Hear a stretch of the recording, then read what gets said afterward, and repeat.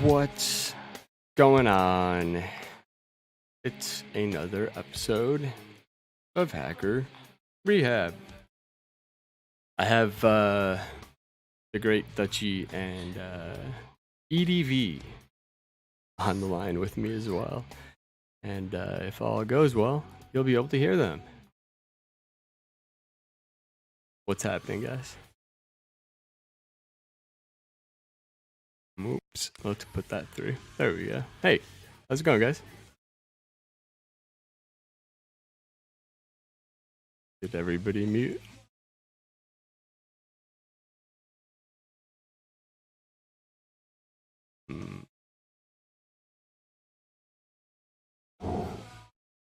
I hear noises.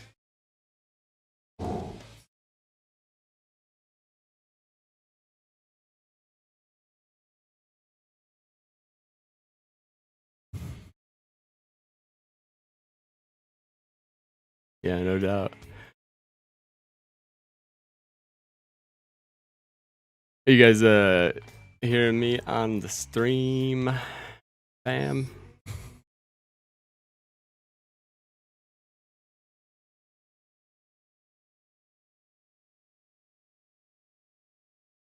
Well, it wouldn't be an amazing episode of Hacker.REHAB without incredible sound issues and shit like that, right? Or we're gonna be talking about the good old the good old topics, which are basically things like the state of crypto.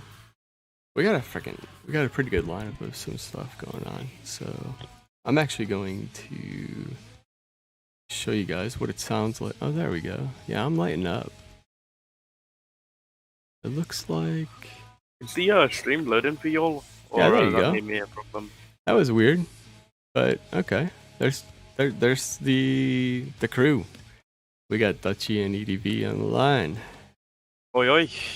Hi. Hello. I was just commenting that it's not a good start to a show if it's smooth, and so we're off to a great start. Things are good. But yeah, if you guys jump on camera or want to show your screen or anything, just let me know, and I can make that happen. But for the time being, let's just hang out, shoot the shit as it were, and kind of just keep plowing along. We've been actually having a pretty good conversation about a lot of cool stuff, and I figured, hell, we're talking about some really cool stuff right now. Let's throw it up. Let's do it up on the good old Hacker Rehab stream, and I think I made a good choice. But maybe not. Maybe this show is going to be absolutely terrible, and we're all going to regret it deeply. But I don't think that's going to happen. Do you? No, it won't happen. Nah. Agreed. I'm going to put some non-Google angry music on in the background instead, because I am ever so fond of getting those 30 to 40 emails from Google after every stream. But I'm getting tired of it these days. So non-copyrighted music it is. Anyways, what's the haps? What's going on? I'm good, man. Yeah? Yep. Right on. How about you, my dude? I'm getting tired. I haven't slept much today. Well, that's not a good sign. That's not a good sign for a show. I'm getting tired. We're in the same boat, my man. I ain't slept either. Well, Oh, this better be good. Yeah, what we're doing is setting expectations that we are going to be boring and tired, and probably all three of us will fall asleep at some point. No, I'm on too much caffeine. No, I'm just fucking around. No, I think it's going to be good stuff. We've had some really good conversation going before. Specifically, we've been talking about cryptocurrency and that whole fun biz, especially when it comes to things like there was it's called the halvening, something like that. The halvening. The halvening. All right. Well, I've been officially corrected on this. It's the halvening. But it is a thing that, you know, it's on a lot of people's minds because it affects Bitcoin in general, and it affects a lot of people financially. I've been seeing stuff about it as far as the term goes, and the fact that I thought it was actually a future thing, like going to happen, but apparently it already did. You guys want to give like a breakdown of what you know about it so far?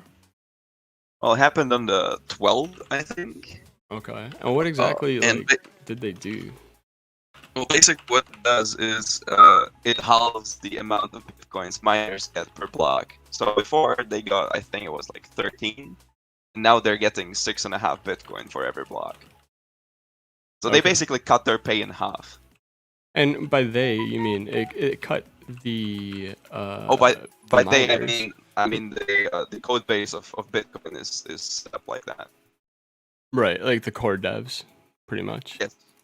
Yeah. What was the reasoning behind doing this? Well, I suppose it's to reduce inflation in general, because you don't want to overflood the market, mine all the bitcoins like instantly, because you need to keep the blockchain going for a long time. But it wasn't, you're saying, to kill Bitcoin as they appear to be doing? It was like an unintended side effect, or did they if the halving thing, if the halving wouldn't be a thing, you would mine all the Bitcoin very quickly. It would already be mined out, I think, without halving, and the blockchain would cease to exist because there would be no one to confirm the transaction. So they're sort of ensuring the future for Bitcoin. But isn't that going to naturally happen right now? Like, because like mining out all of the Bitcoins, I think the estimate is like the year 2140 something. Oh, okay. I thought it was with all the halvings. I thought it was already calculated, and from what you just said, it is. So that makes sense. But if that's a planned event already, does it really matter that much if it's a few years early, or you know what I mean? Yeah, I think like right now, I mean, I'm not a cryptocurrency expert by any means. I got into crypto a couple weeks. What the back, hell?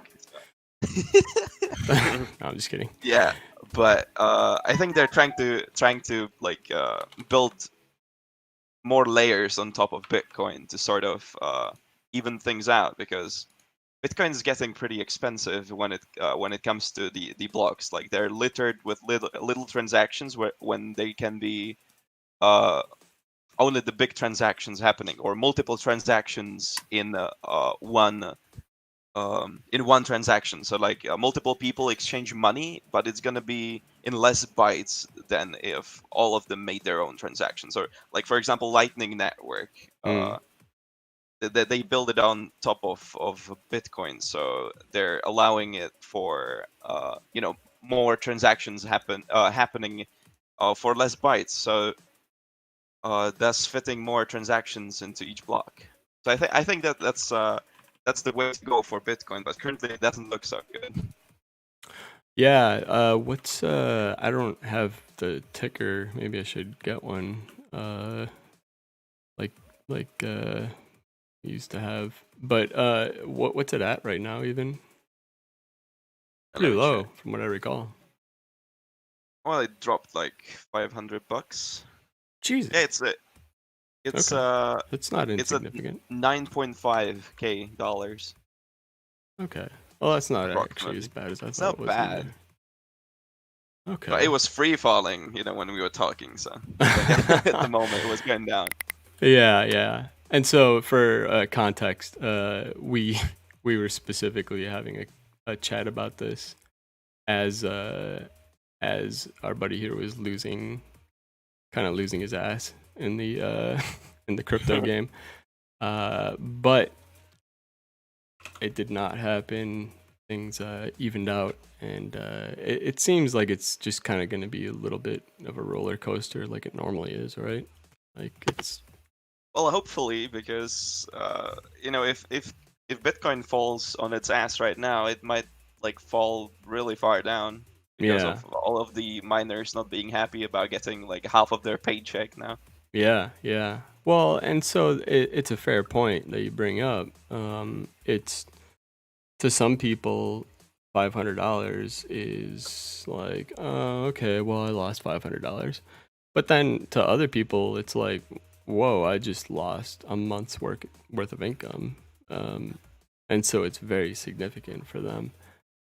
So you get these income disparities that really play a big role in some people's lives compared to others. Definitely, I would say especially. But the other thing that annoys me about just the fact that it's messing with the pricing is that it inevitably brings down the values of the other cryptocurrencies involved. Like Monero, etc. Right? So even if you don't like Bitcoin, right, you're still affected by this because I mean the worst thing that happened this year regarding this is that people actually started to notice that Bitcoin is actually tied a little bit even to like the stock market. So right when the stock market crashed, a couple weeks after that, Bitcoin crashed as well. So people were actually having second thoughts about Bitcoin as well. Yeah, all the altcoins are also dropping right now. Pretty much all of them are. Yeah. Monero is down 3.1%. It's all getting affected by Bitcoin. It sucks. Well, it's something that's I'm glad I know about, so that I do not look at my accounts because I don't want to see what they're worth at the moment. But I'm sure they have all taken a nice gigantic hit, and are Yeah, worth- Every coin in the top 10 right now is in the room. it fell down a couple percent. It's nothing like too significant like it was in March or when it fell down to like 4K. So regarding that, right? Like, so I've noticed that there's this pump and dump kind of what would you call it, pattern that happens every 6 to 12 months or so. Is that something you guys think it has any weight to it? Like, am I just noticing patterns that they're not actually there, or No, I've 100% noticed that too. okay, all right. It seemed Oh no, to definitely, but go up and then just back down again randomly, but like every fucking. my Like every take on that is that some people with huge amounts of Bitcoin are just literally like manipulating the market. They're crashing it on purpose, like sell off their chunk of their Bitcoin and then buy it back at a lower price, literally generating money. Yeah. Do you guys think there's institutions at play here, or do you think it's just like hackers essentially that are smart enough to be able to do it? I think it's just people with a lot of money manipulating the market. Yeah. Right on. I mean, I would agree. I tend to agree. Even though like institutions do have access to a lot of Bitcoin, like if you've seen the amounts of Bitcoin they seized with Silk Road, Yeah. it's in the billions of dollars. Well, JP Right. Morgan specifically stated their intent to actively not only look into Bitcoin and cryptocurrency, but to actively play a role in it. And that's the kind of thing where if they're in an unregulated market like Bitcoin, and they're able to do essentially what would be illegal in the real world, but since it's crypto, you can do it. What's stopping them from testing scenarios like flash crashes and shit? I don't know about you guys, but over here, one of the biggest banks in our country, Barclays, they've announced that they intend to invest in crypto and currently doing it right now. Yeah. To test it out. That's It's crazy. putting their feet in the water, testing the heat right now. But I feel like eventually it's going to become a lot more mainstream, and you will have institutions putting their money into it. Yeah. Regarding your question, what's stopping them is probably the immense amount of money they need to actually do it. Like it's not that you pump and dump for $100,000. You pump and dump for literal like hundreds of millions of dollars, or even like billions. Yeah, but let's say $10 million can bump it up a few points. That's not out of the realm possibility, especially when you're talking about banks. And I believe JP Morgan or one of them specifically actually put the number out that they were investing at that time, and this was years back, and I think it was something like 10 or 100 million. It was one of the two. Yeah, I don't think like $10 million would move the market. I Not really at all. don't think. Really? Oh, okay. Yeah, I think it would need to be a lot more as well. What's the market cap on it? I have the graph open right now. Bitcoin's market cap is 173 trillion. I think it's trillion. Really? No, wait. $174 billion. Yeah, how is I'm miscounting? So okay, then somebody either has, and it's China then, obviously, because the only country that has close to that much market share in the billions that could do something like that would be the Chinese. Because just to give you some context, the United States market cap is 117 billion. So if we're talking about the market cap of more than the United States of America, which is I believe, still the largest economy in the world. That's massive. That's absolutely insane. So somebody's either really smart and figured something out, or we're talking about some nation state stuff. So last time when Bitcoin dropped without like any real world issue, so like before coronavirus and everything, when it dropped, I was actually talking with my friend that's more invested in crypto than I am, and he basically what he told me was to actually move the price of Bitcoin, you would need like capitals in the like tens of thousands of Bitcoin to actually like dump at the same time to crash Bitcoin for like hours. We're not even talking days, like we're talking hours. Just I just calculated that's $2 billion to move crypto for a couple hours. So okay, but if you and don't that's quote me on this one. That's probably one of your friends. That's his guess, right? Which is it's fine. It's probably a good guess. However, when you're talking about banks that have virtually limitless money, I mean they're banks. Like they control all the money. They control everything. That's totally within the realm of possibility. And then if you assume, okay, the bank invests, how many billion did you say to move it for a while? About $2 billion. So 2 billion. Let's say that they invest 5 billion, but they get a return of 1 billion because they skim it from all the people jumping in at the top while they pull out. I mean, that's huge. That's massive. And it's relatively off the books. Although I will say the United States Internal Revenue Service, otherwise lovingly known as the IRS or thieves, has started really getting interested in what people are doing and not doing with their Bitcoin.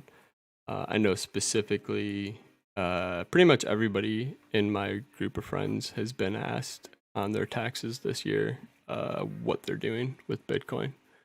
So it's I don't know, it's rough times for Bitcoin owners. It's rough times for people that are really doing kind of anything in that realm.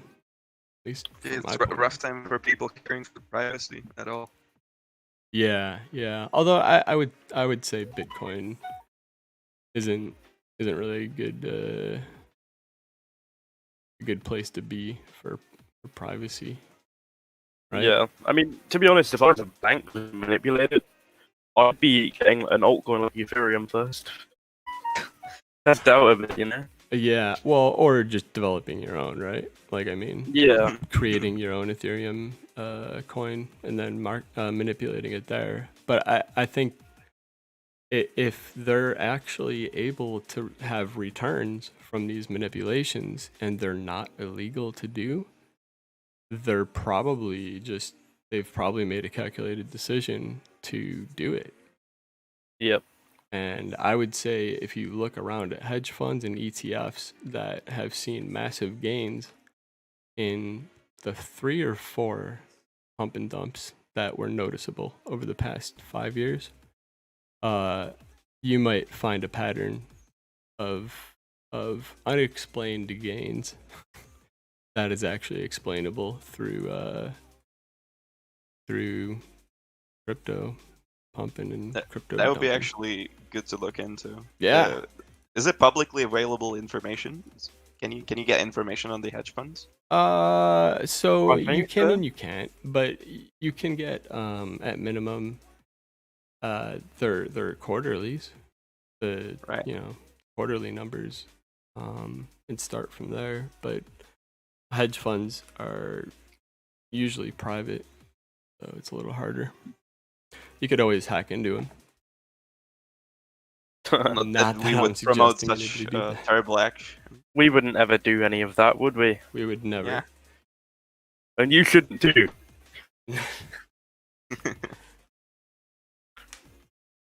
Realized my broadcast machine was not plugged into power. That would have been an Oof. issue. I got the cellular backup. We're all good.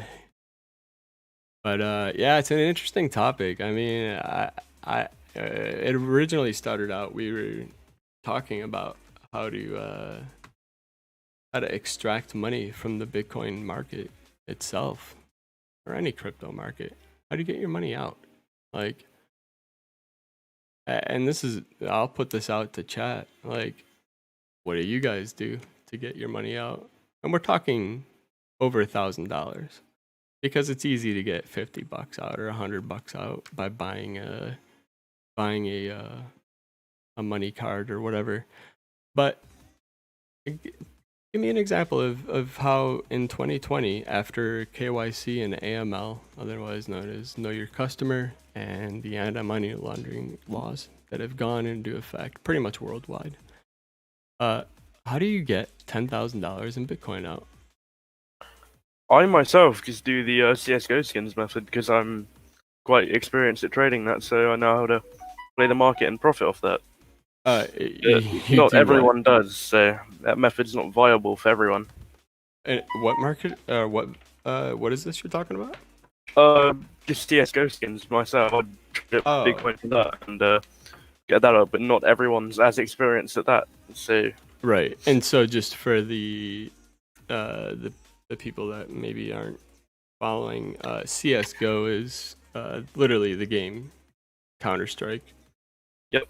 And I don't actually play it myself, so I'm a little noobish when it comes to terms of it. What is CS:GO? What's the difference between CS:GO and CS?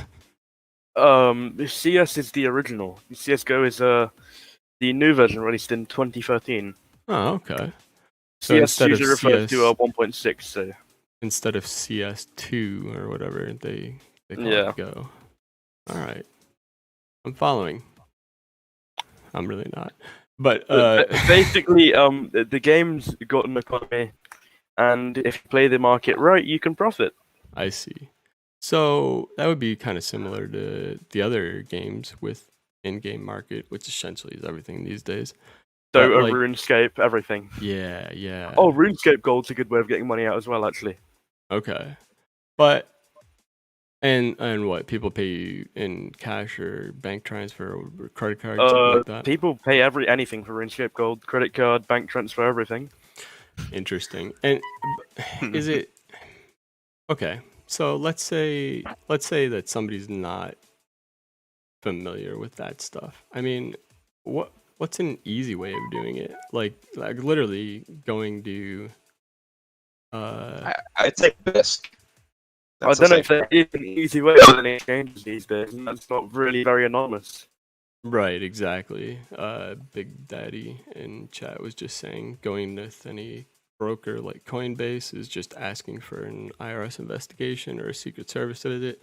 I could not agree more. I think that's absolutely what would happen, especially considering half of their security team, or close to it, is former Secret Service agents and IRS investigation agents.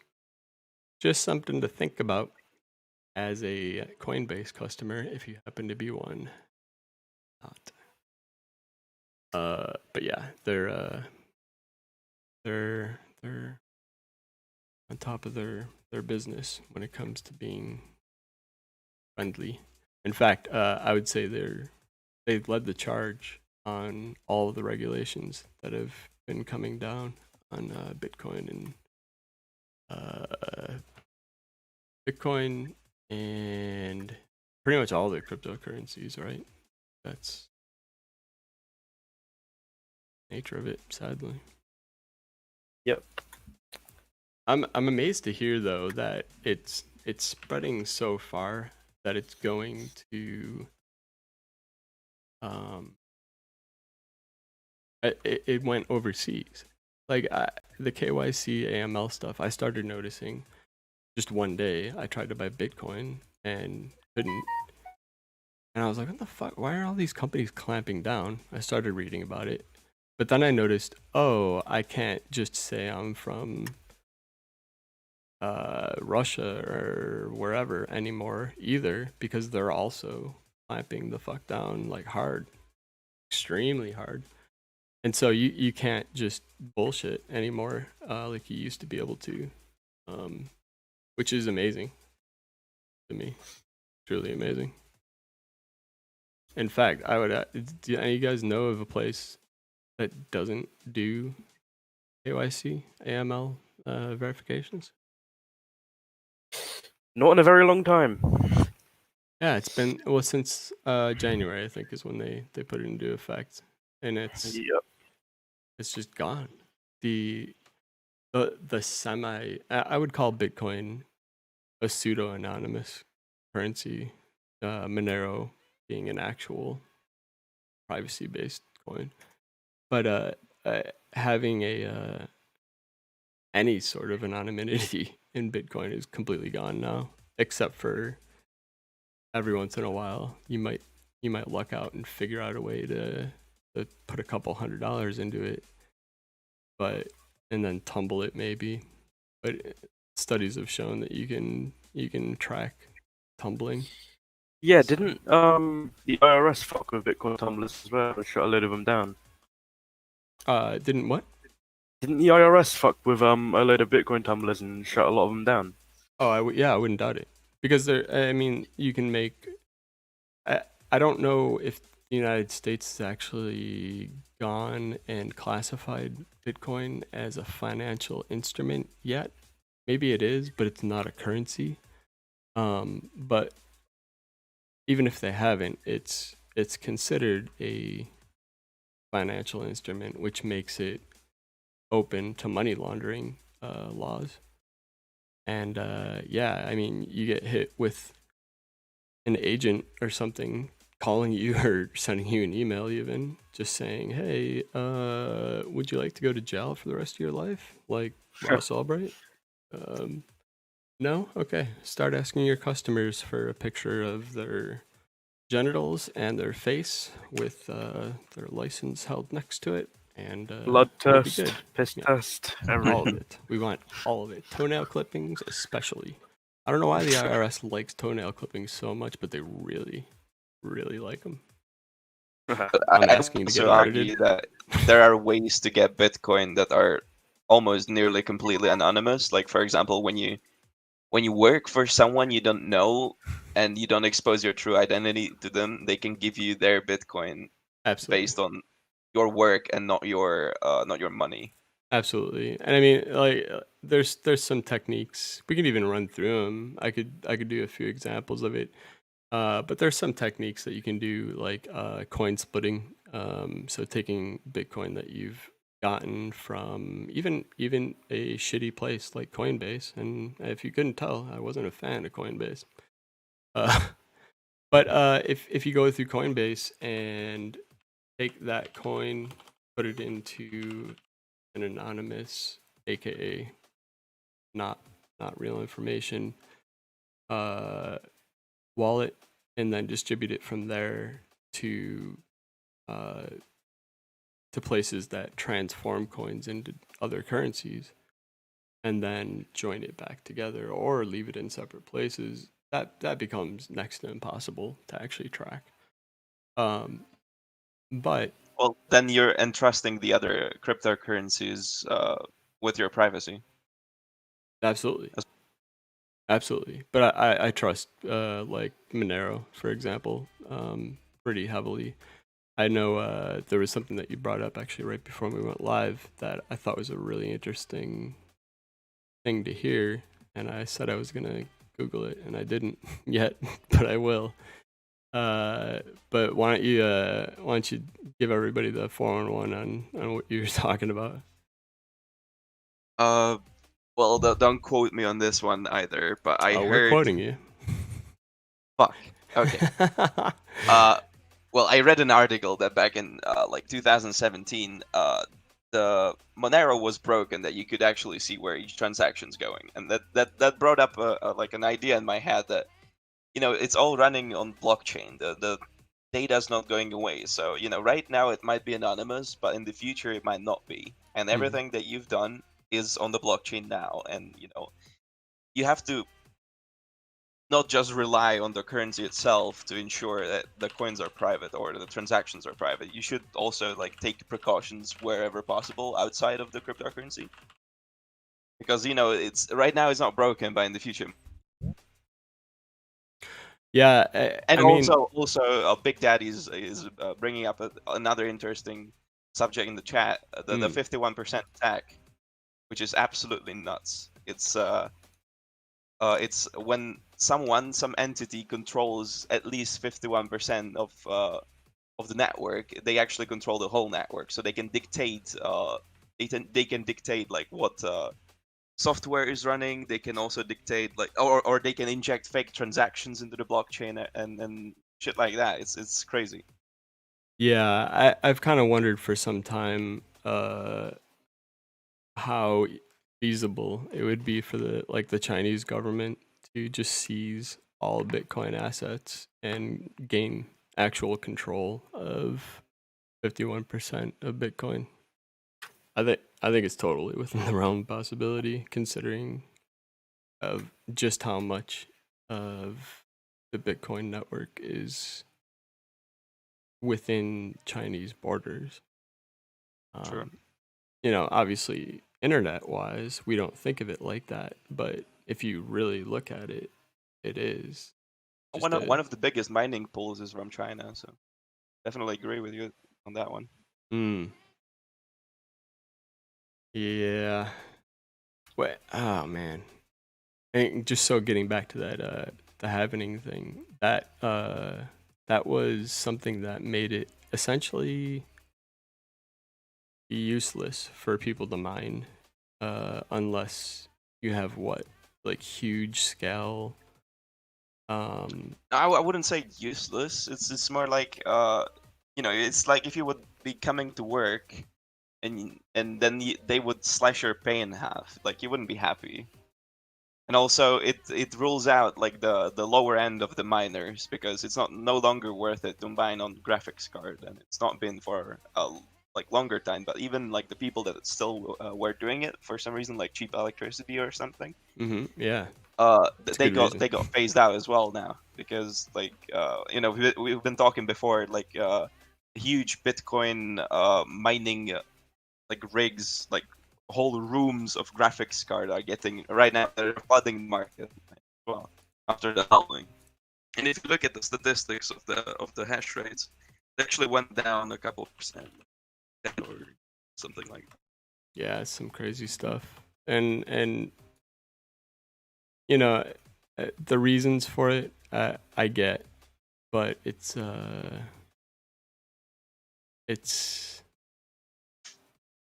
too bad, because it just seems like it's, I don't know. There's so many barriers to entry on it. This is like one of those things that I bitch all the time about barrier to entry on lots of topics. But when it comes to cryptocurrency, that's one thing you actually want the barrier to entry to be extremely low. Like, you need it to be low, or else it's never gonna be something that can catch on and be feasible. And it just seems like we add more and more restrictions to it, or I don't know if even restriction is the right word, but we add more and more BS to the idea of it. Meanwhile, there's cryptocurrencies like Monero, and yeah, I always talk Monero up because I think it's one of the best currencies out there. Minor glitches aside, if you want to call it minor, but I mean it's definitely the most private.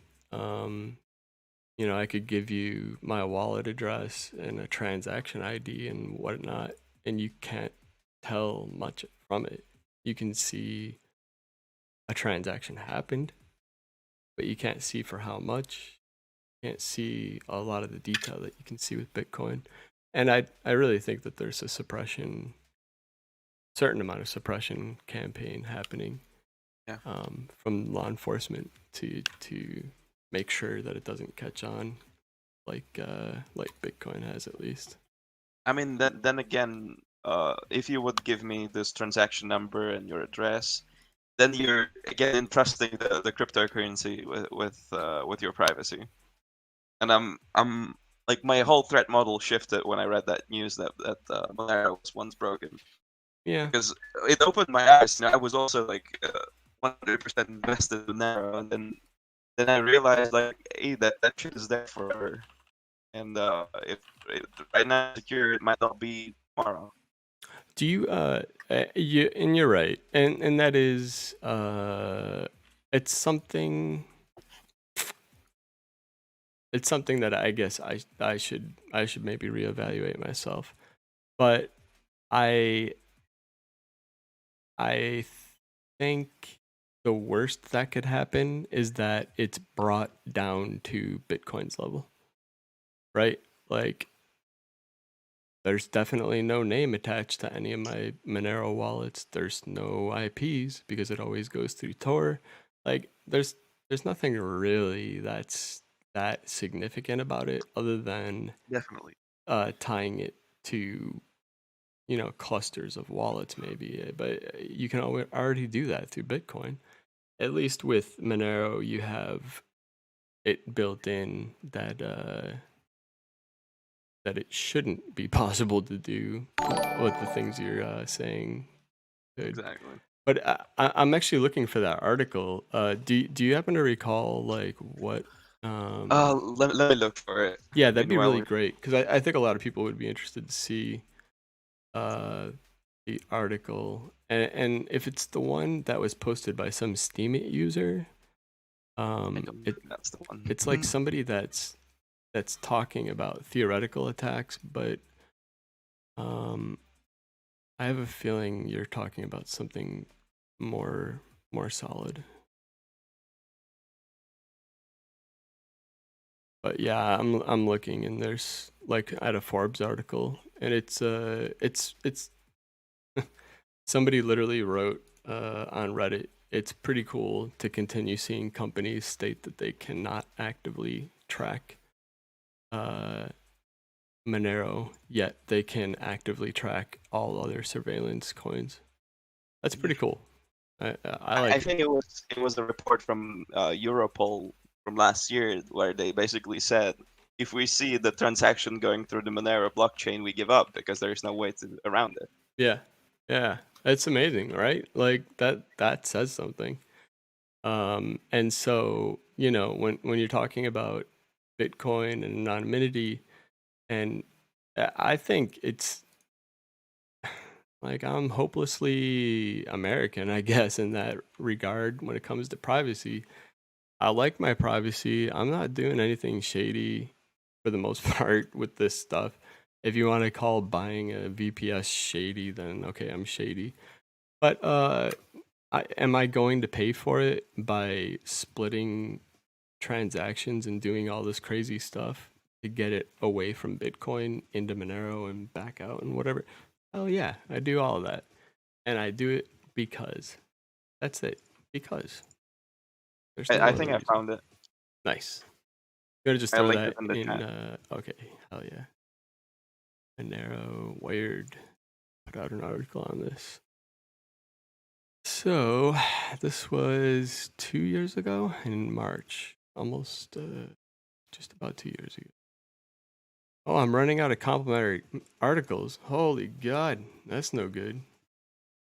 Let me put this up on the good old Hacker Rehab monitor. By the way, we might have some others, the crew joining us in a little bit. Curious may join us in a... Let me Okay. yeah, let me put up Oh, by the way, the stream is listed under Call of Duty Modern Warfare. Oh, yeah. so the fucked up part about that is I updated it 3 times to not say that, and yet it still says it. I don't know what the fuck's going Nice, on. bro. But oh well. I can't change it now. I think it was just the email that went out.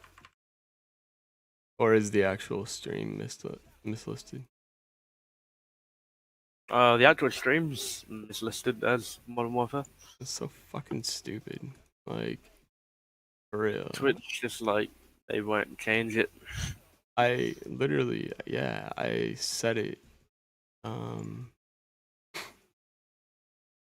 Said it 3 times because I was putting your ats in the information that I ended up manually tweeting actually. Anyways, whatever. Welcome to Modern Warfare. Hope you guys are enjoying Modern Warfare, chat. Oh, loving the Modern Warfare gameplay. Right? It's always really good stuff. Alright, let's fade this in instead of the ever amazing Zoom quilt. It's zoomquilt.com or zoomquilt.org, something like that. But it's always fun watching that 12 hours straight. So, yeah.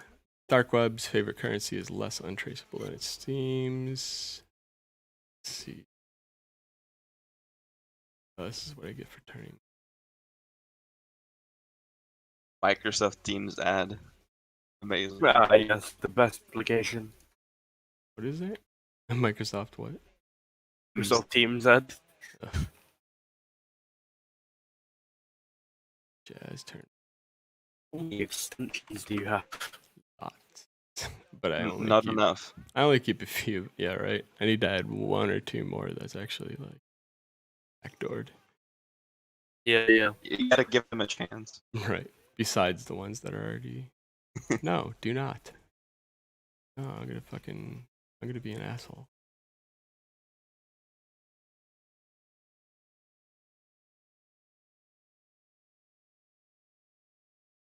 Nobody does that. All right. All right. Roughly 200,000 Monero transactions during a period.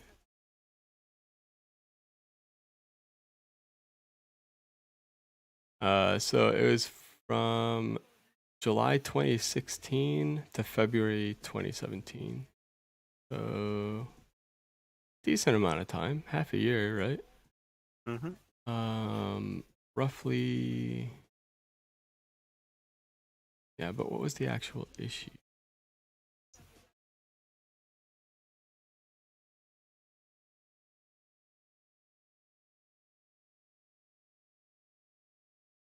Oh, okay. So they weren't doing Yeah, decoys. I think the ring signatures. What's that? I'm not sure. I think it was at the end of the article. Oh wait.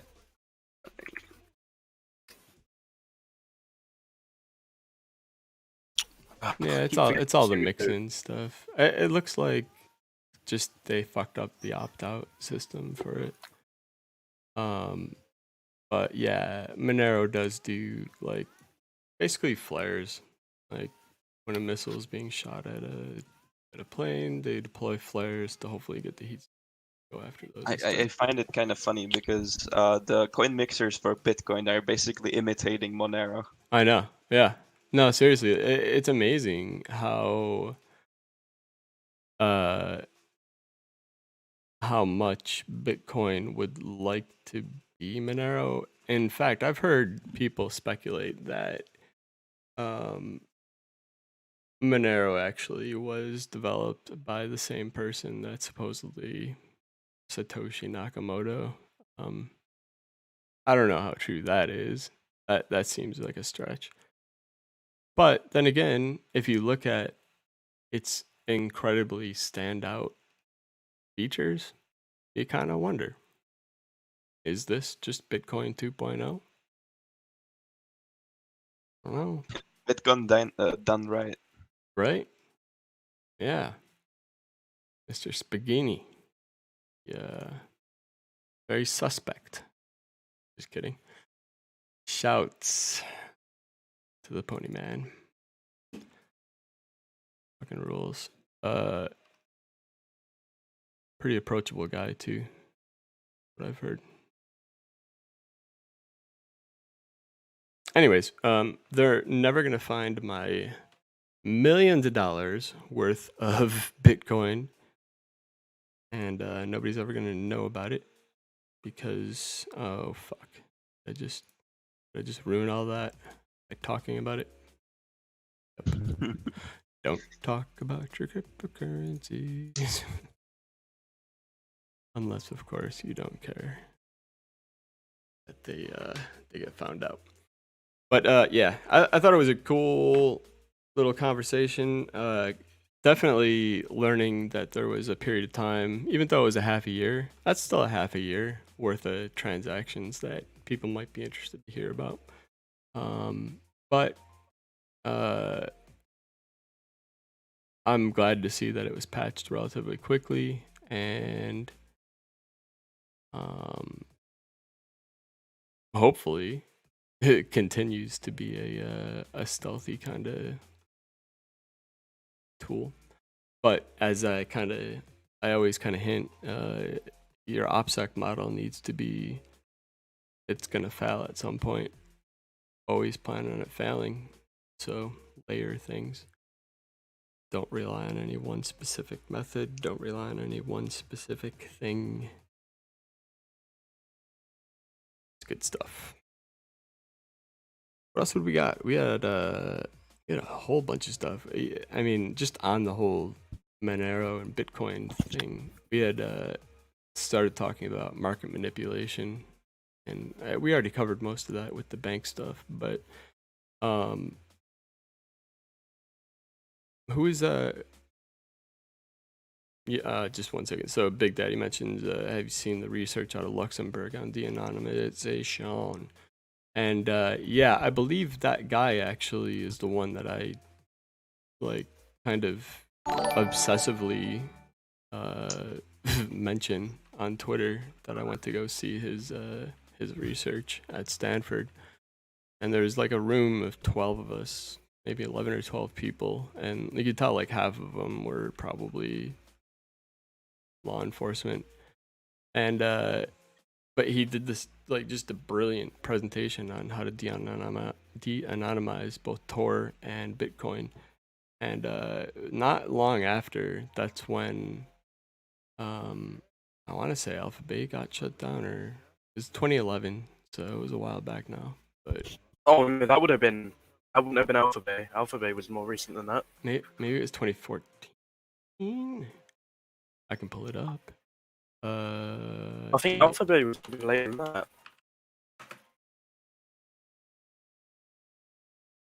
Was there the second? So Oh yeah, Alphabet was 2017. You must be on about Silk Road V2 or the third one. Yeah, I can find it. It's on my Twitter somewhere. and what Also, was I just realized the Tor method about? Say that again. What was the Tor method about? Like how to de-anonymize Tor? With a variety of methods. Give me 1 second. Sure. I I just realized Empire straight stole Alphabet's game. One's echoing. Nah, I'm hearing some audio fuckery, but I'm not sure what's going on with it. Yeah, hang on 1 I'm second. not. So Big Daddy, are you talking about Igor Pustagarov? Pretty sure I'm pronouncing that terribly wrong. But Subcool, by the way, hell yeah, thank you so much. In the mixer, doing it up. The mixer is kind of a hit. I'm digging it. The quality always kicks ass. I never get fucked with about copyright bullshit. Join the mixer if you're having issues with quality or whatnot. Okay, so is this it? Yeah, I actually saw his presentation live when before it was actually right around November 7th. I think it was on. No, this was it. This is the actual date that I went there, and I watched him present all this shit live, and truly amazing stuff. But again, as I said, the other half of the audience looked like people that might also from time to time kick doors in, or work in Washington, D.C. One of those two. But yeah, for less than, I want to say $10,000, it says right in here how to do it. But for like $20,000, so let's say, and a little bit of time, you can de-anonymize a hidden service with a 99% probability. There you go. This is probably one of the scariest slides you'll ever see. Is it like the Sybil attack, or? I don't know. I think it has something to do with the Sybil attack, but if you guys in chat knows for sure, it's similar to that. I know that. Yeah, less than $3,000 USD. Wow, that's insane. So basically, yeah, he was doing things like spinning up AWS instances and VPSs and promoting. You'll notice nowadays, your Tor node will not even become an exit node for 2 weeks.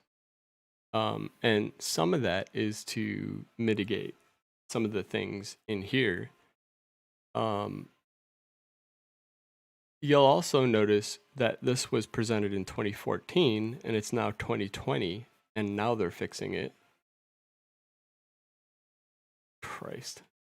Don't get me started on the Bitcoin and Tor network or developers. Some of them are really good people. Some of them are on payroll. But yeah, just majority are on payroll. What's that?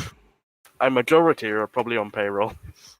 I don't know. I can't say whether or not any of them truly are. Like, I don't know, obviously, but from some of their actions and just the way that they operate, it really makes me take pause. I mean, stuff like how they shipped HTTPS everywhere, but whitelisted everything, kind of is a bit of a red flag. Just a little. Bug doors, right? Yeah. The fact that NoScript was shipped with Tor browser turned off for the longest time. Yeah. And they're trying to lull you into a sense of security. That's right. And then when they finally turned it on, they whitelisted anything that was HTTPS. And when they were approached about it by me and other people, they said it's righteous and we're keeping it that way. And I believe to this day, if you download Tor browser naked, like brand new virgin, it's still done the same way. Like, if you look at the actual settings, it's buried. You gotta look for this. But if you look at the default settings, it's the untrusted things in NoScript are actually turned on. All the settings are actually turned on. It just says it's untrusted. It's actually trusted. Really bad stuff. I mean, I think their argument was that they want to appeal to larger audiences and a lot of people, a lot of like not tech savvy people that want to use Tor. They sort of require JavaScript, but at the same time, why the hell would those people use Tor? And why turn off JavaScript? I mean, why turn on JavaScript like at all if you don't need it? It goes against itself. It's one of the worst excuses I've ever fucking heard in my life, and I couldn't believe what I was seeing when I heard that excuse. It's because we want more people to use it. Really? That's the best you have? You can't say that there's some technical reason or something. I think they started out wanting to make it secure and then got corrupt over time. I would agree with that. And I think if you look at the changes in employment and changes in people work on the project, you'll see some interesting stuff. And you also look at those people's resumes and where they used to work. I mean, there's people that straight up actually worked at the NSA before. And I'll tell you what, from my experience and from my knowledge of that organization, by the way, I like the NSA. to a degree. I think it's a much needed agency. However, I agree, but when I they're don't. actually doing their stuff and spying on terrorists and not the American people. That's right. Yeah, that's kind of what I was getting to, and also the fact that fuck, what was I gonna say? You know what? Even say American people, they can operate internationally now, can't they? For Yeah, Europol. So. that's their thing, for sure.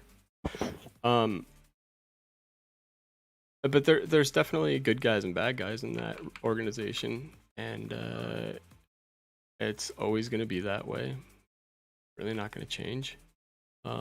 But they need to rein it in a little bit, because I don't know. I think they're going after too much, but that's just my opinion. I don't really like. You'll notice from time to time I'll tweet about them, but for the most part, I kind of don't anymore. And yeah, I don't feel like getting fucked with by them. So, do you guys have any alternatives if Taurus is not viable anymore? Have you looked into Not like a whole lot, really. Loki.net, I think it's called, and Loki now. I'll Google real quick. Yeah, what's that about? It's LOKI. Privately access censorship-resistant websites. So it's basically trying to be Toya. Yeah. Well, there's I2P as well, right? What's it called, by the way? LOKI?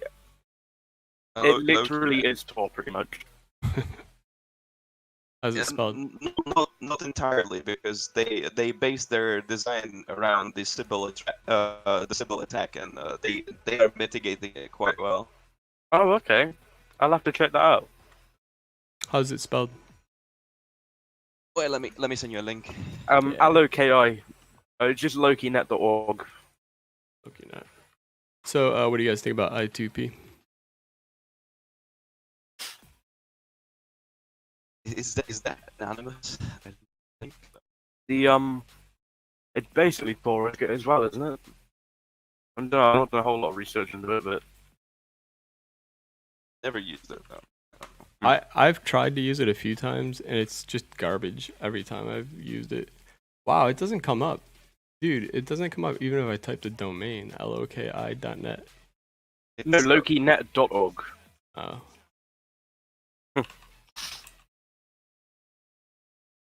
I'll have to check that out though, it does seem pretty good.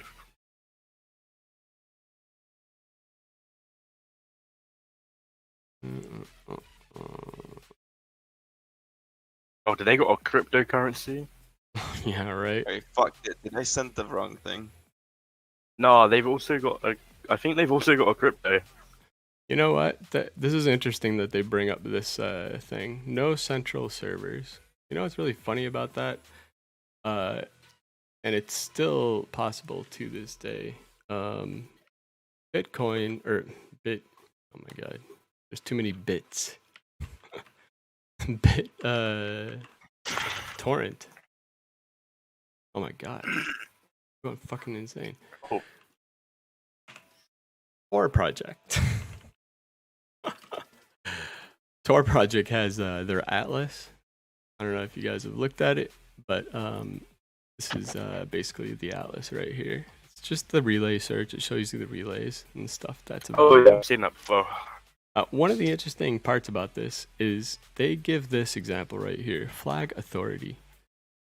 I've always found it fucking crazy that they give this flag to look at, because these are literally the 10 and the only 10 IP addresses that are hard-coded in the binary of the Tor binary, and they're used whenever there's some kind of catastrophic outage in order to rebuild the network. And so it's not actually a decentralized network. It's pretty goddamn centralized, and it's centralized right there. 10 IPs, in my opinion, probably isn't that hard to hold down with significant denial of service attacks. And I really do wonder what would happen if somebody were to take these down for, let's say, a week. Or even I believe 2 people days. have done similar stuff before and took them down for quite a while. Did they really? Never Oh, I a haven't week. seen that. I know there only used to be 6 or 7. So at least can there's you 10 deselect now. so we can see the countries? Because Yeah, sure. you know, it might be actually more fun to hijack them Well, yeah, absolutely it would. And from the point of view of the bad guys.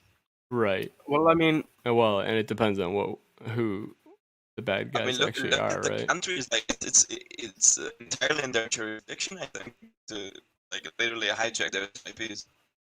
the feds are basically doing a 51% attack on the Tor exit nodes anyway, so Yeah, absolutely. There's a large amount of Tor exits that are just straight up run by either intelligence agencies, private I find it intelligence isn't it agencies. tax agencies that do it though. What's that? Apparently they do it through the tax agencies, so it I can't remember exactly, but from what I heard, they were doing it via the tax agency to get away with it more.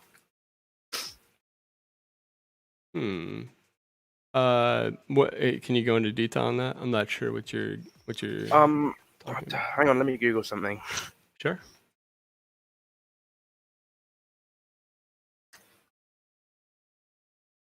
Let's check the chat. See what's up?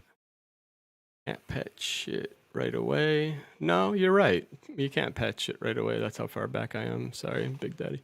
But they also. Oh, you're saying because you got to give the NSA the chance to hack the ledger. Yeah, very true. Very true. No, I was thinking of a different thing. It's GCHQ that were doing it. And what kind of funny, hilarious things were the GCHQ doing? You know, the usual, getting all the traffic they can from the exit nodes they control. Yeah.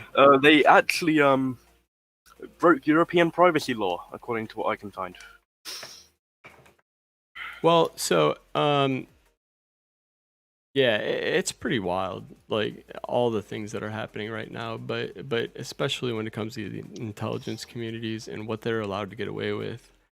Especially now that there's all these collaborations and things that are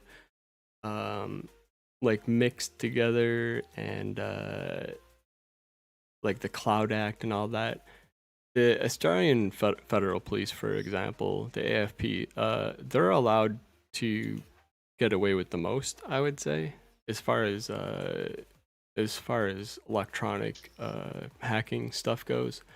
And when you have a situation where the NSA or the DoD in the United States or German authorities, etc., can tap on the AFP's shoulder and be like, "Hey, I'm having a really hard time with this case, but if somebody were to hack them by hacking their ISP, that would be cool." And so then they just apparently that's a fucking possibility these days. It's a pretty scary thing. Like, it's not something that gets talked about either. It's kind of buried. Even the EFF and stuff, they don't talk about it anymore because it's already passed. But the Cloud Act, I don't know. Maybe I'm misinterpreting the Cloud Act, but everything that I've talked about with attorneys and things of that nature, it appears to be kind of this catch-all that just lets anybody run what they need to do in order to do cases. A great point that Big Daddy again brings up in chat, that Tor exit nodes are also getting hacked, and that way you can get a hold of most of the Tor exit nodes. Might be actually a great weekend project spinning up. I mean, probably not weekend because it takes time, but a good project to spin up a lot of exits and then monitor the traffic if someone's targeting them. Yeah. Well, so this article that we were originally looking Just at. gonna say, I've got like $200 in Volta credit, so I could probably do that. I have one set up that's being promoted right now. It's actually probably already promoted to an exit, or at least it can be.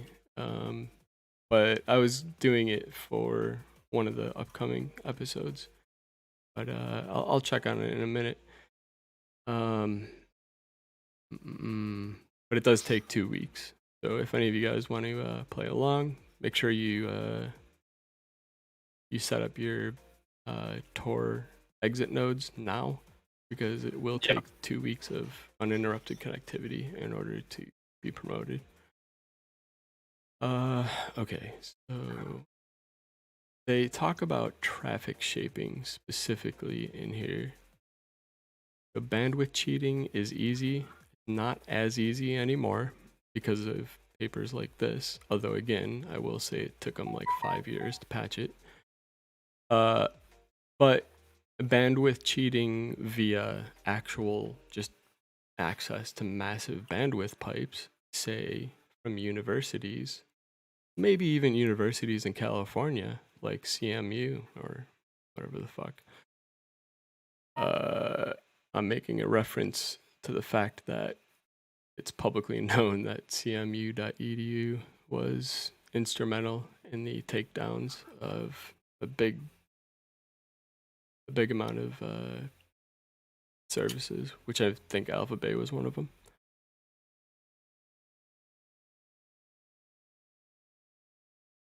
Yeah. I think this ends up being the Bitcoin decentralization after this part of the paper. It's a really great paper. I'm gonna retweet my thingy right now. If you guys want to look at it, it's an amazing paper. It's still relevant to this day. Some of the stuff has been made harder, so maybe instead of 12,000, which by the way, I think 12,000, I think that price has actually gone down. But let's say that it's gone up. It's probably only gone up by like 20,000. But I actually think you can do some of this stuff for way, way less. Let's say 3 or 4 Google accounts that have $300 worth of credit. Anyways, yeah, the ISP or NSA can link your Bitcoin addresses to your IP without encryption.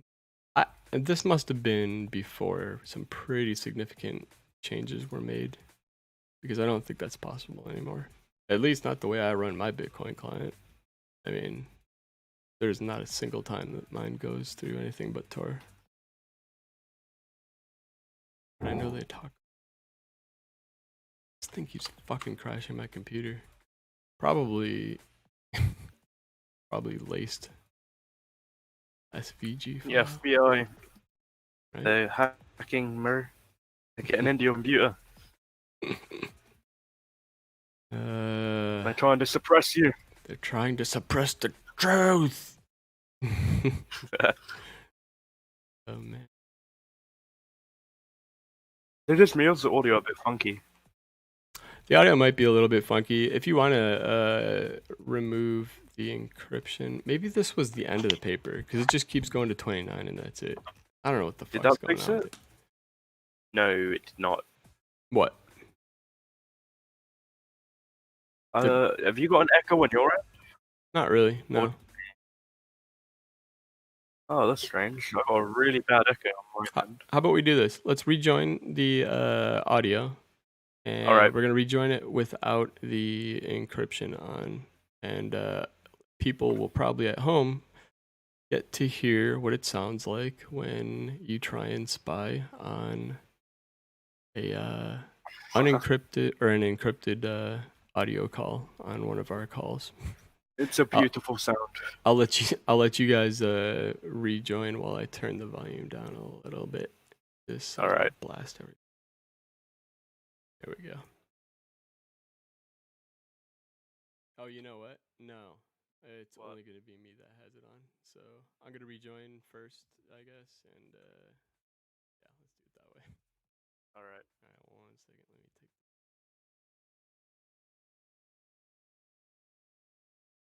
There we go.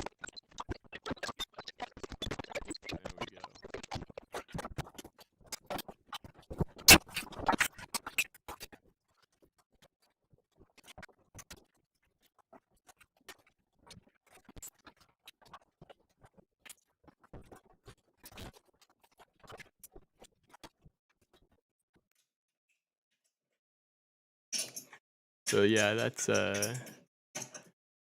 is encrypted audio.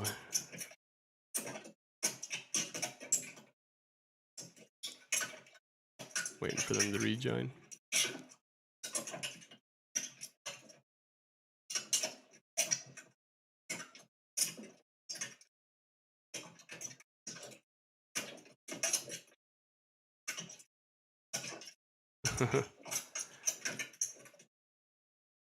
There he goes. Hey. What's up?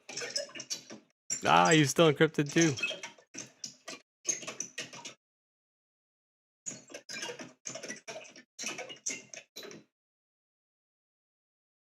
Hello? You back? Hey, yes, hello. All right, let me pipe this back through to everybody. Here we go. You guys both on? Yep, I'm on. All right, perfect. Sounds like mechanical keyboards almost. Yeah, I guess it does kind of. Nice. That's funny. You renamed.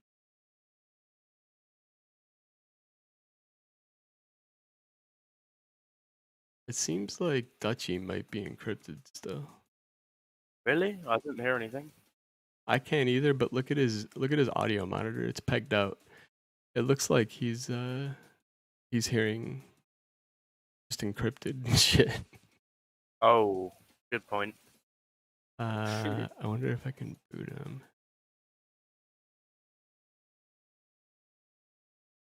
You can. In fact, he's gone. Okay, did you do it? I was just gonna send him a private message. Just slide him a Discord DM with the link again. You sent him the link? Alright, cool. Yeah, I'm doing it now. Alright, perfect. What was his Discord again? Just find it and don't say it. Alright. I don't know if he wants it said. Here we go. The audio does sound a little better. I mean, to me, it's always about the same on this platform. Yeah, that was a terrible echo on my end. Oh, really? Interesting. Yeah. Huh. Probably my shit mic though. My new one ain't come yet, thanks to Royal Mail. Well, the Royal Mail really fucks me up too. I hate it. Yep. I'm just kidding. I have no stake in the Royal Mail at all. But I will know that complete shit. Yeah, I will definitely dogpile on him. With solidarity. Oh man. All right. Well, wait. Oh, there he goes. He's back. Hey. Hi. Oi oi. Oi oi. So yeah, I think I don't know. It seems like it's better for everybody. So yep, remember, everyone, turn encryption off. It's bad for you. Yes, as the U.S. government would like you to think, turn all your encryption off. That's right. And I definitely do not work for the U.S. government. Fuck. They didn't train us for what to say if we fuck up. Like, oh fuck, I just fucked up again. Anyways, let's keep moving on, I guess. Even though we don't really have an agenda, we're honestly just doing a little bit of a stream today. Because we were having some really cool kind of chats on the Discord. If you haven't checked out Discord, feel free. Although I'll be honest, I'm not a fan of Discord myself, mainly because of things like the seemingly limitless spying on the user, or it being owned by Tencent. Yeah, reporting all of the information to the authorities. Right. Also a fun one. Yeah, it's just not a good situation all around. I don't know. Maybe I'm being too harsh on them, but I'm not a big fan. I mean, the feds are probably watching me because I was banned one time for terrorism, apparently. Oh. Well, it's been good speaking with you today, and hopefully things go well for you. Goodbye. Yeah. Well, you can't just leave us with a teaser like that and not at least go somewhat into honestly, detail. Don't I've say got too no much. idea why I was banned for that. Oh, really? Oh, okay. I've been banned off of Twitch, or sorry, well, I've been banned off Twitch too, but I've been banned off Discord for something similar, as a matter of fact. Except it was it came down to the fact that I had used a fucking VPN, and apparently Oh, they somebody hate else that. did. Yeah, they really don't like that. That's so stupid, though. And I told them, hey, why don't you use some logic in your banning or like coming down on people for no reason at all? At least look into what my account's been doing instead of just assuming that, oh, same IP address, that must be a person. I can't stand that fucking argument because that's the kind of stuff that's in court systems, and people and attorneys and district attorneys and all that, prosecuting attorneys, they love trying to say that an IP address equals a person or an identity, and it's just not the fucking case. Would you like me to spoof the entire net range of the local FBI office to prove to you what I'm saying? Like, spoofing packets is real, spoofing IP addresses is real, and it needs to be a known thing. And that's actually one of the reasons that I did the experiment with the owner of Cockley, Vincent Canfield, or Gex Colo on Twitter, because I wanted to raise awareness of the fact that an IP address does not equal a person, and that's it. It's as simple as that. And also that spam house lied. How could Spam house lies, lie? people die. That's right. Yeah, I mean, spam house lied, people died. As simple as that. That's It's the obvious most trusted satire. organization on the planet. I disagree. Say that again. The Spam House is the most trusted organization on the planet. I disagree. It's amazing to me how much clout they still have, but it was also pretty amazing to me how much their bullshit was ignored when they were lying, because they were on some of the parts. Like, I think they were doing just enough good work that people kind of forgot about the bad stuff. yeah, well, until they started getting stupid. I mean, like, I don't know for sure that the bots that were being used, or sock puppet accounts or whatever, were being used directly from spam house employees or not. I don't know, but I do know that it was related, and they harassed us for a while. They only commented on spam house related stuff, and then they disappeared. Kind of weird. Not like I don't have screenshots and archives of all that. Anyways, they're an interesting organization. It started out with a good enough intent. Stop spamming. But I gotta go ahead and say, it kind of seemed like spam has stopped at all. Has it? And yet we're gonna worry about port scanners? Okay. Whatever you say, guys. Mass scan and showdown is illegal, people. It's just, it makes me laugh even to this day, honestly. Like, yeah, the whole thing was fucking just bonkers. I really, oof. Clearly, anyone that runs mass scans must be a hardened criminal.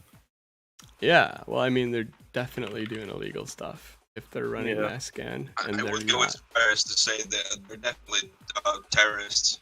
Yep. Lock them up in Fort Knox. Yeah. Well, maybe that's why you got your ban for terrorism, is because you were using Nmap or something terrorist like that. Fuck, bro. Nmap is considered a terrorist tool now. Yeah. I honestly would not be surprised in the UK. I think there's some places that are trying for it. I really do. I mean, there's definitely if you look up the Wassenaar agreement, the draft wording in it, as far as it relates to war and tools of war, has a provision for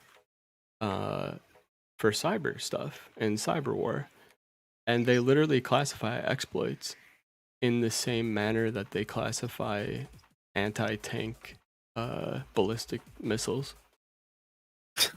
And that's So a you really fucking can fire a cyber nuke now.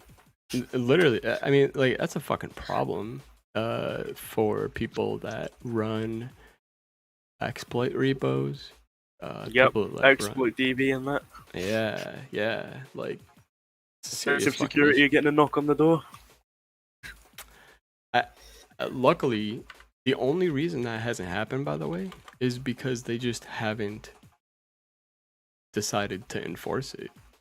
Because I think they realize the public would go fucking apeshit, but they could. There's nothing actually stopping them. The laws have actually passed, which is kind of scary. But what are you gonna do, right? Yep. Ignore it. Good times. Some of the laws that get passed, I just don't understand how any of it gets passed. Some of this stuff. The The stupidest Earn It shit. Act. What were you saying? The Earn It Act. The law Shit like that. end-to-end encryption. Which act? I'm having a hard time with you. Earn It. It's literally called Earn It. Yeah, the fucking anti-child porn act. Oh, yeah, Um, I'm actually not familiar with it. You want to? Basically, to stop the spread of child porn, the US government decided how about we outlaw end-to-end encryption. And Sadly, that's not a fucking joke. and it's called the what I act? linked it. The I Earn It Act linked it or in the chat. Anti-Child Porn Act. Wow. Okay. And it's pretty much guaranteed to pass because it's genuinely called the fucking Anti-Child Porn Act. I've not heard of this somehow. That's amazing. Let me take a look. It's just all over Twitter for a while. I don't know how you haven't, but yeah. I don't actually look at Twitter as much as you would think. No. It's too fucking depressing. Like, Yeah. I just work on projects and fucking do it that way. All right, let's pull up the Earn It Act for everybody playing at home. Earn It Act is a sneak attack on encryption.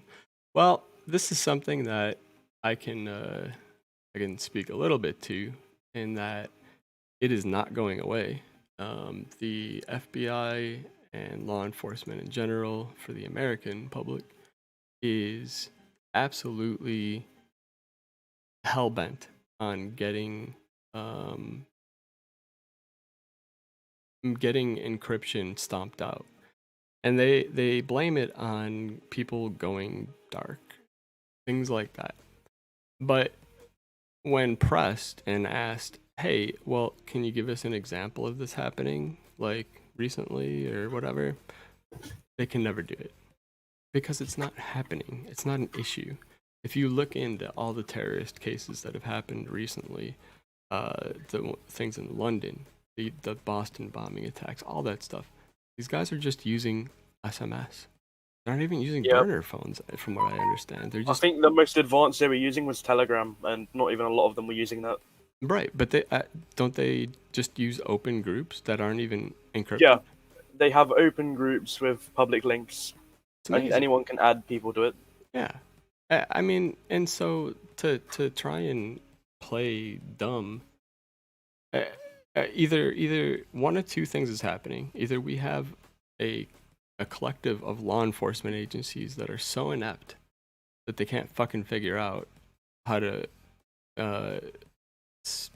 reasonably monitor and do investigations, especially when they're in the clear on SMS, or we have another issue that is not being talked about and is not being genuinely discussed. And I would obviously I'm gonna say it's probably the second one, which is the charter for a lot of law enforcement organizations, not just the NSA, CIA, but GCHQ and AFP, all these large law enforcement agencies are kind of tasked with protecting the country's financial interests and the financial assets. And that's when you start getting into crimes being committed through encrypted means. People doing hostile takeovers of corporations, people that are smart. Because terrorists, they're not smart. They're fucking dumb. They just get lucky. So, I'm just gonna point out, outlawing encryption will not make people stop using it. It's clearly No, just an absolutely attempt not. to spy on the public. Yeah. In fact, it'll just make it better because Yeah. it will encourage people to create undetectable encryption, which is going to make it worse. Like the actual problem would be worse if it was a problem at all, which I don't believe it is. I think it could be a problem eventually as things move towards encryption by default. Okay, I can see that being an issue, but they're not saying that. They refuse to say that that's the reason, and they keep saying, "Oh, it's because terrorists are going dark," but can't provide a single case of it being an issue. They just You can't. see, when you get to the point though where you're arresting innocent people for wanting their privacy, you've got a fucking problem, and you've got to realize that. Yeah. Somehow the U.S. government is so encapsulated in their own shit they don't realize. Well, I think it's they want to be able to have a line on what everybody's doing, and that's it. They want to know, and for better or for worse, even if people aren't committing crimes, they want to know it. For what reasons or motives, God only fucking knows. I mean, Just probably want to look not at everyone's good. dick pics, clearly. What's that? They just want to look at everyone's dick pics. Yeah, I know. That's the funny thing too. I mean, it's like, okay, yeah, you want to own my phone? Go ahead. Scar Yeah. yourself for life. I don't care. Do it. Like, just wait until you see what's on there. Well, maybe but one search history though. They're gonna scarred for life right then. yeah, There's yeah, always the line you need to draw between security and privacy, there is. Yeah, because you can't have both in terms of like physical security. If everyone's completely private and anonymous, there is no way for you to enforce security. I mean, that's like their point as well. I mean, they're right on this one, because like everyone on the internet was anonymous and private, then you couldn't enforce the law on the internet. Which for some people, great. it looks very appealing, but I mean, that's to some extent, it's needed. that's some of the I reason think. that the internet was like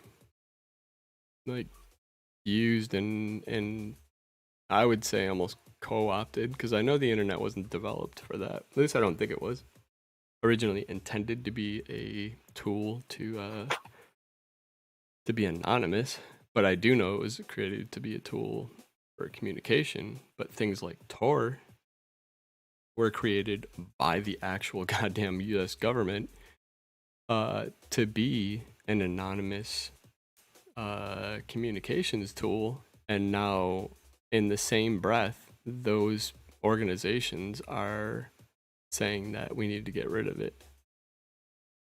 Yeah.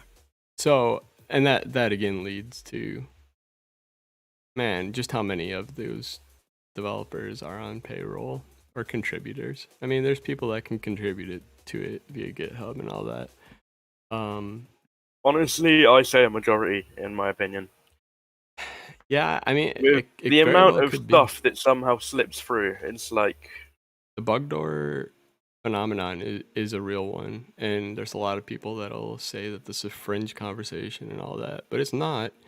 Seen it happen in provable ways, and like, you can't be called out by some asshole that has a fucking satanic dog release after release with countless retweets and likes and all that, saying what the fuck are you doing yet again, and ignore it. And I mean, it's not just that. I've emailed them and like I've done my part to make sure that they know this is a fucking issue. But you can't do it for year after year and have an outcry from the entire public saying, why is this broken still? What are you doing? Without it being an intentional thing. And yes, they may have been doing it to take down a CP ring or something really terrible. I get that. And I even get the need for hacking. Like, people think that law enforcement agencies aren't allowed to hack or shouldn't hack. No, that the FBI has to hack. That's how they do their job. But the hack by default? No, that's bullshit. That's not fair at all. And I mean, I forget which law it is in the US that classifies anybody that uses Tor automatically as a suspect. But it erases any. Is that a thing? Yeah, I believe so. Yeah, I'd have to look. I'll find the link shortly, but I believe that's a law that passed long ago and is still on the books. And it's a law that's not used frequently, but it's used probably enough to bypass the judicial system and get warrantless spying. And that's all they're after. Let's see, law illegal.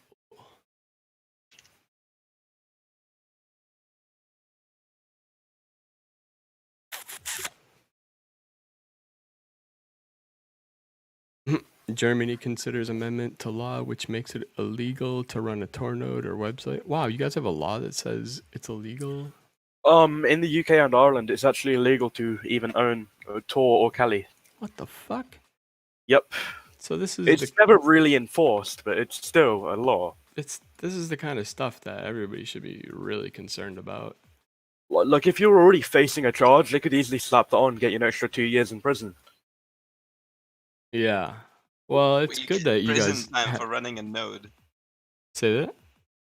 You get prison time for running a node? You get prison time for owning Kali in the UK. Oh, that's fucked up. Oh, without a shield, right? Or whatever? Is that how they do it? I believe it's if you've been caught on a crime with malicious intent and you own that software, or you've got it flashed on one of your computers, that's just an extra charge they can add on. That's amazing. That's amazing. Scary too. The more I hear about the UK, the more I think that the country is just fucked. It's Ireland as well, not just the UK. Oh, that's the UK for me as well. Yeah, but that's Northern Ireland is, but they wanted to be independent. Reclaim the North. Just kidding. I don't support the IRA. Not publicly, he doesn't, but he's a member. No, I'm just kidding. You get you, black man. I don't know how much of a sense of humor your law enforcement has over there. So, who doesn't like a few car bombs every now and then? It's satire we're talking about. Yeah, idiot. Yeah, I should stop this now. Yeah. Yeah. I wouldn't keep going on that one. Fucking just gets my jaw busted down on stream. Right? Yeah. Self. What is it? MCA fucking coming, so calling me a terrorist. Oh god, it's the terrorist hour on Hacker Rehab. Oh Jesus. Hey, by the way, I want to make a shout real quick to Pico. The Mixer hype bot just snitched him out for following. Pico, my dude, What's up? It's been a long time. We haven't talked in a while. If you want to call in, or if you want to call in, you can actually join the show and you can co-host with us. You can call that number that's down right there. Look, I'm learning how to point at things. It's amazing. It's in the United States. The phone number is 1-424-242-2546 or 1-HAHA-HACK-IN. You can also join us on the Discord at discord.hacker.rehab, or if you want to talk live on the air and not use a telephone, which nobody knows what's a telephone, hangouts.hacker.rehab, and I will answer both of those things. I swear to you, I'll do that. The haha hacking number, is that just a Twilio number you got really lucky and managed to get? I actually forget how I get that. I think it's a GV number. I'm not positive though. I know it was luck for sure. Yeah. It was definitely some really good luck. I did brute force it for quite a while though. Like we're talking a week or two. I think I was spelling things out like hacking, freaking, stuff like that. And I was like, let me try hackers, stuff that one of them eventually clicked. And then I spelled the entire thing and I was like, oh my God, this is even better than I thought. And snapped it up immediately. I got lucky on that. But that's to say, always keep trying. Like, you'll eventually find something awesome. But I do forget whether it was Google or Twilio. But Twilio, I think, is much easier to spell stuff out. I don't know how to say your name in chat, but I believe it's only if they can only add that charge on if they can prove you used the OS for something bad. Also, if you refuse to give them your decryption key, you can be charged with impeding a criminal investigation. Yeah. But that's how fucked our laws are. Yeah, that's an issue in Australia as well, and the US, frankly. People think that they can get away with not or forgetting their passwords and shit like that. You can't. Like, you honestly can't. You have a better chance of it. Is that key? That's exactly why Veracrypt offers hidden partitions. Hang on one second. You can get away with it. Yeah, I think you have a better chance of getting away with it here, but it's still, the judge can hold you in contempt of court. Absolutely. And that scares the fuck out of me because I forget my passwords constantly. I fucking forget them all the time. I lose data constantly. There was genuinely reports of them apparently torturing people, like locking them in dark rooms and shit for days on end because they wouldn't give them the fucking decryption key. Yeah. I think it boils down to if forensically they can show that the machine or the drive was accessed fairly recently and it would be a reasonable assumption that this person should know the password, that's when you're fucked. I can honestly say half the hard drives I have laying around here, I don't know the passwords to anymore. I just don't. I would be absolutely fucked.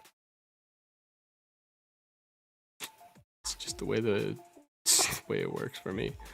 I have a shit memory, and unapologetically, by the way, like, whatever. I can't do anything to change it. I could write the passwords down, but I don't think that's a great security model. Anyways, hopefully there's no reason to worry about that. I don't think I've done anything raid-worthy. Yeah. You never know these days, though, right? Like, what's going back to this Earn Act? Gonna come after you for a 10-year-old card? Well, yeah, luckily they can't. Statute of limitations, I believe, in the US is 5 years. No, they're on Computer Fraud and Abuse Act, it's actually lower too. Say that again? It's lower? Statute of limitations for Computer Fraud and Abuse Act was lowered to 2. When? Not too long ago, from what I remember. Give me a second, I'll find it. Yeah. I don't want to give people the wrong message, so definitely make sure you find that. As far as I understand, it's 6 years. Typically 5, but there's something that makes it 6 years, and in some cases 10 years. But I think those are add-on charges that change those times. But if CFAA has been lowered to 2, that's interesting. But you also have to remember these statutes of limitations kick in once the discovery of the crime happens. So therefore, if I were to say have a discussion right now about a crime that I committed 20 years ago, and that's nobody ever figured it out until I blabbed about it, that starts the clock. The stopwatch starts now for 5 years. Yeah, so says here Congress should extend the 2-year statute of limitations to 5 years. So I don't know if they changed it or not. This is back from 2015, but at one point it was 2. I'm not 100% sure. They haven't changed it then, because I have a I would call them a set of angels who are my attorneys and keep me in check when it comes to staying out of trouble for the most part. And I've definitely 5 years at minimum is the statute on CFAA. That said, always shut the fuck up and get a lawyer. Pay your lawyer as well. Buy expensive attorneys if you can, because you Don't forget the t-shirt. Yeah, Yep. make sure you get a t-shirt that says shut the fuck up and get a lawyer. And fun fact, if you can shut the fuck up, there's a chance you won't need to hire a lawyer. That's true. That's very true. But people like to talk, especially if they're drunk. That's why DEF CON's an especially dangerous place for people that, even sadly, people that are security researchers and things like that. If you get a little too tipsy or too fucked up or whatever, you start talking to the wrong person that absolutely couldn't possibly be a Fed. She's a woman and she's dressed sexy or whatever. Sorry, you're going to jail. Yeah, Please. I've had someone admit to something very illegal in a call before, which was pretty yikes, considering they are a security researcher, but... Yeah, I wouldn't doubt it. I mean, I wouldn't doubt that I've said things that are borderline. Oh, I know I have, but... The thing is that I don't do anything... I don't do anything insanely bad, and I don't do anything... I don't steal money. I don't do anything, like, I've interesting. not done anything insanely bad in, like, the last 4 years, so I should be good. And Hopefully. before that, Well, And before my door gets fucking kicked in tomorrow, but... but see, yeah, the problem is when people think about statutes, they think, okay, well, I did this 5 years ago, so I'm good.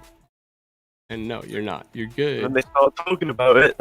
Yeah. Wait, so it's if- actually better for you to reveal what the crime is at the time of committing the crime, waiting 5 years, and then you're off the hook? if it's a big Or- enough crime and you're being really strategic about it in this scenario that we're making up, let's say you're gonna knock off a crypto exchange or some crap like that. If a news story were to get written about it happening because they were You tipped definitely off, it doing it. definitely probably would work to your favor.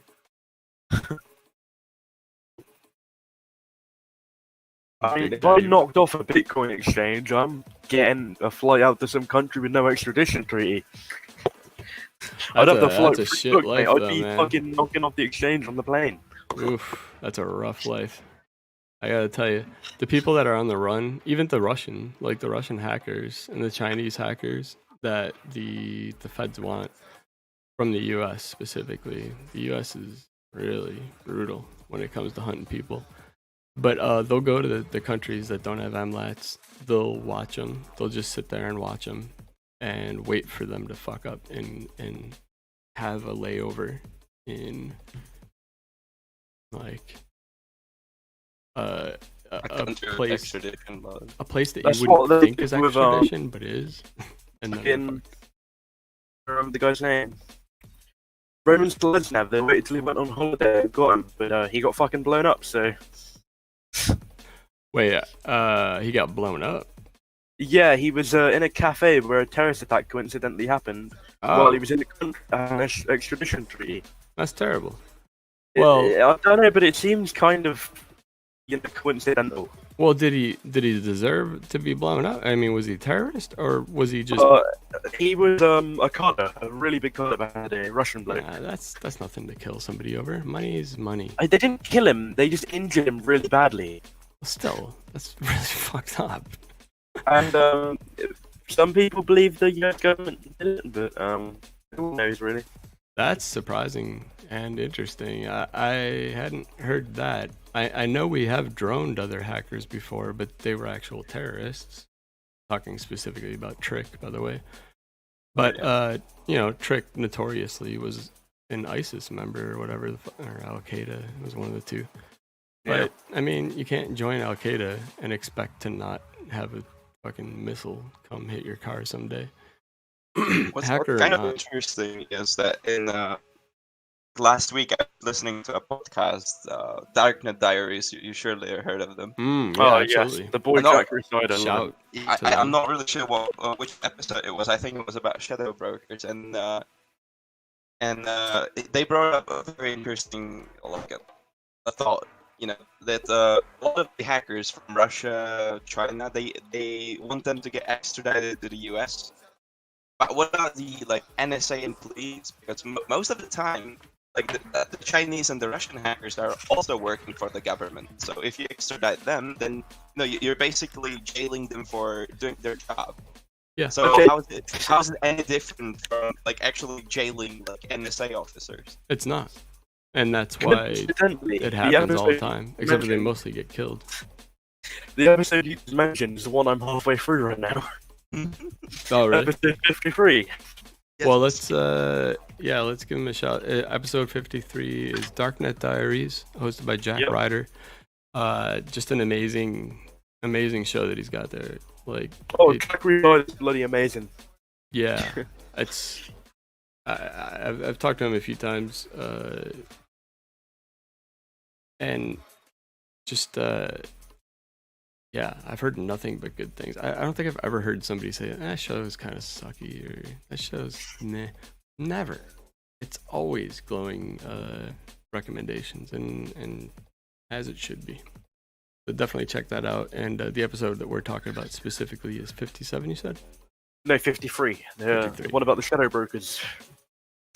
Yeah. Yeah. What about the shadow brokers? I actually really kind of want to hear this episode now. So that's what we're gonna do. We're gonna put that episode on and listen to it. And fuck y'all. Goodbye. All No, right. I'm just kidding. We are gonna listen to that though. What's the website?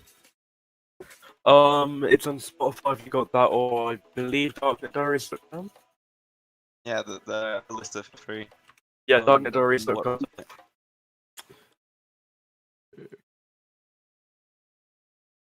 What about APT? What about 0 Day? APT, that's exactly what we're talking about. Yeah.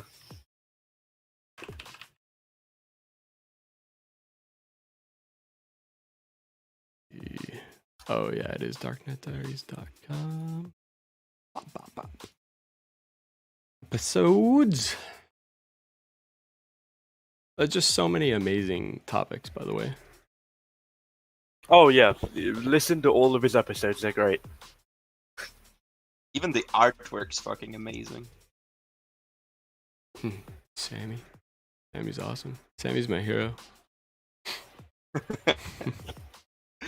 And I really do wish I would meet the guy. Fucking someday. Oxy Monster. Oh my god. Yeah, I remember that.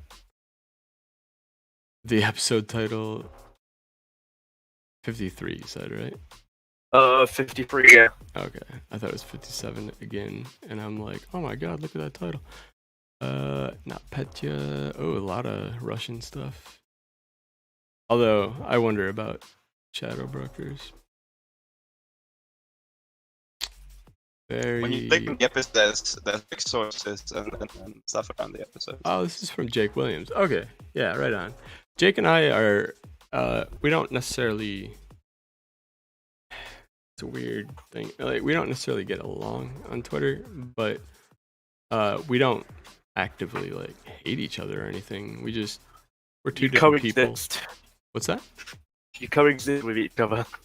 Yeah, I guess. It's more like we have our own different brands of humor, I think, and we're just two different people.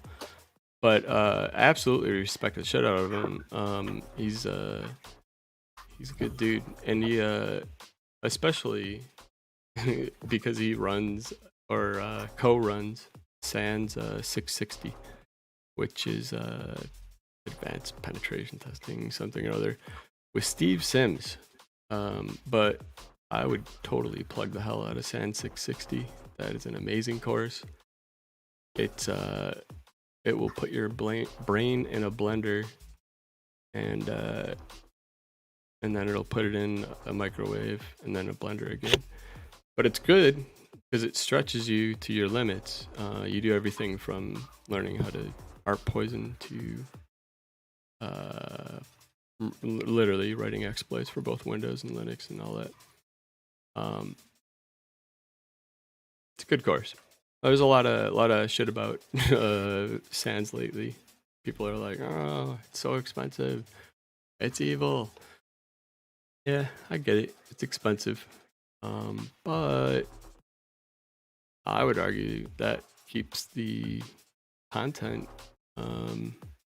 relevant, and it keeps it up to speed if you can pay people a decent amount of money to put courses on.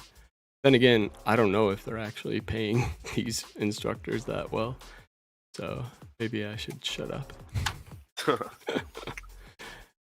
Sponsored by Thinkest Canary, yet another thing that I actually use. Thinkest Canaries are fucking hilarious. If you've never used it before, oh, this isn't the free version though. There's a way to do it that you don't have to pay for. Oh, really? Yeah. What is it though? How exactly do you do that? Well, I mean, you can actually just set up your own instance. Oh, okay. Ah, fuck you. Well, wherever it is, there's a way to use the canaries that it doesn't out you, because normally it goes to a thing called like canarytokens.net or some shit like that, and it's super obvious to anybody that has a security or even moderate computer background that it's probably a problem that you have this in your email. However, if you do CNAMEs with your DNS or A records that are pushed to their servers in fun ways, you can bypass their lame domains. And that is that's a little tip that is to stay on the stream crew. Use it, but don't give it out. I shall not. I know you guys are solid for it. I just mean the audience as well. Yes, the audience of the 97 current bots. Yeah, yes, it probably is. Who the hell keeps botting that? Like, they're spending money to do that. It's quite funny. Well, not if they run. Well, not really. Nah, if they were follow botting you, they would. But what's up? You can kind of Upgrade? just... Dude, Upgrade, you should join. The reason I know they're not bots, or well, some of them aren't bots, is they chat and are friends. like hex editing, Upgrade Solutions, Big Daddy, Hex is Ceiling me, Room. but yes. Like there's a ton of people that I think, and Pookie Bear, who, by the way, Pookie, are you gonna join? You guys can join. Like literally, you guys should all jump on the show. Do it up. And Pico, my Okay, man. If you Cool. Pico, or Pookie, if you're gonna join, hit me on whatever private channel, and I'll give you the infos for the. Seems that 65 of the current viewers are potential bots. Yeah, how can you tell? That's crazy. The signed in ones. I mean, probably a few that aren't signed in, but No, I never sign in when I'm watching Twitch streams because I watch it on my TV. Really? Yeah. I've got mine set to auto sign in on that a bit. No, yeah, like if I watch, well, I guess I don't watch load on Twitch, but YouTube especially. I don't log into my YouTube on Apple TV. I just watch his show and done with it. But anyways, there's another not a bot. There's a decent amount of people that watch through Periscope too. Like actually a really fucking ton of them. But I can't get metrics on it. It won't send me the metrics. So far. You want them to upgrade? Alright, yeah, just can you DM me on Twitter and I'll send them to you guys. But if you DM me it'll go to the top of the list. I have too many. Alright. Multitasking.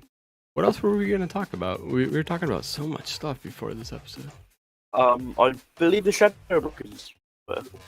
No, that's Jack. Extraditing essays. Oh yes. Oh, well, yeah. Okay, so I just meant actually while we were talking on Discord, but yeah. So to finish that part, the extradition. Yeah, whenever these Russian hackers or Chinese hackers, the ones that we really want, go on vacation, stuff like that, they get popped and they get a lot of legal problems, which is my way of saying jail. And actually, somebody tried calling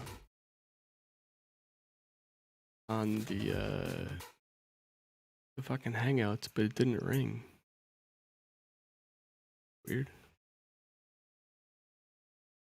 Alright, I got too much shit going here.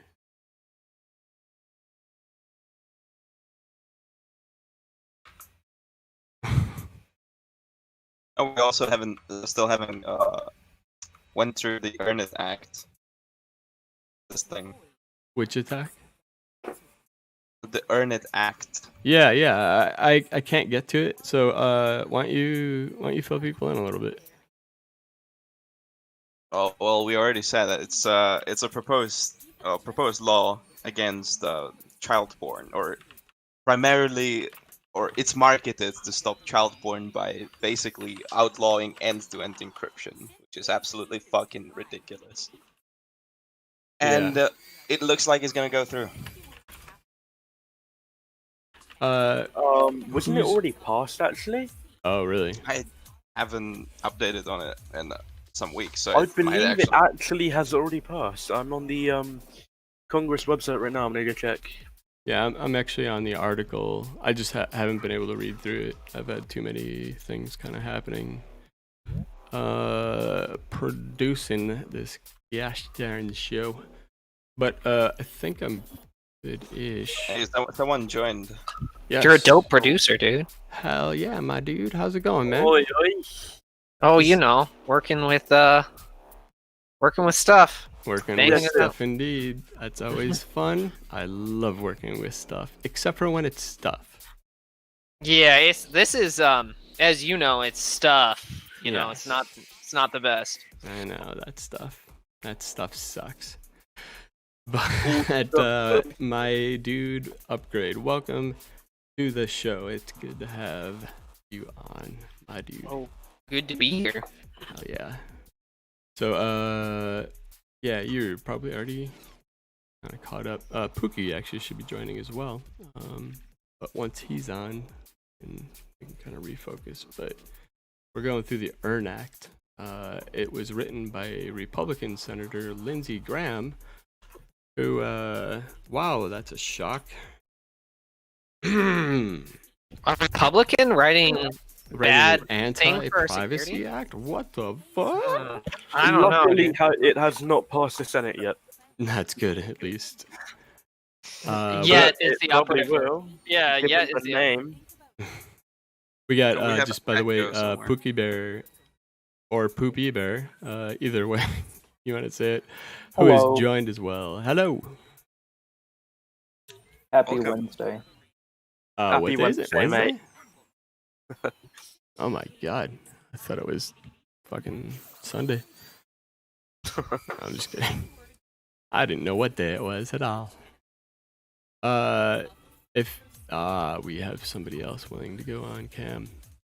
Anybody else that wants to cam up, by the way, feel free, and I will get you on. I'm still working on, on that guys. thing that I What's told you I was working on, so I am going to be mostly quiet, maybe pitching in here and there. Well, that's really disappointing Secret and angering, but Our I brother? understand. All right. we're- Seriously? I'm sorry, dude. No, I'm fucking totally. Are you Boogie? You staying on? If you are, let me know and I can get you. Cammed up. Sure. All right, word. Need somebody else. I feel alone. I'm working, but I can chat. All right. I'm Yeah. still here. I'm just looking like shit right now. Looking like shit's like the thing to do. In fact, here, No, looking at Oh. shit, bro. That's it. That's like your favorite thing to do. what's that? That's my favorite thing to do. To look like shit. Wow. Yeah, bro. You're pretty right. Let me just see. It's Nailed it. okay, bro. We all accept you. What's that? Nothing. I just realized I never turned this on. A stream monitor. Although everybody in chat and everybody who like watches the show and everything is amazing at pointing out issues and stuff that happens. And like I say that in a positive way. I appreciate it. Oh, I'm going to lose my mind. Windows is the worst operating system ever. Can we talk about that? We absolutely agree. can. Yeah, I agree.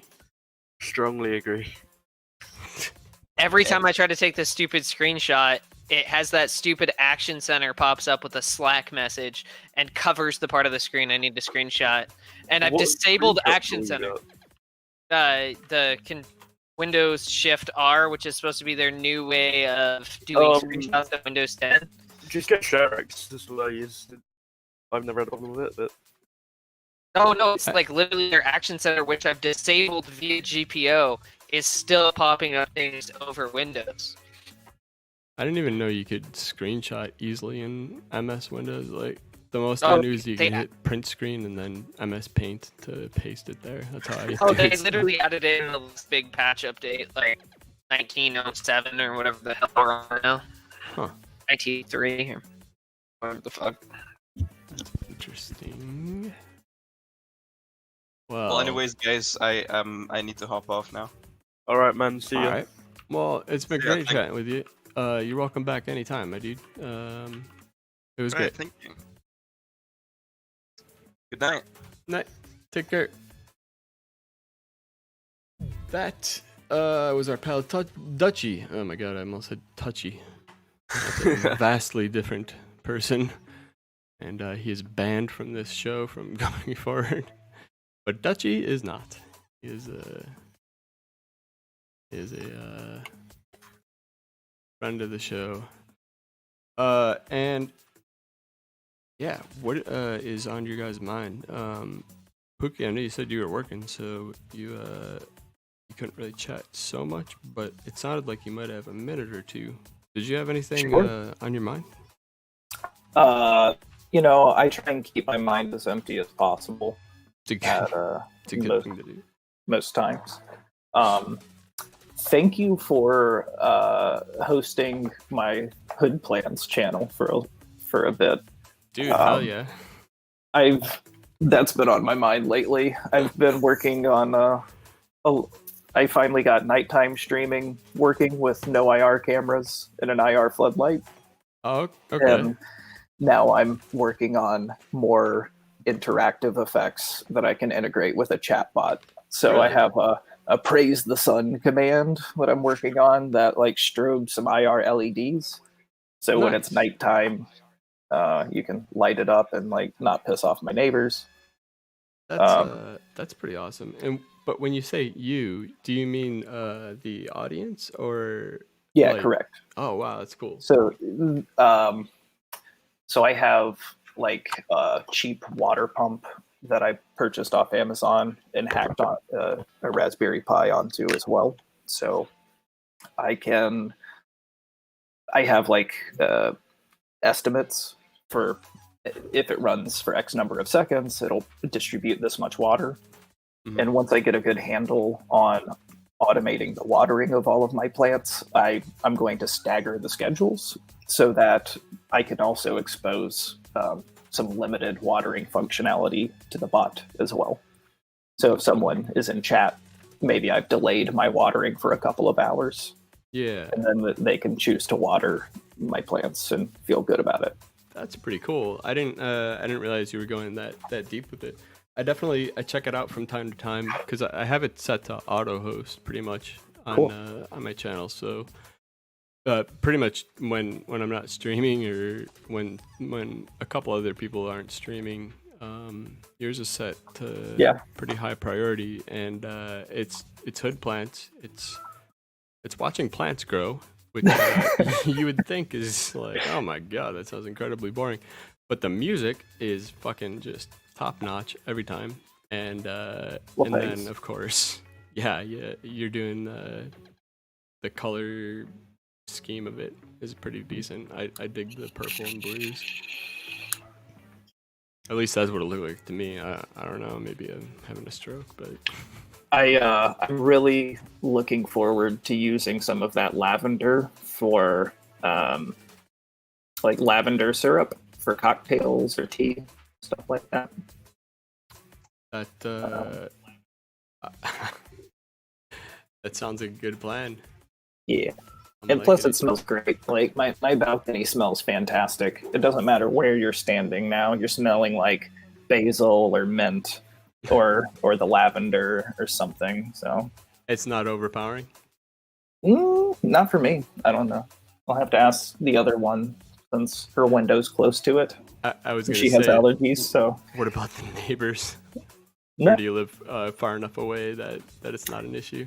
Yeah, the balconies are quite spread apart. Oh, okay, there you go. I mean, I sometimes smell people smoking weed down on the corner, but we're on the 4th floor, so it's not really that big of a deal. Smoking weed, that's illegal. Oh my I God. would never do that. We Drugs. no one here would commit a crime.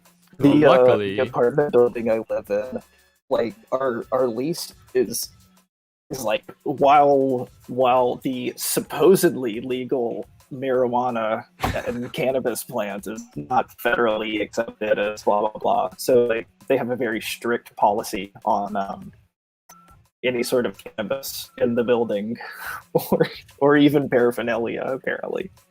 what? That's fucking crazy. I thought you were Yeah, joking actually in- at first. Yeah, in Oakland too. It's ridiculous, but I mean, I don't think anybody really cares. It's just Yeah, but still, that's fucking messed up. somebody's legal boilerplate. It was a 53-page lease agreement. That would be legal in Europe. What's illegal in Europe? That would be illegal in Europe. You can't have that long of lease agreements, dude. You can't have that long of agreements in general. I think that's one area where Europe is kicking the crap out of us, dude. 53-page lease agreement. What does that say you can't do? Do you understand that? Did you actually read through all of it? That's useless I actually did. And Yeah, don't according ask to all him. of the neighbors that I spoke to, I am the only insane person that read the entire thing. Yeah. Yeah, I was gonna say read all of hackers mine. always typically read those, but everybody else? I redlined it and stuff, dude, and they signed it, and I was like, huh, "You guys signed it." So Oh, you did? yeah, You know, I do that all the time too. And so for anybody that might be listening that doesn't know what the hell we're even talking about, so if you redline something in a agreement, like a lease agreement or any agreement where you're signing your name at the bottom, if you cross stuff out, or just say no to this and like point at it and stuff, and they don't notice it or they don't care, like the reps usually just look at it strangely and then they're like, whatever. Yeah, it's legally binding. You can just cross all the shit out that you don't like, and you'll either cause a fight with the leasing agent, or you will get a nice lease that is amenable to you. Yeah, there's a great example of a Russian guy who he redlined the fine print of the credit card agreement and sent it in, and the people signed it, and he like wrote it to where he doesn't have to make a payment ever, and he didn't have an interest rate, and the courts found in his favor. Oh, really? Yeah, so if you look up like Russian man churns tables on bank, changes fine print and credit card agreement, like that will come up with like thousands of articles on this guy that did that. And you know, I've done it at every apartment I've moved at. They tried giving me, you know, we were smoking totally cigarettes in our house, and that was supposed to be against the policy, but I redlined the agreement so they couldn't find me for it. Yeah. What if you can find the link on that, that'd be great. I can't find it on my first attempt, so I can't keep Googling it, but if you do happen to find it, I'm sure people would be interested to read it. It's a funny idea, and I know there's definitely cases of it happening in America as well. Maybe not to that extent, but even when it comes to bank agreements, there are ways to do redlining on like overdraft fees. And if your banker or whoever the fuck you're talking to, if they let you redline it and don't say anything, you can challenge it and potentially win. I'm not saying you always win. Usually the way they get around this is by saying it multiple times throughout the contract, and the more red lines you have, the worse it is to try and get past. But yeah, I mean, it is what it is, man. Most of these people are people that couldn't give a shit less about their job, and they're just there to collect a paycheck. Yeah. Or they're really overworked, which, you know, if you live in a big city, leasing agents, if you have like more than 100 units in your apartment, that leasing agent's probably overworked, and you can probably slip whatever the hell you want through. But you also have to consider the fact that you might be causing another person their job, costing a person that's overworked and probably actually underpaid their job. So that's true. You know, pick your battle there wisely. Yeah. You don't want to be a dick. Right. But yeah, I agree. But at the same point in time, like if you're just like sitting there writing shit that's like, I'm never gonna pay $1 and fuck you, you have to eat ass or something, you know, like don't be an asshole about it. Yeah, especially I mean, if they agree, if like the rep allowed that through, I would actually say that's probably worth a firing, honestly. Yeah, you know, it is. If they're gonna let a red line like that through, Jesus. Pick your battles, though. Is what I'm saying. I'm eating like, ass. Come on. I get the part about the fees, but my God, now we all have to eat. No, you're fired. It's like, well, you legally have to eat my ass. You want me to go to court? You're like, it's court mandated, you know. And the court's like, I find in the plaintiff, you have to eat his ass. It says right here in the agreement, in plain text. Funny. I mean, it's definitely more likely to pass in the Bay Area than other parts of the country. I don't know. I guess that it just comes from me being like, I try not to be an asshole when I do shit to people that like, you know, like food service workers, overworked, unpaid. Like, I'm not trying to be an asshole to people who are already in a situation where they're getting shit on all the time. Be an asshole to corporations, be an asshole to people that are fucking are dicks themselves. But somebody that is in a shitty situation, usually through no fault of their own, fuck that. Be nice to those people. That's just my rule. Yeah, I mean, so the stuff I redline is usually egregious, either privacy invasion stuff or just things that I flat out disagree with on a fundamental level. I don't try and like sneak in things to get money or whatever. I don't fuck around with that stuff. But if it's like I mean, one of the apartment complexes I lived at out here had a thing where you couldn't smoke cigarettes, but also if any of your guests came over and smoked a cigarette at any point, they could fine you. And I was like, yeah, no.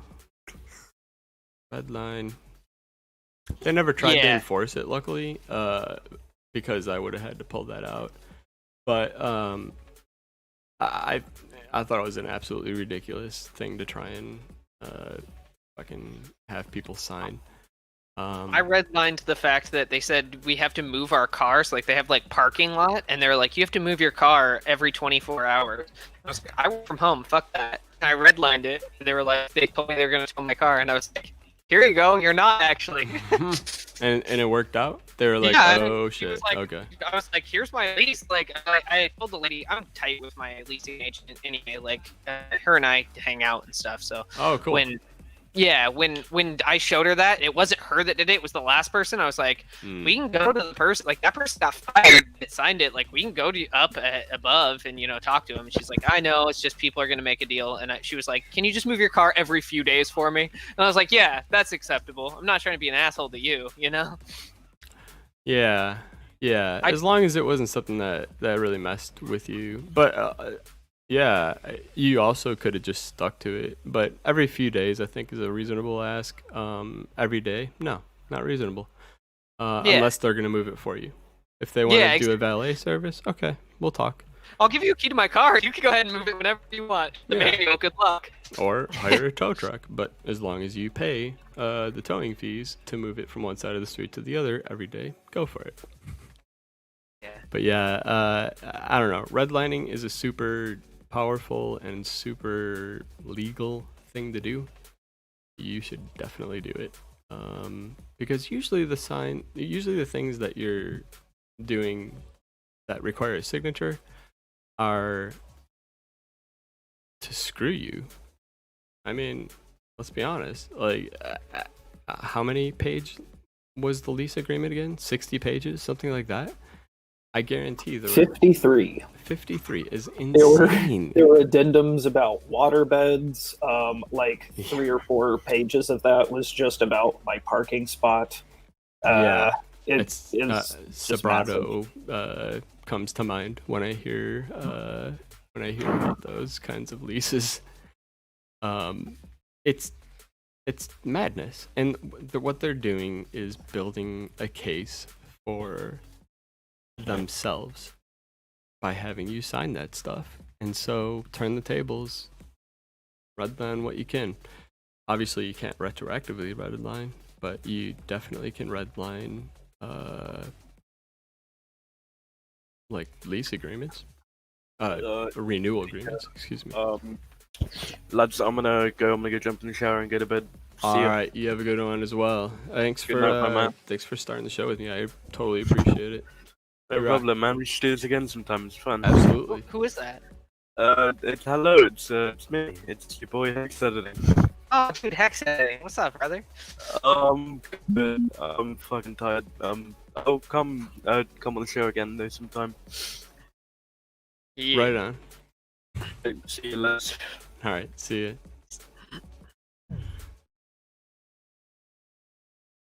Hold up. I don't know everybody by voice now. Or yet. Yeah, now I'm confused. I'm gonna have to talk to Hex Editing about that one. What? We're gonna have to talk to Hex Editing about that one. Hex Editing called me out for being childish, and I was like, oh no, I'm childish. It's out, guys. Everybody knows that I make jokes about eating now. What? He just said that just now? Really? Oh no, we were in chat, and you were saying like your concentration testing, it will really stretch you out, and then you said something else, and I was like, all these sexual innuendos. Where? Which chat? I must not. I said it in your chat in the It was funny. I wasn't mad. I was just like, it was funny because I was like, dude, you guys should know by now that I'm childish. Yeah, Like, agreed. I make these jokes all the time. Yeah. What? But seriously, which chat? Like Oh, Twitch? not Dan. Wait, what? It was in the not Dan chat. The not Dan chat. Yeah. The fuck? Like the Twitch chat for not Dan. Oh. Sorry, Like, sorry. what? I only watch Twitch, so that's the only platform that matters. So let's not. Oh god, dude, you should see the fucking. My screens are nuts. I really need to take a video of this someday. Apparently Twitch is not updating through Restream yet again because I can't see any of these chats. So this document that I have, not Dan, has who approves user access review, name and title. Who approves user access review, name and title as questions 2 and 3. And I'm like, isn't that the same question? Yeah, it seems like it. Oh my god. I was looking for the legal or the newspaper article about Tor network and the fact that just using it is enough to get a reasonable doubt or something like that. But Wait, a reasonable doubt? What do you mean? like reasonable doubt that you're a criminal. Yikes. Yeah, it's somewhere. I'm not just making this up, but I don't know. Maybe it was something that was gonna pass that didn't. So that's kind of a yikes too, because if you think about it, right, like where's the line with that? Like if I'm sending messages on Signal, like I asked my boy to get on Signal today so that I could ask him some questions, you know, and I wanted the disappearing messages. It wasn't anything illegal. It was just stuff that like I was like, hey, I'm working on this, this, and this. You want your privacy. Yeah, I didn't want anybody to see it. If if his wife looked over his shoulder or whatever, it wasn't anything bad, but it was just stuff that like getting presents or whatever. Is that make me a criminal? Does like am I now a criminal for downloading Signal and telling somebody else to message me on Signal? Yeah. I know. Well, and that topic kind of came up because we were talking about like encryption and the fact that there's a continuing theme in law enforcement, which is to try and stomp out any kind of reasonable encryption without having massive backdoors built in for them and all this other stuff. And it went off on a tangent to the Tor, and at least I think that's how it happened. I don't even know anymore. I don't know. But I don't see anything that says that it's definitely illegal. So we're gonna have to shelve that one as a double check. But I could have sworn there was some legislation. I know in Germany though, we had looked on the stream. It's up there. Germany considers amendment. Oh, considers though. It hasn't passed there either. On the 15th of March, German voted to amend. It sounds like. Why does it say proposed but voted? What the fuck? Well, we'll keep an eye on that.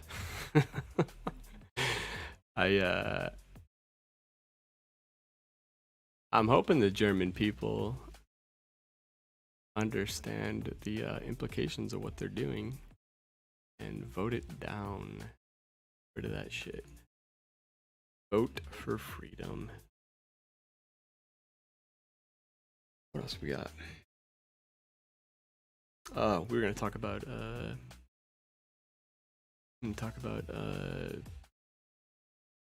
Intel chipset instructions, but sadly, that must have been hex editing then. I don't think it was Duchy, but anyways, they bounced. So we are probably in a good spot to take a quick break, reconvene, maybe get some stuff going. Did you have any interest in doing Hack the Box or anything like that? I am going to be working on this sheet for the next 8 hours. So Oh, I can only imagine. My condolences. 'Cause I I know- didn't put it off till the last day, though. Don't you worry about that. It's Oh. not my fault at all. Well, if you did actually put it off to the last day, yikes. I mean, I'd started all of it already. It's just that it's like compiling everybody's answers from the entire company. So Yeah. Well. Yeah. Yeah. I get you. Pookie, did you want to do anything with Hack the Box or anything that nature? Not at the moment. All right. Well, I mean, I don't want to drive. I can certainly help out if you're going through challenges. Yeah, we can maybe do it that way. So let's do this though. I need to take a break. So if one of you wants to drive the show while I take a break, that's fine. Or we can all take a break. Maybe for 10, 15 minutes. I'll play some music and we'll reconvene. Sure.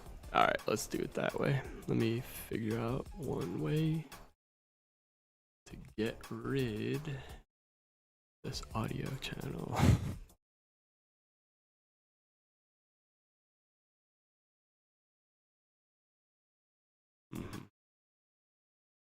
So many goddamn things. I believe if I put this over her, put you guys.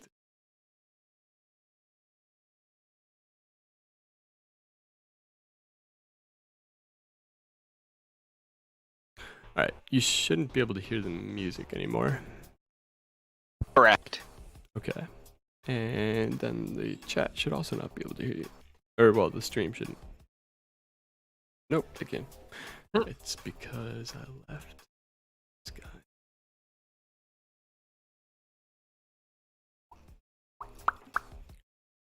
All right, let's try that. Let's try that again. You able to hear? Yeah? All right, let's see what the survey says on the stream.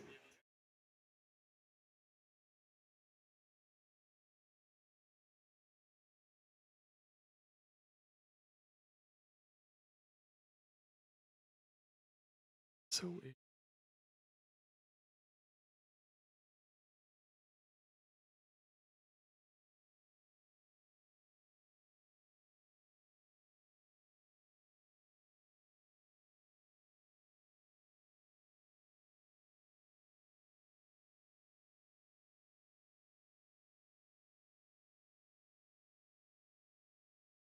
I would like to know why Spotify.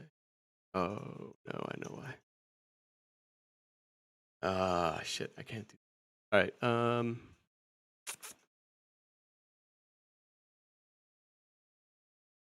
yeah, I'm just gonna disconnect from this. I'll be back in like, actually, I'll just leave everything open. But just realize that you're all on hot mics. So cuss a lot. Cuss a lot, as much as humanly possible.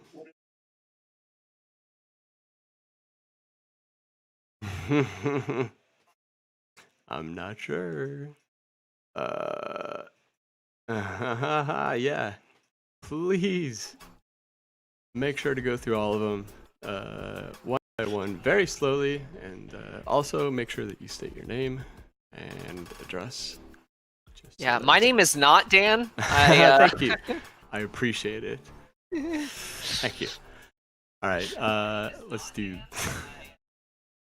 this. Let's change this. He's actually not hot micing us now because he's scared. Wait, are you not Mike now? Upgrade. No, I'm joking. You're like, Oh, let's you do are. this. I'm like, yeah. It's like, God damn it! Now there's a problem. Ah. All right, I think I can make myself disappear. Bloop. And another bloop. And wait. The other bloop. There it is. Adios. Hello, upgrade. How's it Alright. going? I'll be back. I'm acceptable for a Wednesday. Yeah. Do you ever find that when you're working with terms of stuff that you haven't worked with for a long time, like nobody ever calls storage hot storage. Everybody always, hot storage is just your storage that you use, right? So nobody would ever say hot storage, but you do say cold storage a lot. Like, I'm going to put stuff in cold storage, like S3 buckets or Glacier. I don't know. I used hot storage a lot more at 2 jobs ago when I dealt very closely with the infrastructure. Yeah, I'm saying as a security person, we don't really use hot storage that often. So saying something's on hot storage feels wrong. Yeah. I do love some good cold storage, though. Yeah, dude. It's like a good cold storage sub, Like if you got some BLT on there, Oh. What do you do primarily? Tell other people what to do. That's a good job. Not really. No, I mean it is a good job, but that's not really what I do. I'm an information security architect, so I'm typically writing our policy, implementing it, and then working with the infrastructure and dev teams to make sure that they're following NIST standard best practices. Or Cool. Yeah, so you have to follow NIST. we don't have to, but that's what we chose to follow. 2 jobs ago, I was at a FedRAMP authorized SaaS provider, which was a real pain in the ass. My last job. Yeah, it's fun. The company I worked at before was their whole sales pitch was they would get your company FedRAMP certified and compliant in 90 days. Oof. They had infrastructure in AWS, and they could literally fire up a FedRAMP compliant entire network in 45 seconds, for your entire company, putting everything in the cloud, and then literally everything after that would just be working through the Fed part, making sure you actually get the certification and stuff like that. Interesting. Yeah, I'd imagine that would be a lucrative consulting, but I don't want to have that headache. Oh, I didn't want to work on that either. So, what do you do now? Uber cuts 3,000 more jobs. You cut 3,000 jobs from Uber? No. Nice. I am currently on a red team. This is the first time I've done that thing. Before that, I was doing incident response. And before that, just every hat under the sun security engineer.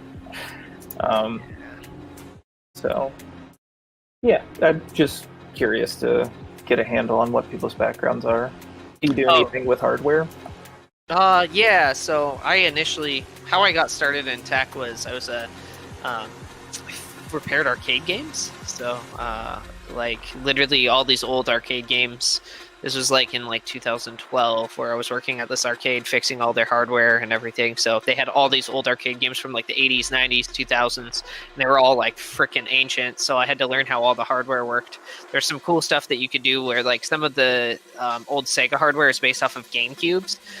So you could actually replace some of the parts with GameCube parts if you were okay with soldering, and just replace the lockout chip with the one from the other stuff. So yeah, so I did a lot of stuff with hardware, and then I got into IT help desk after that, and did help desk for about 1.5 years, and then I was supposed to be a point of sale administrator for a new point of sale app that we were developing, and the day that I started that job, the project manager quit, and they were like, hey, you're the only one that knows anything about this app, so you're the new project manager, and I did that for another 2 years. That sounds like how retail works. Yeah. And then I switched over to InfoSec and consulting. I did consulting and worked for a place I was there infrastructure engineer. I built all of their infrastructure and everything, and then like I got really bored and I was gonna quit. And they were like, "Do you just want to do all of our security?" And I was like, "Yeah, sure." And I just did all their infosec, and then went and worked as a SOC 2 analyst, SOC analyst too. So like the greater level SOC analyst, but their pen tester quit like 3 months into me being there, and so I was their lead pen tester for like 7 months. So, and then now I'm where I am. Cool. So, yeah, that was kind of my background. So, kind of a varied background, and did a lot of crap, and I don't know, worked at a lot of different places. But that place that I was their infrastructure engineer and built all their stuff, they were HIPAA, so that was a fun one. Yeah, I just left a HIPAA company. Nice. Employment contracts? Crying? Oh, not Bear said employment contracts and crying. I don't know what that means. Anyways, how about you? How did you get started in this game?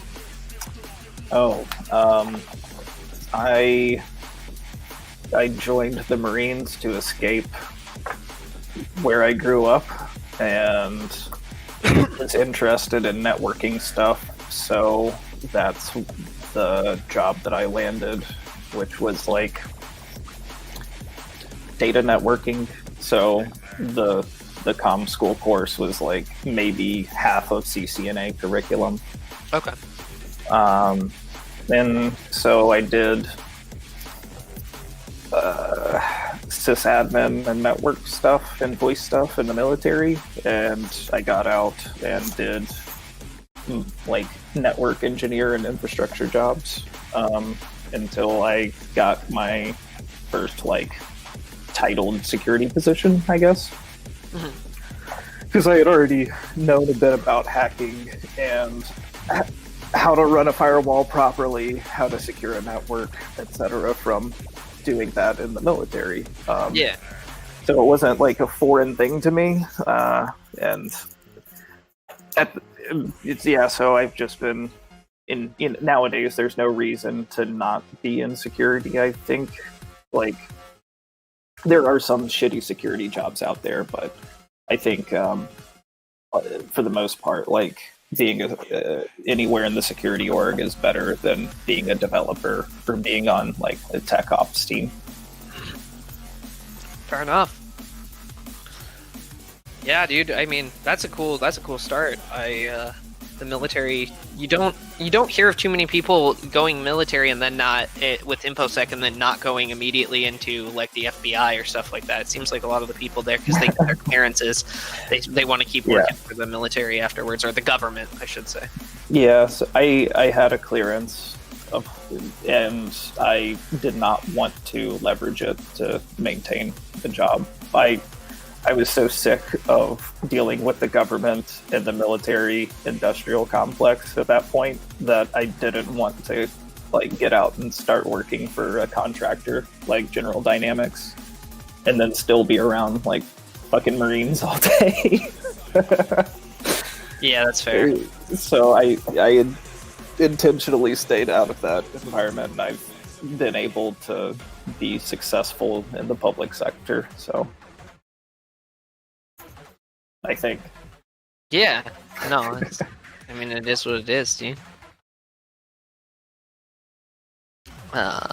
Sorry, I'm working on two things while I do this, so sometimes I might be a little unanswery.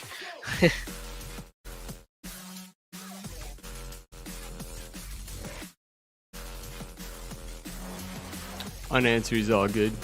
That's what we got this for.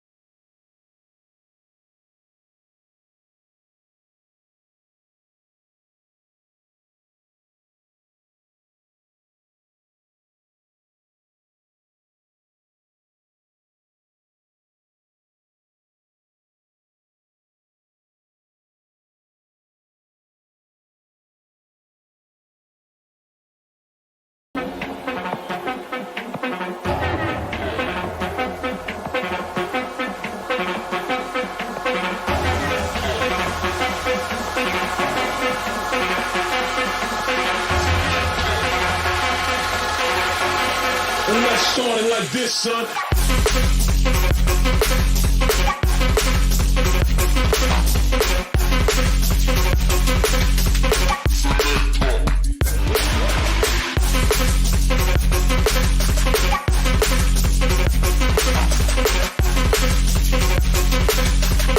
Welcome to Death Camp 13.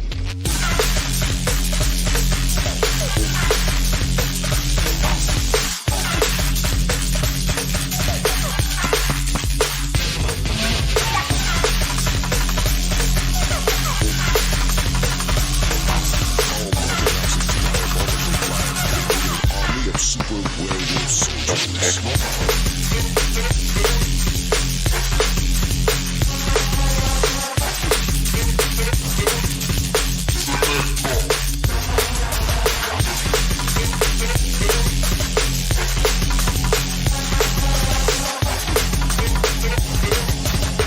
Welcome to Death Camp 13.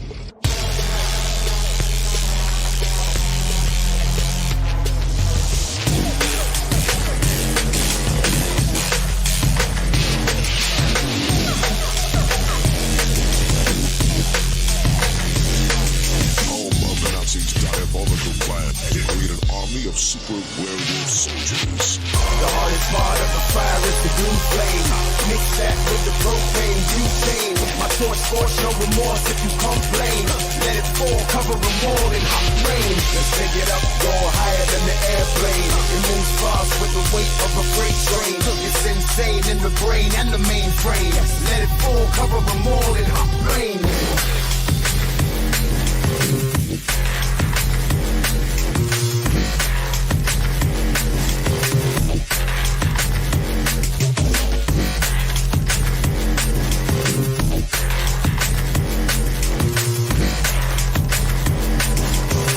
Let it fall, cover them all in hot rain.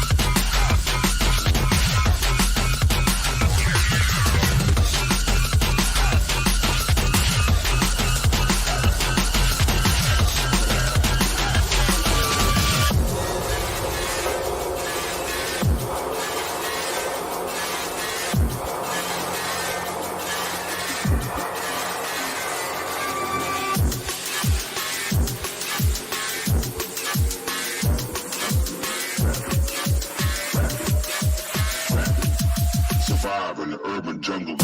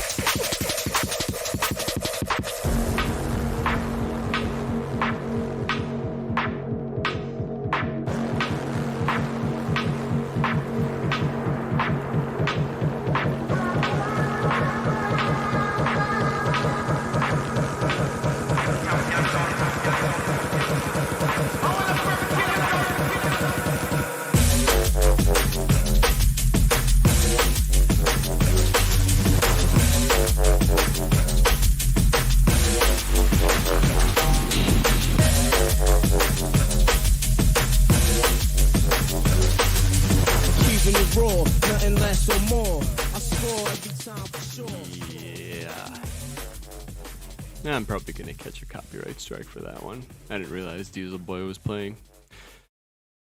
Oh well. It'll at least be a double-digit email from YouTube. But oh well, not a copyright strike free episode. That's a shame. Anyways, welcome back. Let me make sure everything go. I think we're good. Yes, we are.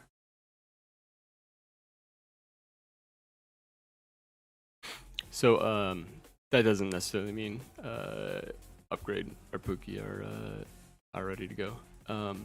But I figure we can get the show kind of started back up again. Either that or just wind it down and kind of end it. I'm down for either one.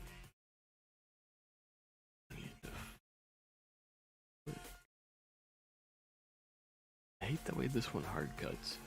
I don't know why that camera cuts on so hard. That's annoying.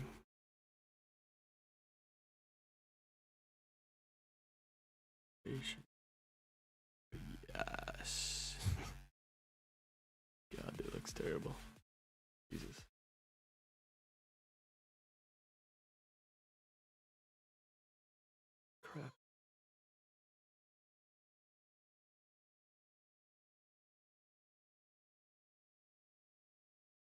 Good enough. Hello again.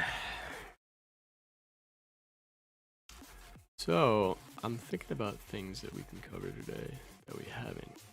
And, I don't know. We've covered a lot.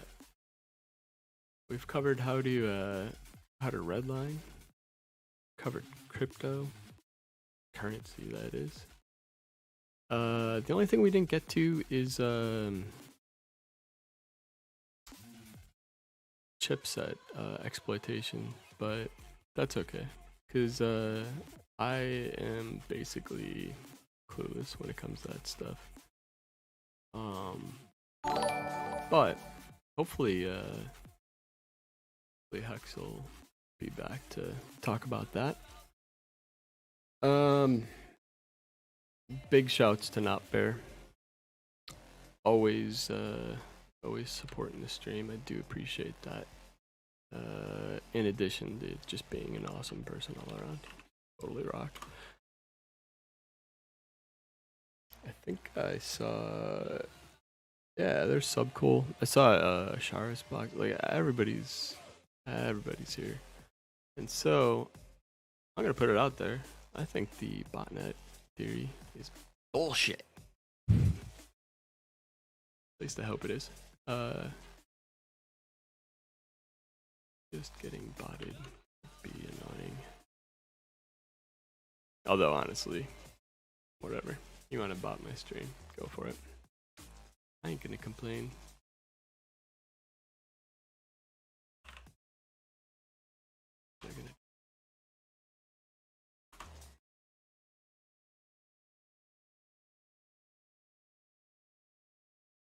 We could do some hack the box stuff, but I feel like we've covered so much during this episode that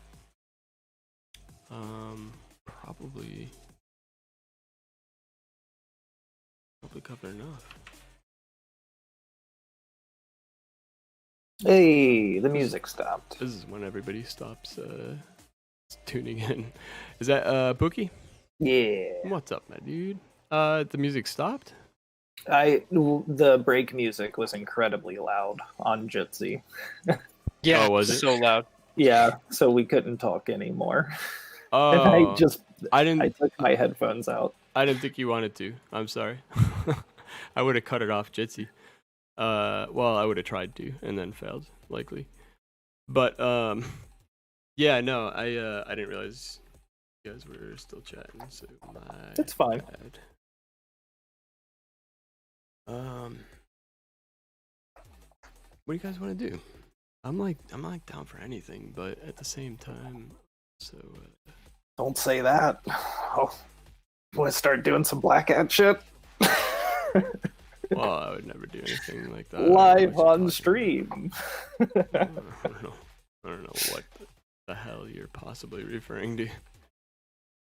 I gotta get rid of this color correction. God damn. Fucking so red. Hold on 1 second. I'm bitching about something. I shouldn't. Oh, jeez. How have you? How do you feel about texture transfer technology, like deepfakes and things like that? I'm deep faking right now. Yeah, I know, right? So am I. This is not a video of me. It was recorded far and long ago. I'm not sure what you mean though. What term did you use? I've never heard that term before. Texture transfer is the umbrella of machine learning or image ML that deepfakes or face swap and deepfakes are part of. I haven't As seen a is the- really great implementation of it. I haven't seen a super great implementation of it. But I also haven't really looked for it too much. Has there been advances in it recently, or?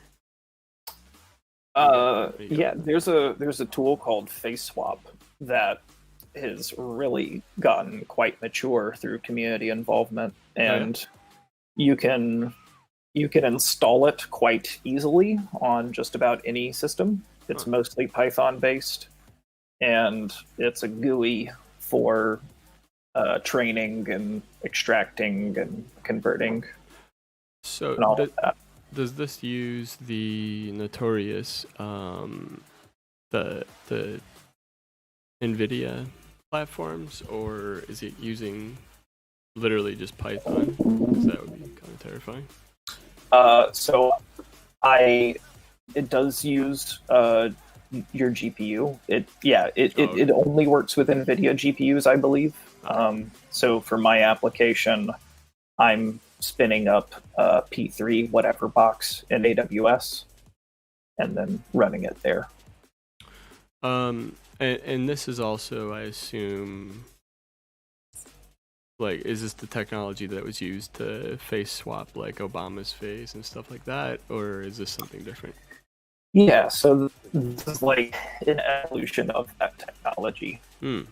So, like texture transfer is the general domain, Got it. and then people have done like one-up projects, and then there was the original fake GitHub project that then got orphaned, but incorporated, like other people started to fork it and maintain it, and now this is a program that allows you to select a couple of those different models that have emerged over the years, depending on what your actual goal is. Okay, that's definitely super interesting. Do you have anything you could show by chance? Not. No, I don't have anything I can show on this platform. Okay. I can send you something privately. Sure. Yeah, that's fine. I figured it would probably be no.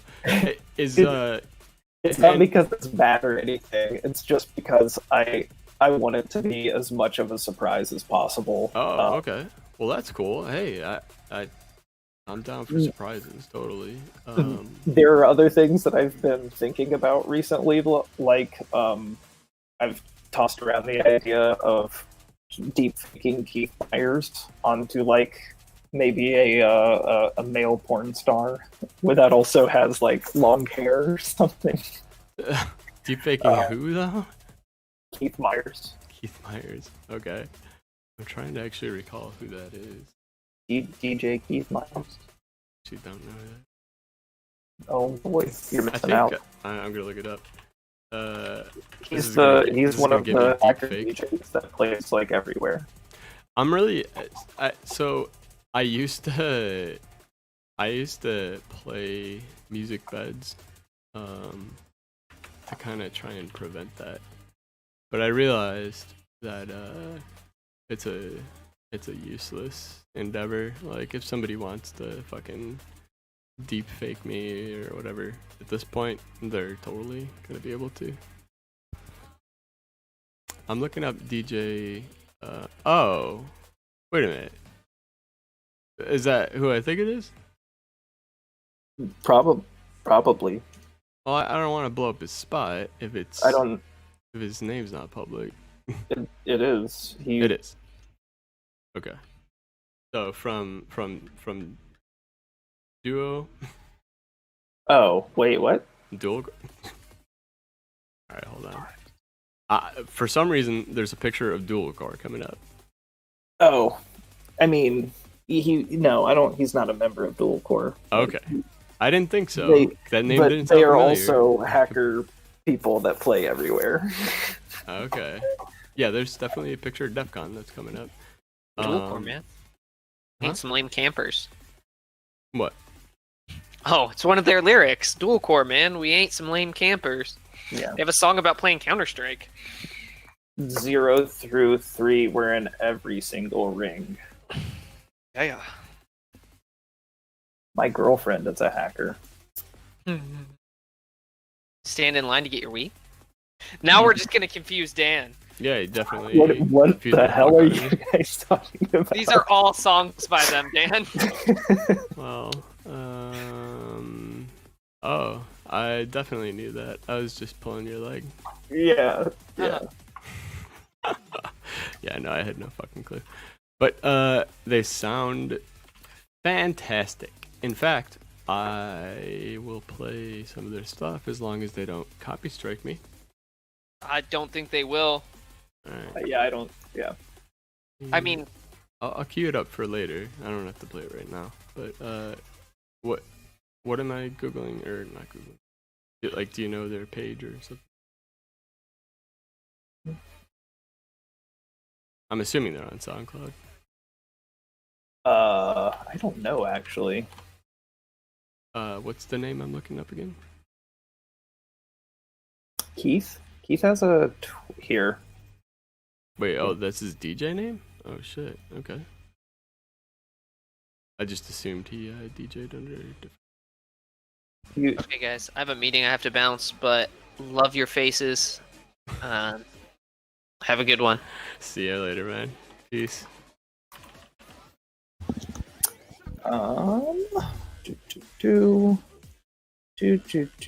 Okay, here you go.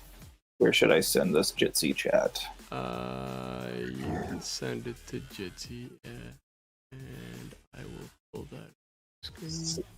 See if you recognize that guy. You've had to have seen him I probably have. somewhere. Let me get this done right though. Hold on. Save this in. Alright. Take a look here. Ruckus devices now allow you to authenticate via social media networks. Isn't Ruckus Wireless. the speakers, right? Mm. Or am I thinking of something else? No, I know them as a wireless company Huh. that does like APs and stuff. Interesting. That sounds like an absolutely terrible idea then. I sent you a couple links on style transfer as well. Yeah, I got it. That's what I meant to say, not texture transfer, but style transfer is the umbrella of image technology that face swap and deepfakes is a part of. Hell yeah. Okay, word. Let's take a look at those, but just 1 second. I just want to get Keith up.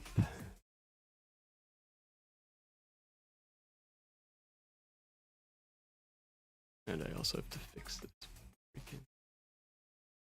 this window. Ah, no. Alright, here we go. We're going to young internet apparently.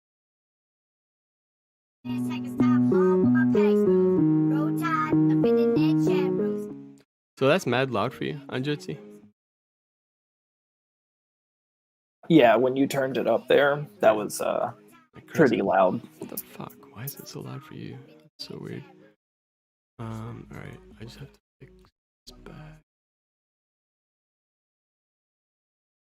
Although you're not really jumping it. Probably get away with that. Right to.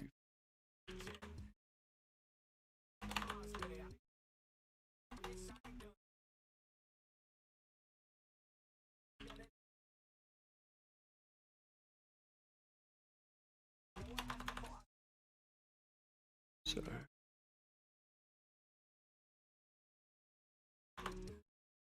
So intuitive to have it. I'm bitching about something that nobody's ever gonna see, so I need to stop it. Okay, close.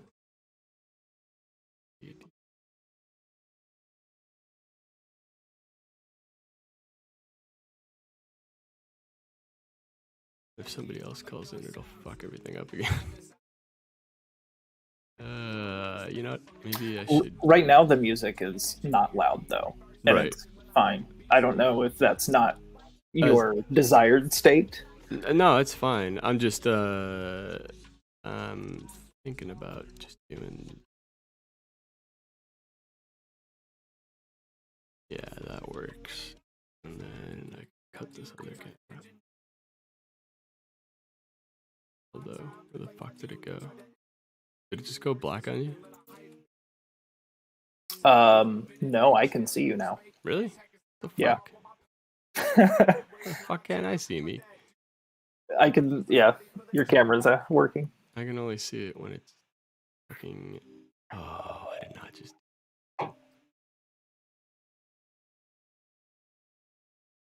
I can only see it when it's active, which is really fucking. How do I do this? Oh well. Be blank for a minute.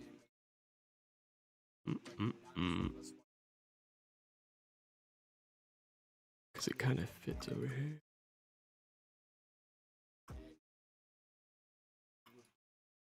I love editing this in the moment on the air. Always such fun.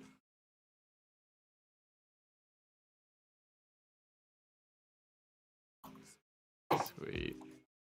Perfect. I'm gonna actually trim you. Unless you're getting on cam. Hey, alright. Voice.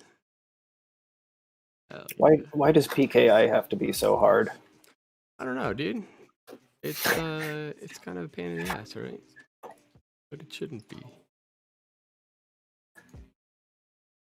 Boy, oh boy, that just does not want to. Alright, I'll do it the hard way.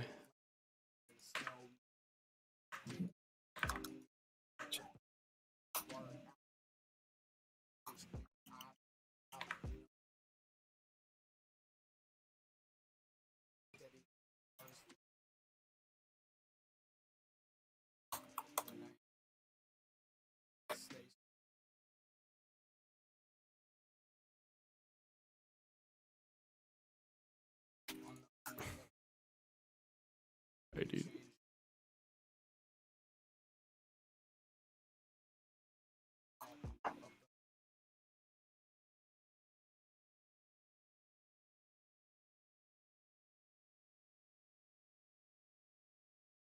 This no make a sense. I hate OBS so much. It's really the bane of my fucking existence. What are you having problems with? Well, the fact that it won't stay lit unless it's the window is focused, which is fucking crazy. But that's chitty. Bottom 200. I'm just cropping shit out so that it doesn't look absolutely terrible.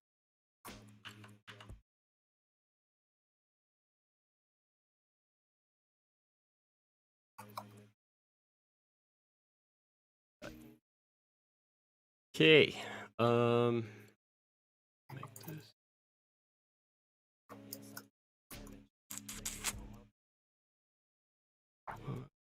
Alright. I'm sure everybody's really entertained and loving this part. Oh well, deal with it. Alright, neural style transfer. Is it easy enough to get up and running on an episode like right now? Like, are we talking 20-minute investment, or are we talking hours? For face swapping, or to get it so that I can do a really not good, but a shitty face swap of like myself onto some kind of animal of some kind or something. I don't know. Yeah, so that's something that we could reasonably whip up in an hour, I think. Yeah. But what we would need as input to that would be either a bunch of pictures of your face, if you already have that, or lots of video of several different scenes that we could extract facial pictures from ideally a combination of both. What about okay, all right. So stuff like this, like the Twitch recording, would be a reasonable input, but you would need multiple recordings and ideally like different lighting exposures and maybe your background changes on a few of them, and then that becomes a really good input data set for video extraction. Well, it's good to know that I haven't been providing that to the world for the past few Exactly. months. So if you have like some good examples that you would like to collect there, and then you would need approximately the same thing for your target. So if you want to train against a celebrity, that's very easy to acquire through Google Images. Sure. Or it just depends on who that is. Kind of thinking that maybe we should make this a contest. Do you want to become Putin or Trump? Ooh, Or Kim God Jong-un? Damn, that's a Putin easily. Like, yeah, Putin. Why was I even hesitating on that? because of Putin course. doesn't have a beard, so your beard, your nose, and your eyebrows, I feel, would definitely stand out, All right. even for a poor model application. You would definitely say, that's not Putin. That looks more like notdan. I don't think Trump can grow a beard, so Putin's the more likely of the two to be plausible. I guarantee there's no footage of Trump with a beard because I truly don't think he can grow one. But It's not even a dig at him, really. It's just the truth. He's one of those people, right? Yeah. Putin and Trump you'll see used a lot in other people's applications because there's so much data there to work with. Like it's about I mean the fucking narcissist in me wants to say, oh, make me Keanu Reeves in fucking what's it called? John Wick. With one of the projects that I'm currently working on, but can't be too specific about on stream. Sure. Some of the interstitial photos look like a bearded Christian Bale, so like the halfway images are pretty handsome for the transition. You never know what you'll get on some of these. I am all right. So we'll make it an official. This will be the first contest of the show, and you can go one or two. You can go any way you want with it, right? Like the judges are everybody who participates in the show.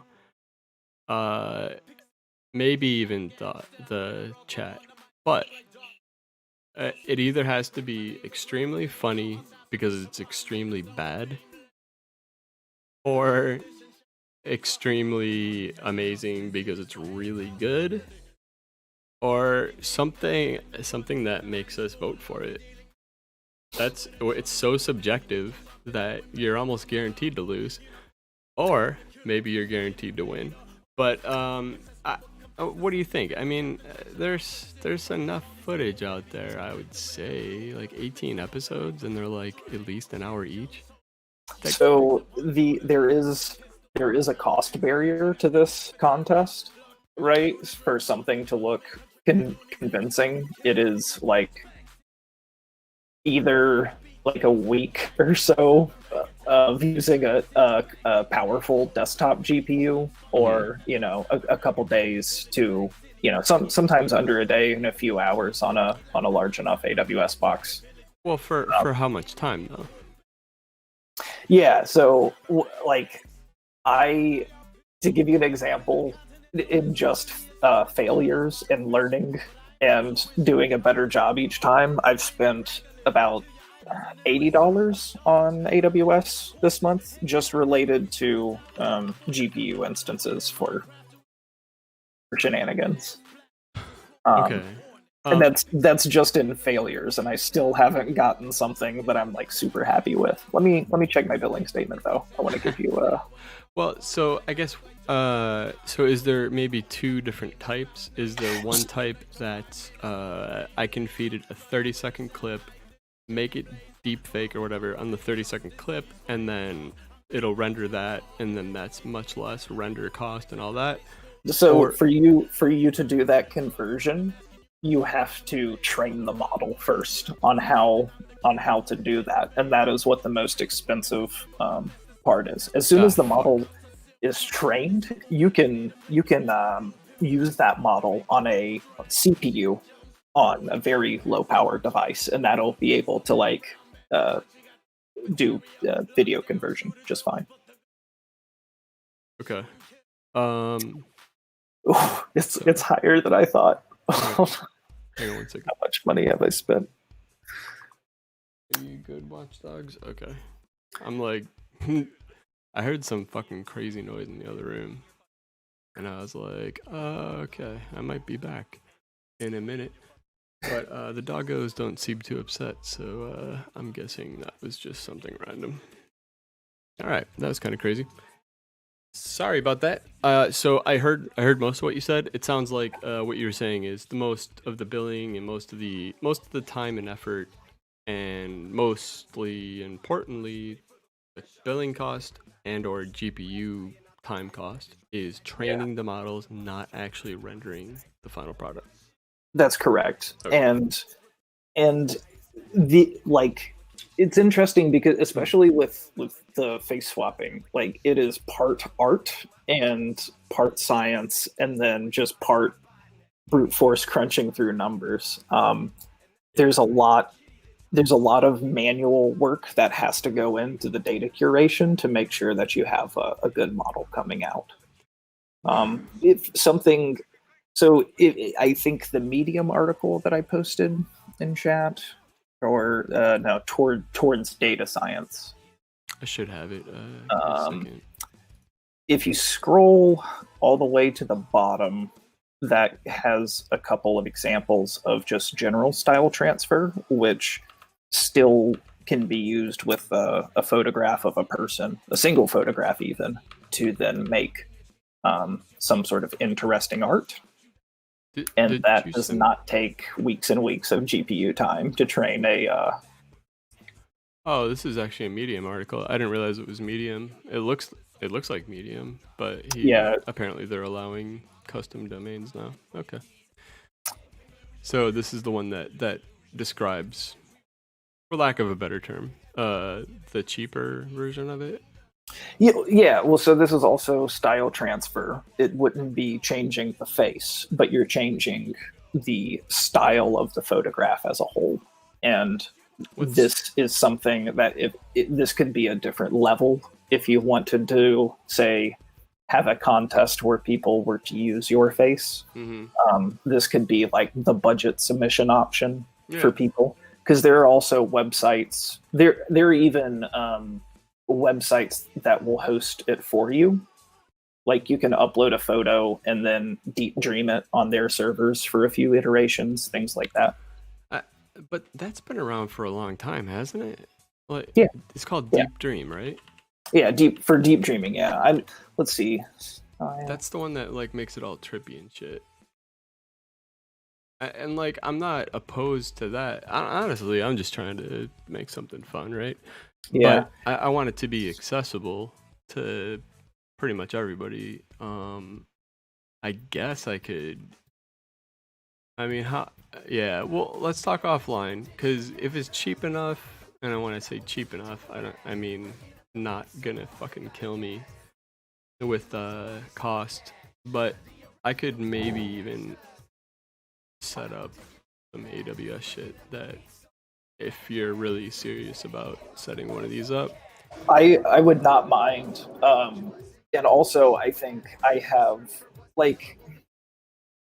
I think realistically, if I had good input data and I only had to do a single run of the train, I could get a really good model for about $50 of compute. Oh wow! So wait, so it's not like a ton. But what I'm saying is like getting to the point and the personal experience for the data input and like the model tuning and the parameters that you want to do, that you want to submit for the training. that's been most of my costs so far, the failures. But now that I'm past those, I think I could do a much better job. Can you give us a general idea of how much in failure you've been charged by AWS? Yeah, so Like this we're talking month in over 1,000? GPU. Yeah, I mean, this month my AWS bill is so far $148, Oh, and $104 of that has been just GPU instances for oh, students. that's not too terrible. Yeah, I mean, like, if my AWS bill is around my cell phone bill, I don't really care what goes on in there, you know? Like, yeah. No doubt. Okay, cool. So, that's not too terrible. When you were saying, no, but that is something that could put it that might put it into the range of being prohibitively expensive for some. absolutely. People. And so I think but it wouldn't for the people that take advantage of Google's $300 credit-free offer.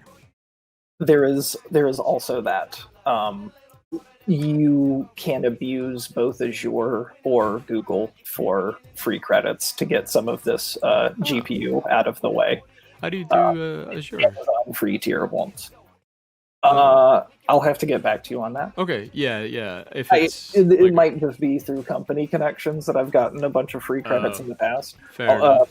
Or like if your company pays for an MSDN license for you, you get Azure credits through that. I wonder if students get credits. Probably, like there's all sorts of way to get free Azure credits. Well, maybe that should be part of the challenge, is getting yourself some free credits. There's also, I mean, yeah. I obviously don't commit any fraud on my behalf. That's not Yeah. what I'm intending. What I'm truly saying is, if you haven't checked out Google's compute, literally they will give you $300 in compute time for free. I do not know if they allow GPUs. I know AWS sure doesn't. But I don't think that they care how you spend that, which is what makes it a more compelling free tier. yes, agreed.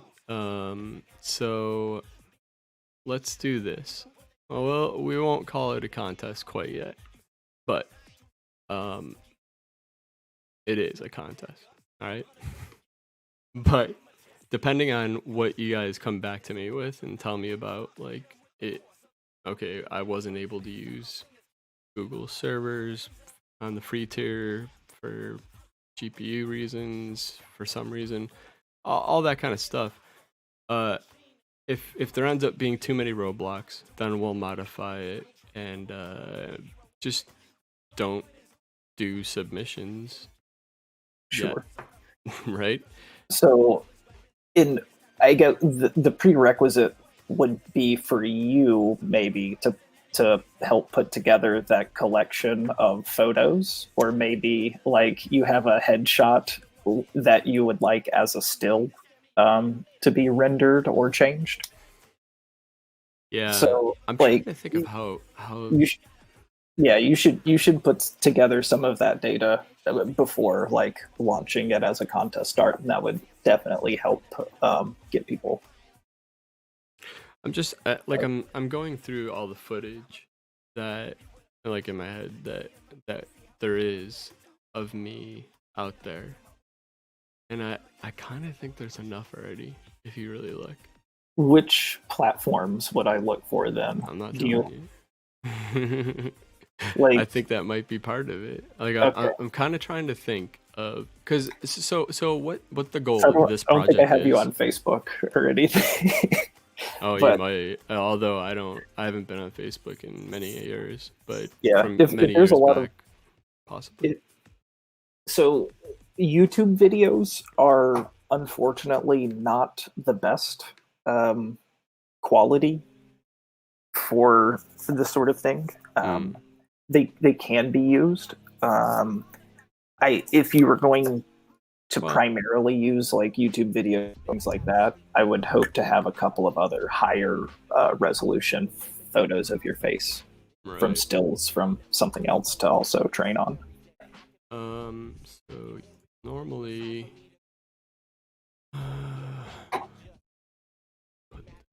there we go. So normally, from time to time, things like this, like there's scenes like this that I do, that I would argue, and I even do it without the headphones on. I would think that this would be the Yeah, this is high quality enough. good feedback. Sorry. You still there? Yeah. Oh, okay. So I would think that this scene would be relatively good-ish, minus the hair being terrible.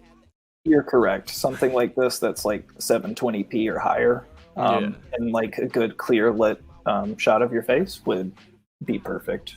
Yeah. So I've broadcasted this out. Oh, we got not Bear that called in as well, so I'll adjust that. But yeah, this is definitely something that I've put out there a few times, and people can look and find it. Although they could honestly just use literally this episode and this right here. I'm using literally movie studio lighting at the moment, so you're in luck when it comes to that. Oddly, it still looks like it's filtered to you, or well, on the Jitsi thing. The fuck? How to record. I know, right?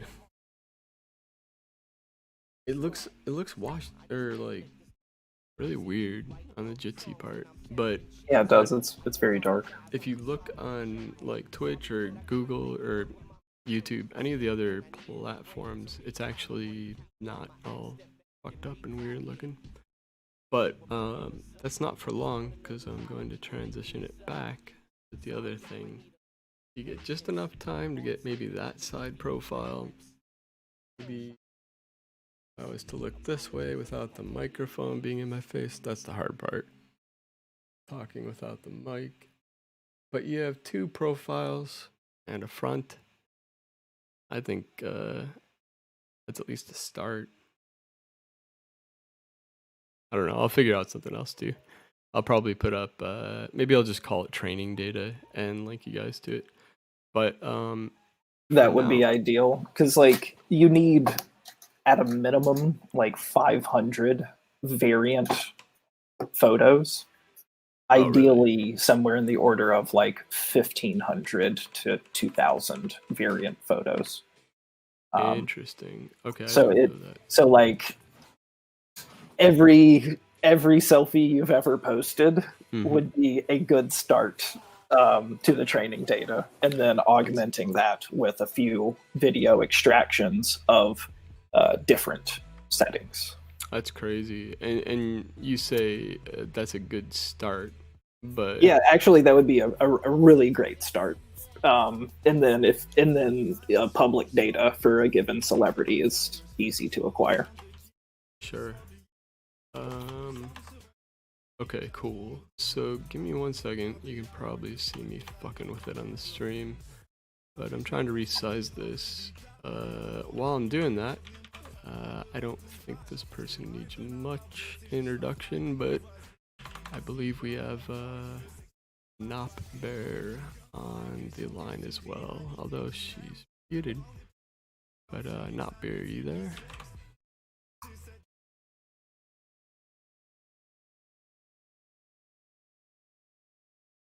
Might be having connection issues.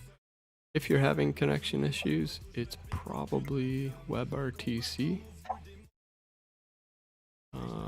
This is a WebRTC based service, so you got to turn off those WebRTC blockers and stuff so that you can be doxxed. No, I'm just kidding, but you do have to turn it off. And I believe Jitsi is cool enough these days that they're actually they're proxying everything through Amazon. I'm pretty sure if actually you could confirm it for me, Pookie, if you want, but you shouldn't be getting any individual addresses. You should be getting like Amazon IPs For what? Sorry. for this call, the Jitsi call. Like, Oh yeah, I believe so. yeah, it's crazy. Like, If you, yeah, after like 3 participants, it goes into bridge routing. oh, really? I So think it might do face-to-face? peer to peer with only 2 people on the call. Really? That's interesting. Yeah, don't quote me on that though. No, that makes a ton of sense. Because seriously, like, if you have 4 or more people, that's a video stream that has to go out to 4 different individuals, and that's actually the reason that I turned my video off originally, is because my upstream is already saturated pretty much usually during these episodes, because it's going to a few different RTMP streams. But I had enough bandwidth that I could handle Jitsi today.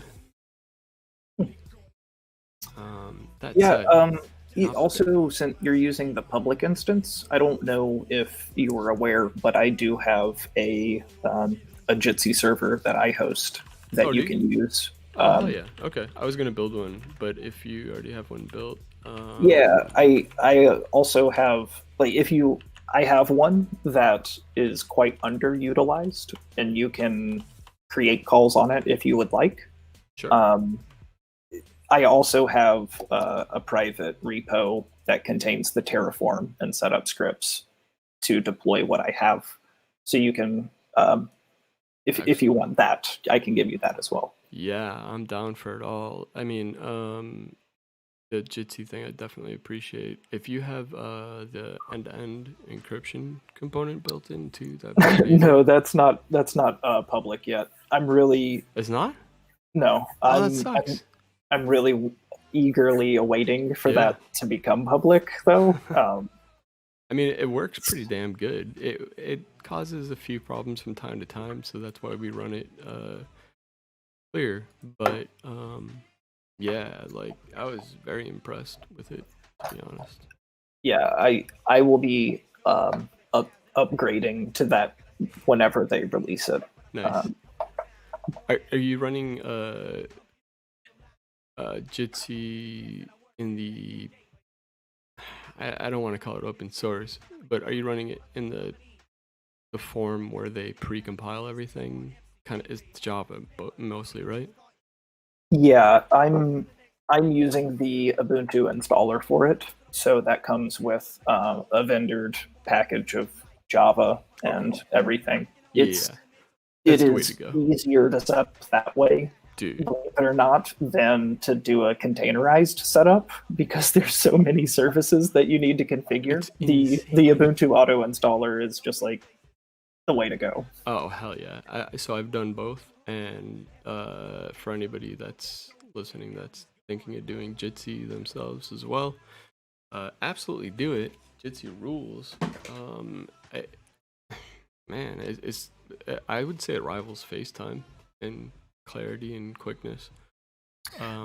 There's only a few bugs, like it is prone to crashing Chrome on Windows machines that do desktop sharing. Through the or browser even? some of the audio sharing from a Chrome tab or desktop can be buggy. Interesting. But for the most part, I've been very happy. For being free, it's exceptional. Can't beat it, right? Yeah. It's amazing. And I mean, even if you don't end up building your own server, like right now, we're on a public server. We're on meet.jit.si, and it's great. You can password the rooms. You can encrypt the calls, so there's zero chance of spying.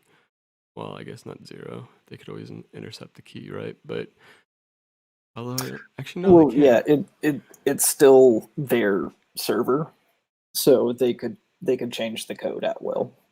Yeah, I guess they could put a shim in to decode. Yeah, true. Which is why, like, hosting your own for a bulletproof solution is just great.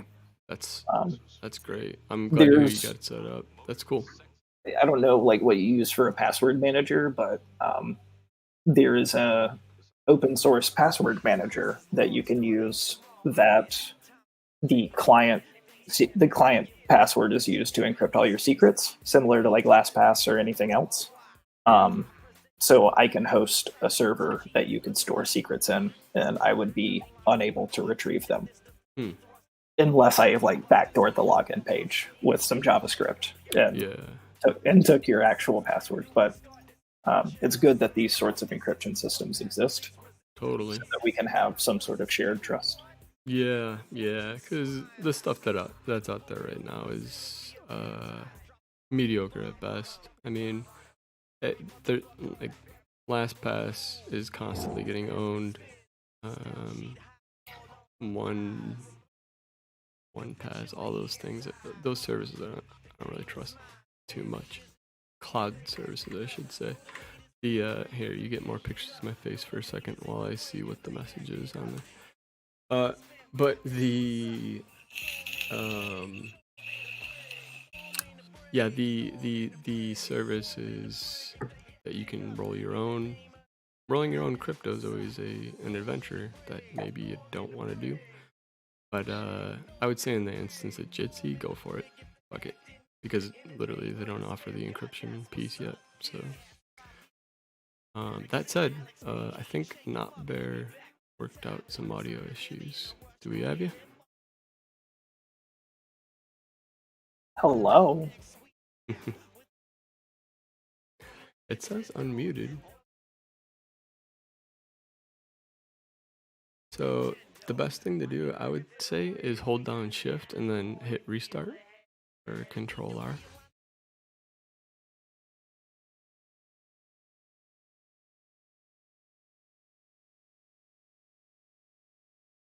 It's fucking somewhere.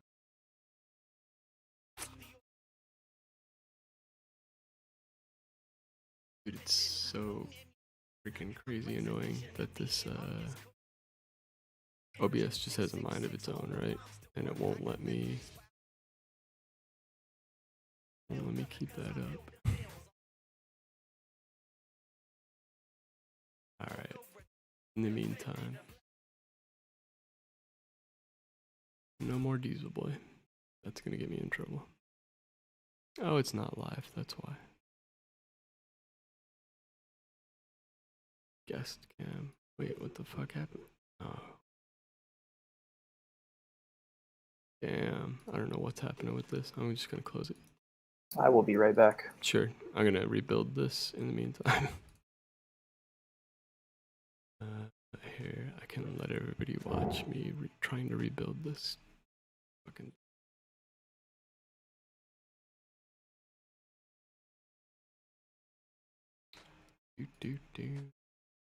That's if I can figure out.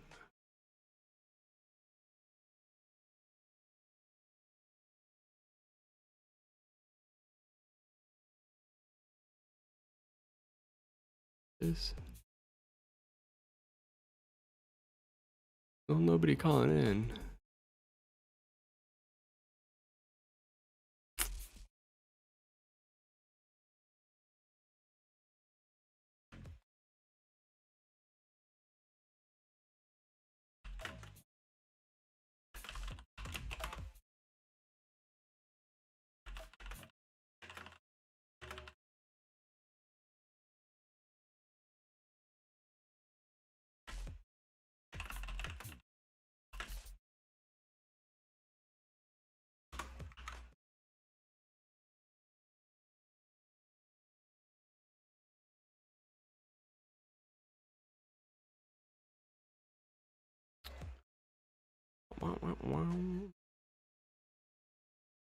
Break text off.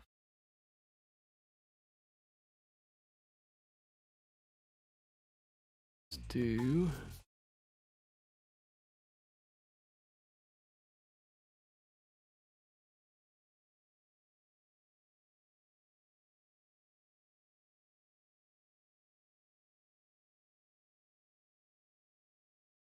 Guess we have to do a window capture. Suck.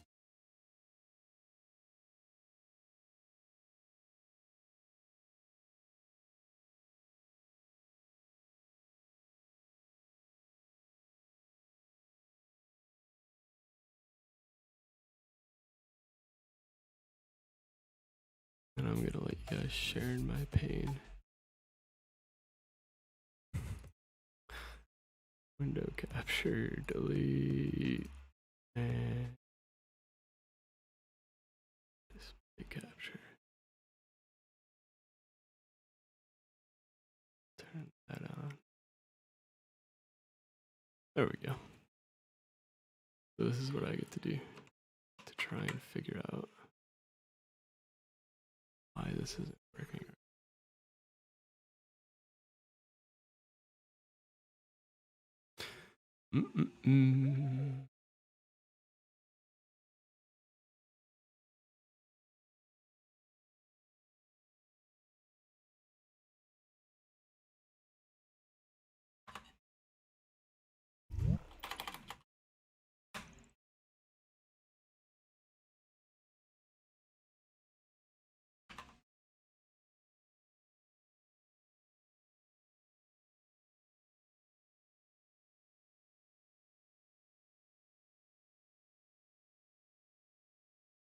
Oh, look at that. Fucking goes away still. Oh, it's enraging. Dude. Alright, well, let's fix this in the meantime.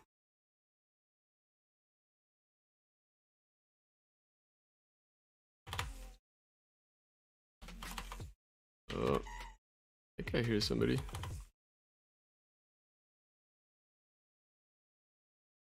I can sort of hear you. You just gotta crank your volume up super loud somehow. I'm not sure how you would do that. But I can definitely hear your voice. It's not audible. That makes sense.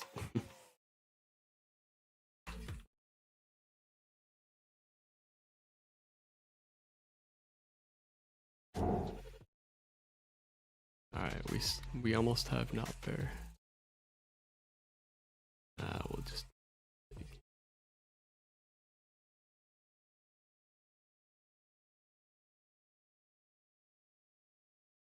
stupid.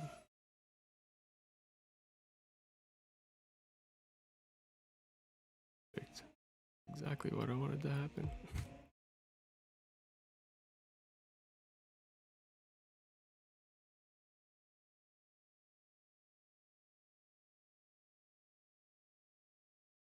These are the troubles, the trials and tribulations of OBS. Holy crap.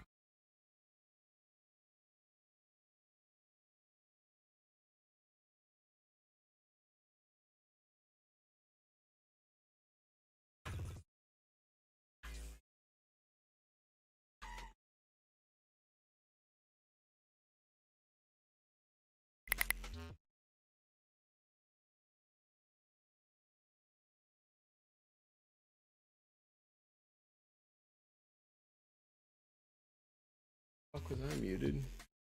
Weird.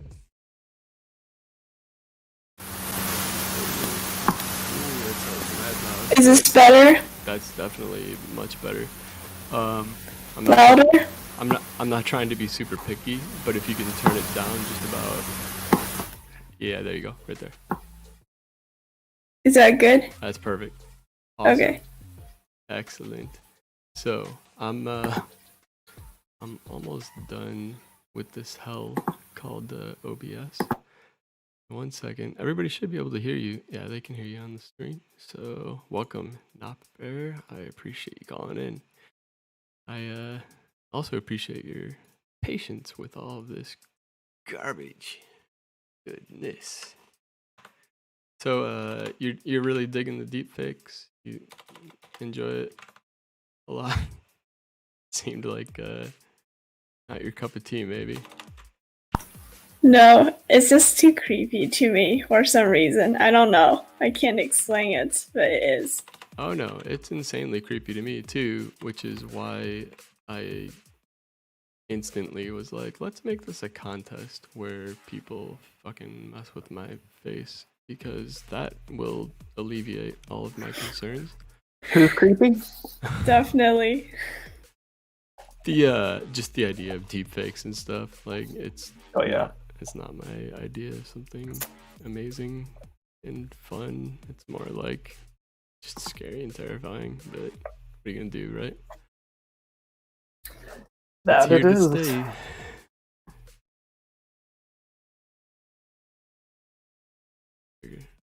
Oh, I guess, yeah, you guys aren't on cam. Huh. Uh-oh, we lost somebody. I think we lost Pookie. Yeah, he'll call back. Wow. So where do you think it goes from here, I guess? Welcome back, my dude. Oh, hell yeah, I get my cam. Sorry about that. Fuck yeah, thanks, dude. Where do you guys think it goes from here as far as just in general? Like the idea of deepfakes and the idea of the whole business. It seems like it's a Pandora's box kind of situation where it's been open. There's really no getting out of it. Yeah. Well, so for me, I think the scariest implication of all of this technology, not just facial generation, but it's quite easy to clone or generate a new voice these days as well. Mm-hmm. And with models like GPT-2 generating domain contextual data is also available. So, like, right now, there's open source projects where you can generate text for bots to talk to each other. They could also speak to each other reading that text in fake voices and have a phone conversation. What? And if you could generate faces for these people and also use other things like NVIDIA's style transfer to just draw high resolution nature backgrounds, you can inject GPS data, and you can have fake people leading entirely plausible fake lives that validate each other's existences on social media. That's like, And then that takes like Russian information campaign to the next level, right? Because then you're no longer easily identifiable Trump bots, but you're something that Facebook would have like no ability to detect almost. yeah, Even if they cared to look like they don't. I know. Yeah, that's some of the issue too, right? Is like who's accountable for this kind of stuff, who cares about it, and who's writing the rules on I don't know what you would call it, like, but I guess it would be who's writing the rules on the war books. Yeah. I mean, at some point, people have to be responsible. Like, you can't rely on Facebook to tell you who is real, who is fake. You just have to be smart about it. So, there's that. Yeah, that's a good point. Some like for the GPT-2 stuff, it's pretty easy to discern and say, yeah, this is still generated by a bot. Mm-hmm. But if you do the Turing test and say, is this like, if I saw this on Facebook, would I be able to discern if this is a bot or a legitimate crazy boomer? And the answer is no in a lot of the cases, if you look at how bad the representative background noise is. And that's what because you're not trying to like convince smart people, you're trying to convince a ton of gullible people. And it's even better if your bot is bad at grammar sometimes. Oh yeah, totally. Like, no, programming in bad grammar is absolutely a good idea. Or if your bot decides to go off on like some different tangent about their cat, like that totally makes sense in the context of a lot of Facebook comments and posts. Sure. Well, there's a reason I don't use Facebook anymore, so there's that as well. Yeah, same here. True. But I mean, like, it's definitely spilling into our little territory of Twitter, like. That's true.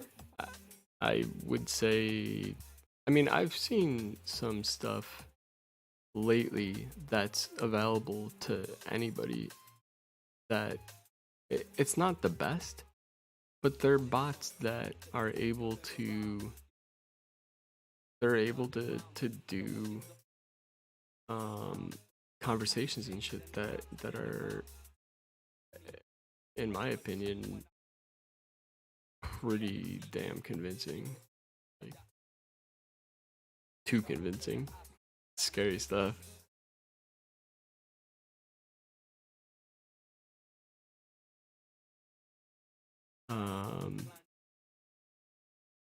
Well, I Yeah. mean, you have to be careful who you're talking to on Twitter anyway, right? I I am think, more careful yeah. these days. I didn't used to be. I used to be pretty careless. Actually, I was extremely careless with it for a while. But I had to stop that because, first of all, I know I was talking to like Markov bots and shit like that. And like you eventually can figure it out for the most part. However, like, and okay, I'll give you examples of that. Like talking to Markov bots, that's like, okay, you got me, whatever, who cares? But when you start talking about like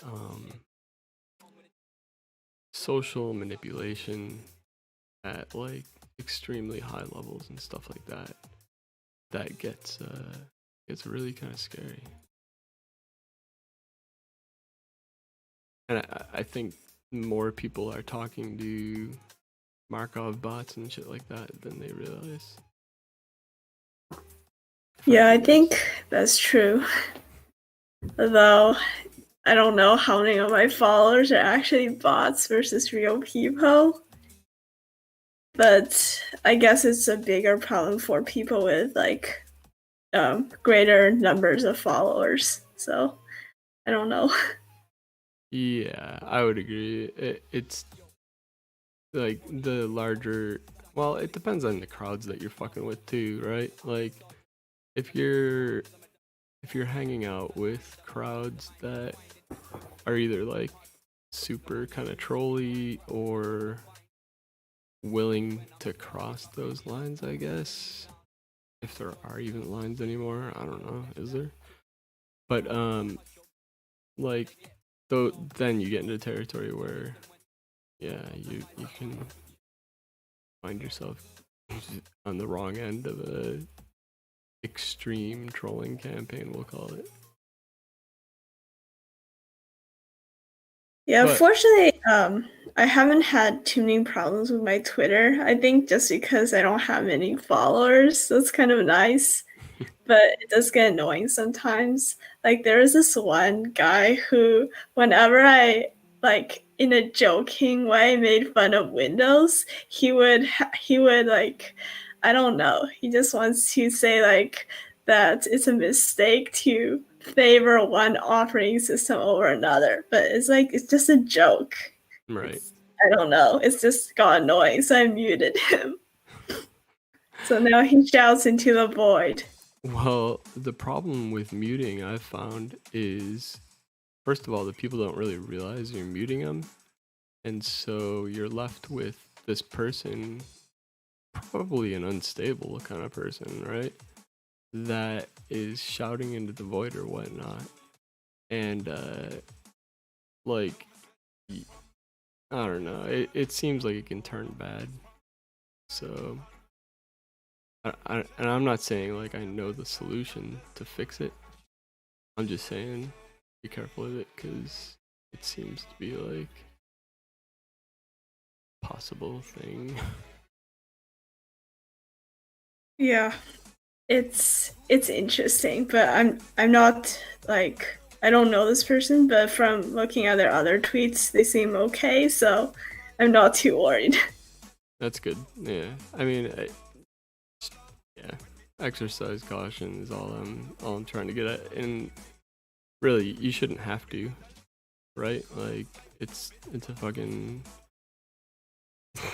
You shouldn't have to be worried. Are you gonna like upset the wrong lunatic?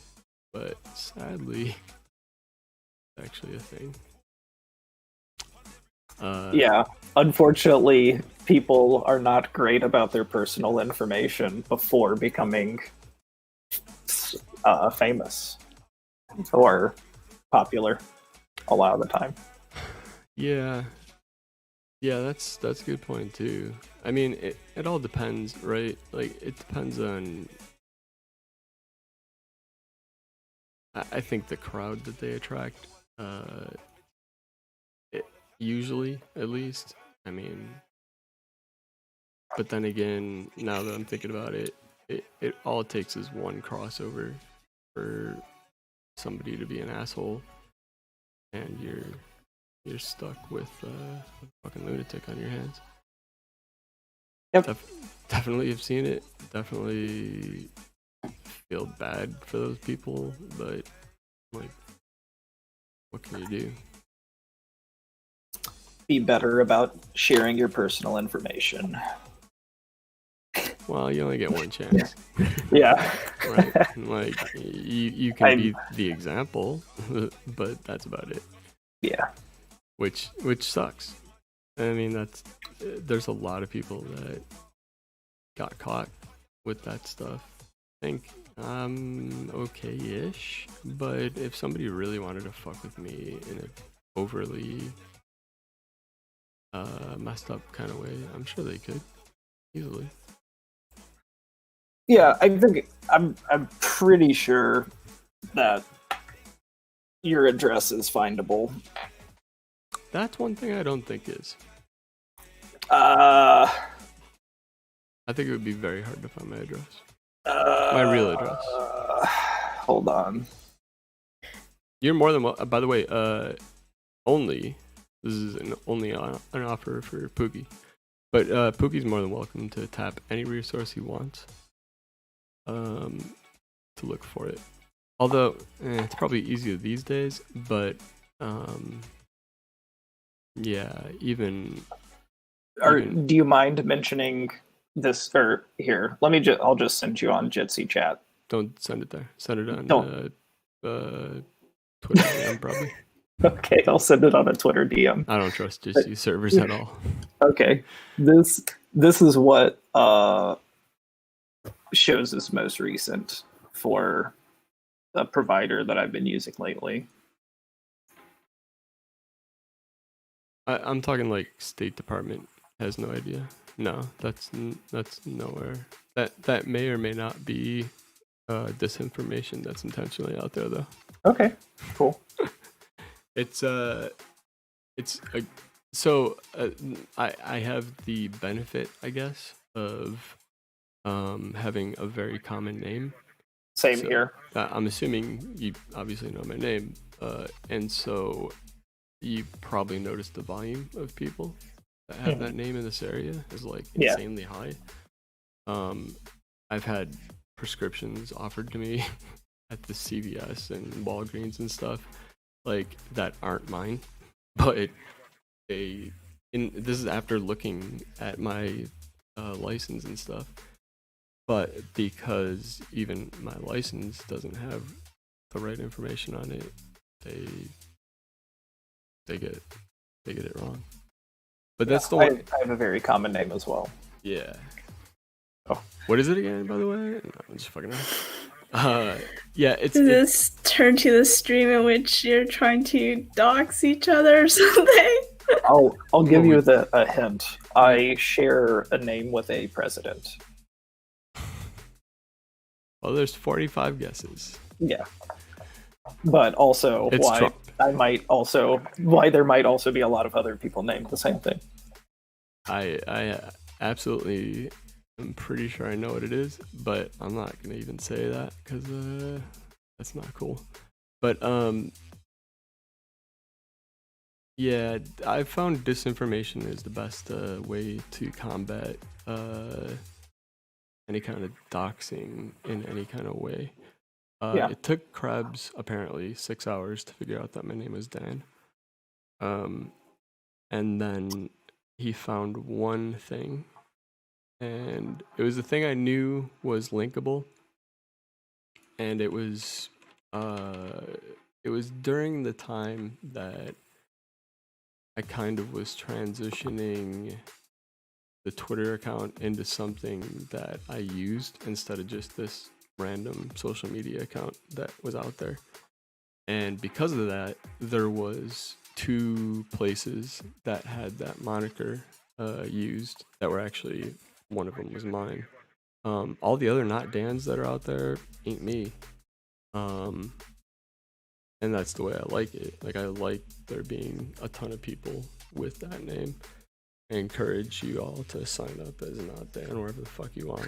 I am not Dan. Yeah, right. Like, that's literally a thing. We are actually. all not Dan. Right. You can't dox us all, Krebs. That's right. Well, and Yeah, so, I my opinion of him really dropped significantly during that whole thing. It was an interesting sort of power trip that he went on, yeah. and because he seems like such an upstanding journalist in a lot of other aspects. And he is. I haven't- Like, I won't diminish his previous work or even his ongoing work. Like, he's a good detective, I guess. But I also, after that, have found that a lot of his information comes from other sources that he's handed. Yeah, he's fed a lot of fed a lot of his information from personal sources. That, and he's done this to other people, like for giving a bad review on his book, and that's literally a tweet that I believe is still up to this day. That he tweeted out this guy's fucking name and address and shit or something like that, which actually I wonder if that's against Twitter toss. I'm pretty sure it is. Yeah, it probably is. I don't know if he was silly enough to fucking tweet his address out too, but I know he at least put the guy's his full name and like his background and stuff.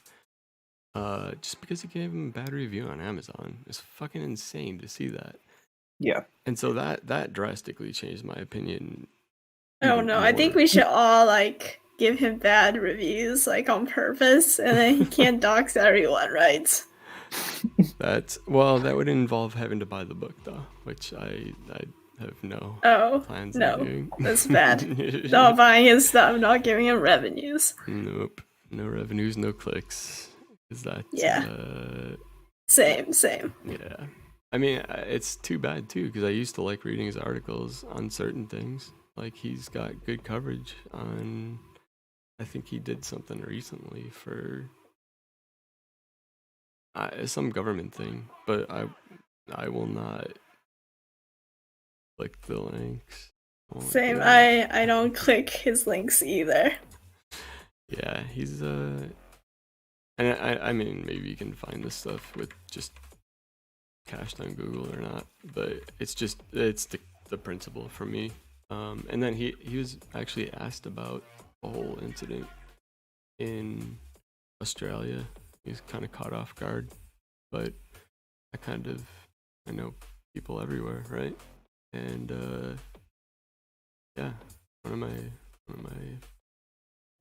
good pals over there got it on tape. Him arguing back that it was justified and that he didn't really dox me. And I agree, he didn't. He technically did not dox me. He tried to get me fired, which is much worse, in my opinion. Yeah, it wasn't doxing, but it was clear intimidation. Absolutely. And it's also interesting considering that he's had to deal with that in the past. So like he does have a very good posture for his information that's out there because he's had to do that from experience as a journalist.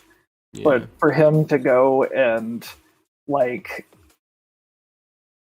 be like, oh, X person is not as much of a ghost is kind of childish. Well, that's not what he said though. The problem is he said, "Hey," and then he says my full name with a link to my LinkedIn. Yeah. He goes, "I doubt your employer would like the fact that you're doing stuff with the media or something like that. And I'm not gonna go into huge detail, but he said the words intentionally, in my opinion, to literally have me fired. And bluntly, it almost worked, but luckily, not only did I have amazing support from pretty much everybody, which was awesome, and thank you guys so much. But my workplace is also not a bunch of idiots, and they saw through the attempt, and you know, everything worked out. Like, I work with smart people. I like my job. I've been there for many years, going on 8. Jesus, Nice. I'm old. Do you guys get a sabbatical? But what's that? Is there any sabbatical program there? Yeah, I'm on a type of sabbatical at the moment, actually. Great. It's more like, I don't know. I won't go into that in this Okay. medium, but anyways, they are an amazing place, and I'm proud to work for them, and it's one of the few jobs that like I value a lot, and Yeah. him I going don't- after that was a pretty fucked up move, and big fuck you to Krubs for that. I don't know too many people that have left. Everybody seems to stick around for quite a while. Yeah, So there's people that either gel with it or don't, and the people that don't gel with it are like, I have plenty of friends that have left, and that they usually end up wanting to come back, and there's a few that have ended up coming back and being amazing, but it's hard to come back, sadly, because it would be cool to get more buddies back, but I've heard It is that good. from some engineers, or I've heard that secondhand of some engineers at Google that are there because like they got acquired and they had to go through like a lightweight interview to keep their job, but they Google- don't feel as though they would make it full through the full Google interview process. Yeah, it's wild. Like, it's notorious. It's, at least in the Bay, it's notorious as being the hardest interview place. A lot of trick questions. A lot of, what somebody had a good term for it. I think it is security trivia questions. Like, how many quarters does it take to stack to the top of the Statue of Liberty, I think, was one of the questions for the longest time. And it's a process that takes 6 months minimum, usually. So if you're out there and you're interviewing at Google, good on you. Keep it up, but just realize it's going to be a long fucking process. It takes a long time to get in there. Yeah. But yeah, good little tangent there. I like going down that road usually, but I'm fine with going down with that in that method. Yeah, but fuck creds. Yeah, sadly. I mean, I wish he would have handled that question in Australia differently. Like, if he had answered that in any other way other than justifying his actions, like, even if he had just said, well, we all lose our cool, that's not This an is- apology. That's not even acknowledging the issue. But just saying something like that would have been infinitely better than saying, well, technically, I mean, yeah, okay, fuck you, shut up. That's ridiculous. This is the day of doubling down. It is, and that's Gotta such stick to your guns. such a horrible trait. I hate that. Like, I admit when I'm wrong constantly, and I'm wrong a lot, and we all are. But I think I stick out as somebody being self-deprecating or whatever. But it's because I'm more likely to call myself out on being wrong than a lot of people.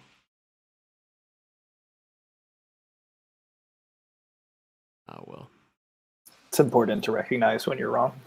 it definitely is. Otherwise, you don't grow. Yeah, and it's important to have a group of friends that'll call you out. Well, because if you don't, you end up with people that are like sycophants, right? Like, who needs that? Let's check chat real quick. We got Subcool, Drank Purple, Unidan. I don't know what that means, buddy. And OPSEC, how's it going, buddy? How are you? What's in my OPSEC is like the biggest fucking riddle in my life right now, I think. Not figure that dude out. Dude or chick? I actually don't know. Or unspecified. It could be non-binary. Yeah, unspecified. There are infinite genders, Dan. Of course, it's a spectrum. Except I am Sexism. also on the spectrum. A different spectrum.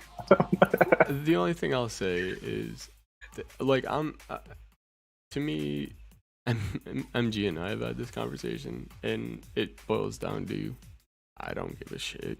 Like, who cares, right? But there are people that are like, oh, there's no such thing as gender, or something like that. And that's not true. Like, that's literally provably false. Only because there's genes that dictate that. There's XX and XY, right? In that regard, scientifically, that's a delineation that you can't ignore.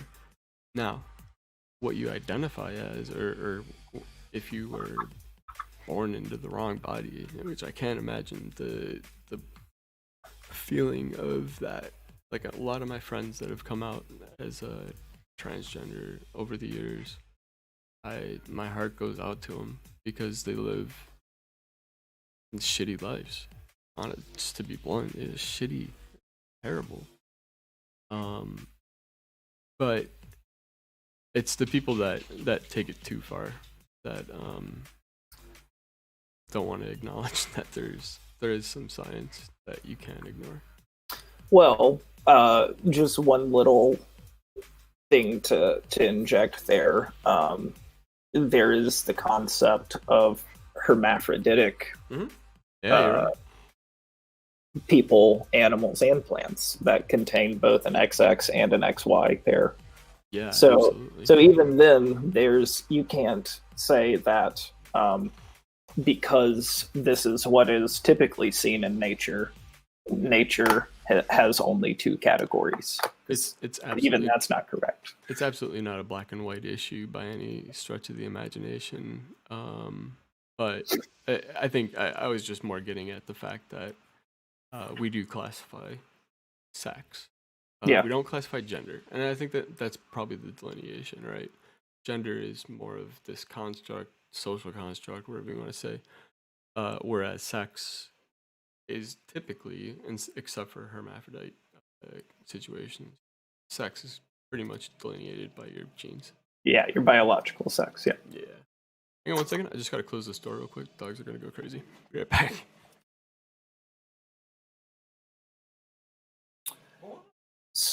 Nop Bear, have we met before? I don't think we have met. Okay. So hello.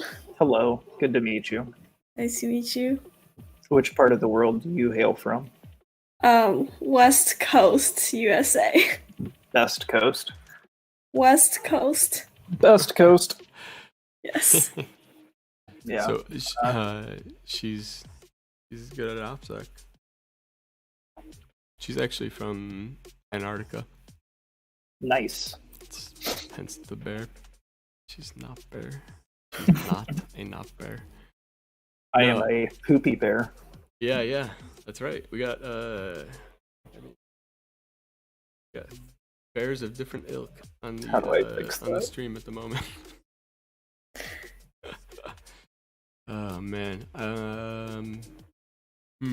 Are you still in the general area, by the way? Are you asking me or? No, not on stream. I'll ask you after. I Okay. think Poogie's okay with it. Yeah. No, I moved to Oakland just before lockdown hit. Oh, okay. So So you, but that's okay. Cool. Yeah, we got to catch up then. Maybe Hoodsec or something like that. yeah, well, they've been doing virtual HoodSec Yeah. meetings. It's okay. Sometimes it's better than others, but It's so tiring though. The lockdown shit. I can't take it. Like Same. Yeah, just- it's terrible. be able to like hug my friends and see them in person. right. And I miss it, man. And like literally, so my other half got home, and like I got excited for a second because I know as soon as the stream's over, I'm gonna go to the dog park and I'm gonna go without a mask. I'm gonna say fuck COVID. There's no such thing. It's made up. The bats have made it up. Put it on Twitter. No, actually, government bats. government bats. Well, I mean, they're all pigeons and bats are the same thing, aren't they? Pretty much. I mean, I'm a scientist, so I know these things.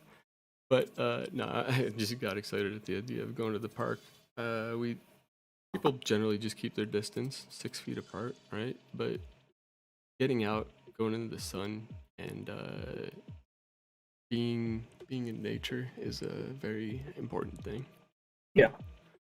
I was going to ask you how you were doing amidst all of this, but I didn't want to like take things into a potentially depressing direction. Everything in my life is depressing, so don't worry about that. It's odd.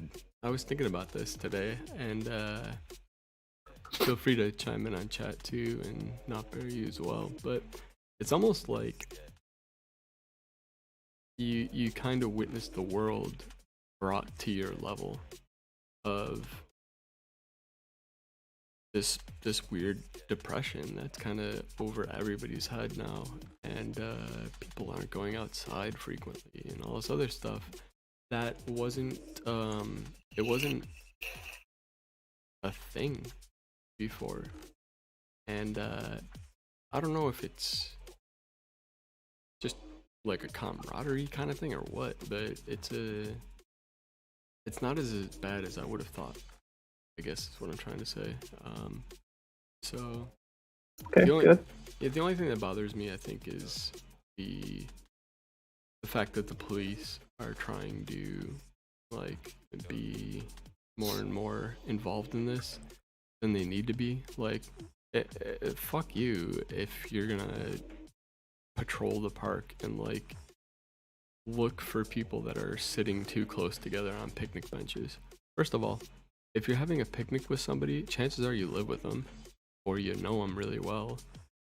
But that's a thing that I heard is literally happening around here, and like I don't doubt it for a second. And that's not America. That's like Nazi Germany, and I know a lot of people took issue with Elon Musk and all of his stuff and calling things fascist. But tell you what, you read the headlines and what we're doing right now, virus or not, some of the actions that we're taking very much look fascist in my eyes. Yeah, I think it's like important that people don't go like too far and do things that are unnecessary, I think. Yeah. But I think luckily here there hasn't been much enforcement at all, so at least for the time being things are okay. That's good. But also I don't know the situation like in the big cities itself, so I'm not sure. The area that I live in, the police are bored. I would say police in California are generally pretty bored, except for maybe Oakland and like downtown San Francisco. They're bored here too. What's that? They're definitely bored here as well. Oh, okay. And they're bored for the same reason. I'm assuming they're bored here, which is they're not doing their job. They're fucking around doing other things instead of responding to the actual shootings that they should be responding to. Yeah, some counties here, like the sheriff say they will not enforce stay-at-home order, which is nice. Like I know where to go if I want to go somewhere. Yeah, that's But good. yeah, The but stay-at-home people get angry. Yeah, I'm angry about it from a constitutional perspective. You know, my other half got on me about this. He's like, you're being anti-authoritarian or whatever, or you're just doing it because you don't like it's inconveniencing you. And my answer to that was no, that's definitely not the case. Yes, I'm very much oppositional, defiant, disorder, or whatever the fuck you want to say. But I also, like, I stick up for rights that are given to us by the Constitution. And I'll tell you right now, if you were to tell somebody that was in World War II that you were being forced to wear a piece of clothing, especially somebody that might be over in Germany or one of those European nations. I don't know. I guess they are doing it over there, but to me, that rings some bells of some other things that happened during that time that weren't so cool. Are people being marked like they were back then? No, but the visual imagery is still there. The reminders are still there.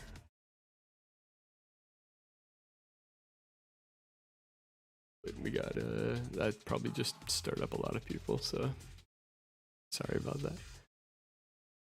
Yeah, it's definitely a very unfortunate situation. It sucks. And you know, another thing that I really think is true is it was massively overblown, and for the right reasons, right? Like right intentions, but I think it was overblown. I think the numbers are totally wrong and overblown. We're starting to see the truth and stuff come out, and the people that dug in so hard about this they're gonna double down, right? They're not gonna listen. They're gonna come up with their own truths and their own numbers. But when I see logarithmic graphs being used to describe spreads of something that's quantifiable and chartable in a real way, that tells me that there's a lot of manipulation happening through numbers, and I fucking hate when people use math to lie. I hate it.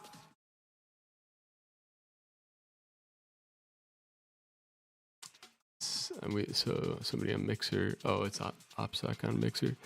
You know what I hate the most is people on the internet telling me to stay home. I haven't been outside my property for 3 months. Stop telling me to stay at home.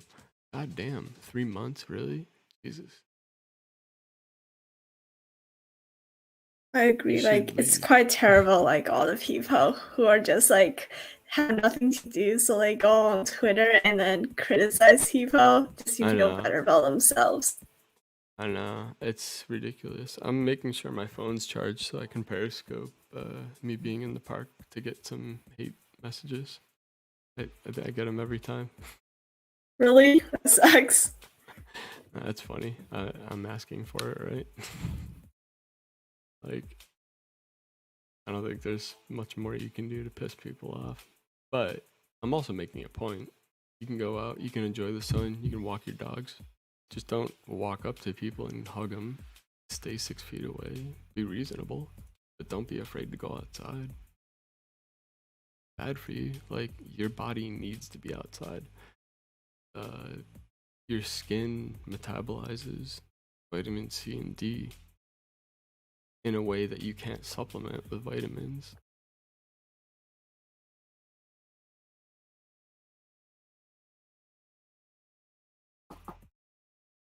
Wait, what? About the lines? They had the shop 3 months ago. I'm never going to that shop again. They had lines all over the place, but nothing saying what lines meant. Oh, are you talking about the squares that they're putting up everywhere? they had those at Lowe's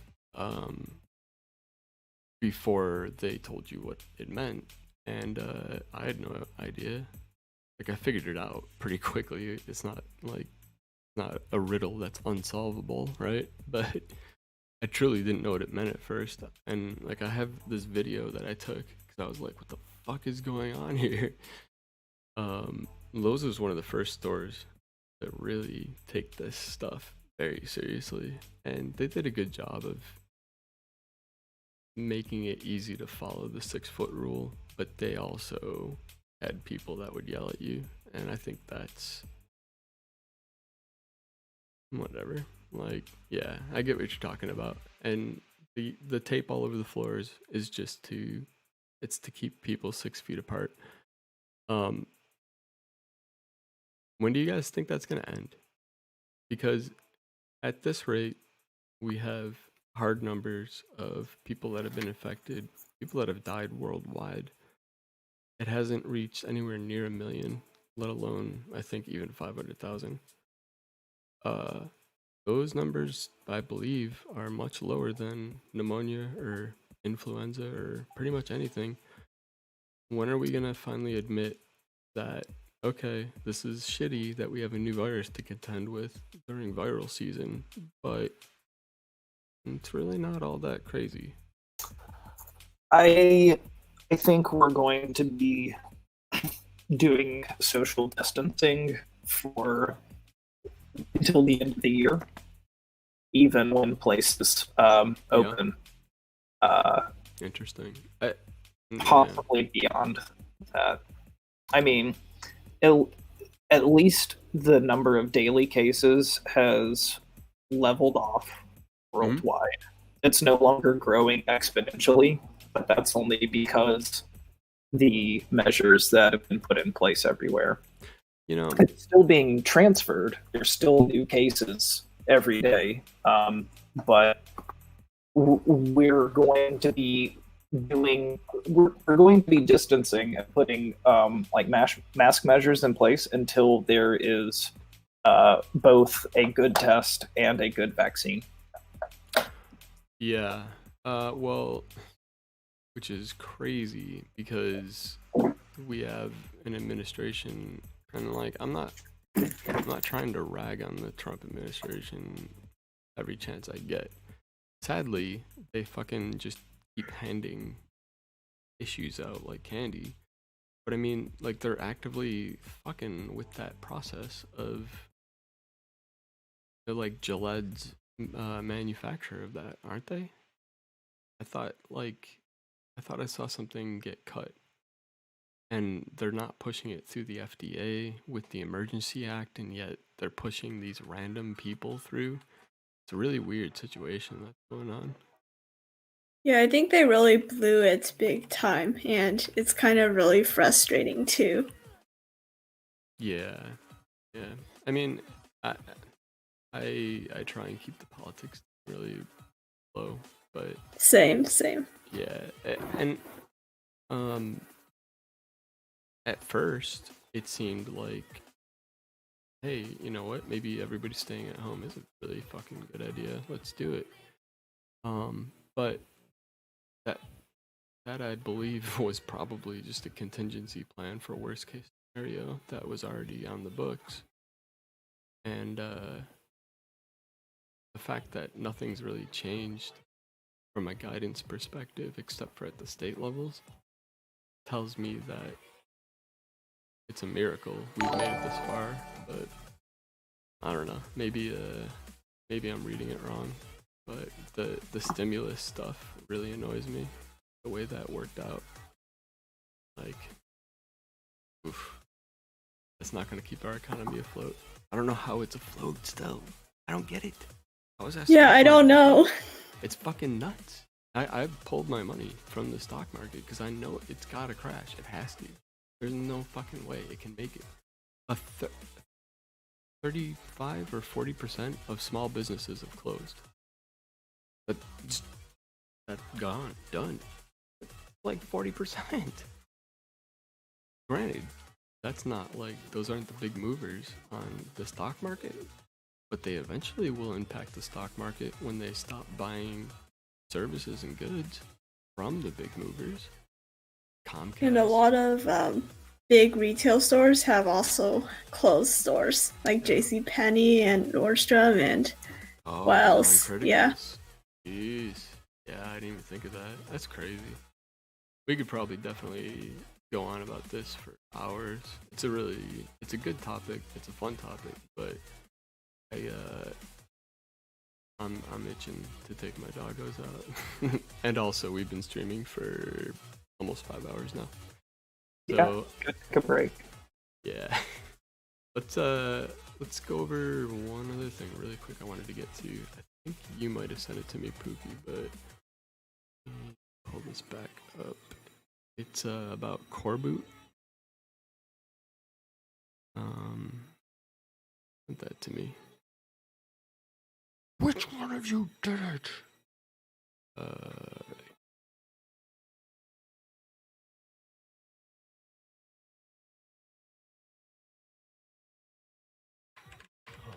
Eat OBS.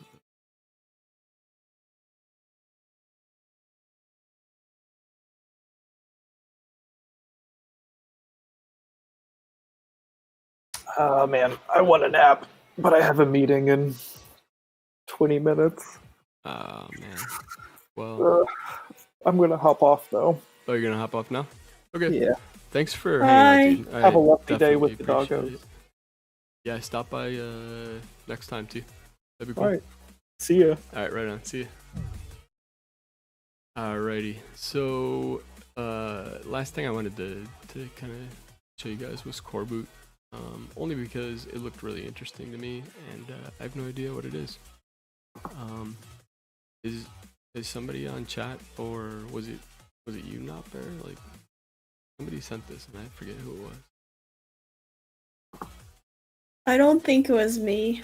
Okay. I don't know who it was. Yeah, it might have been Upgrade Solution. But anyways, so it's open source firmware. It looks like it's generic though. Like it can be used for any project, which seems fucking crazy. Linux BIOS. Huh. By the Seems way, cool though. yeah, it's definitely interesting. I would check it out. Did anybody buy a Pine phone, by the way? We were talking about that too. And somebody got their Pine phone apparently, but when I looked at it, it said it was still being developed or some shit. So I'm curious story on that. You didn't end up picking one up, Notbear? No, I didn't. No. I spent my money on other things. Whoops. Yeah, luckily, I mean, it's really cheap, but cheap's relative, I suppose. I usually kind of splurge on goofy shit like this, but Pine phone, it's like the open source, but it runs Linux instead of Android or iOS. But it's $150, which, in my opinion, is pretty cheap for a phone. But it doesn't look like it's in production.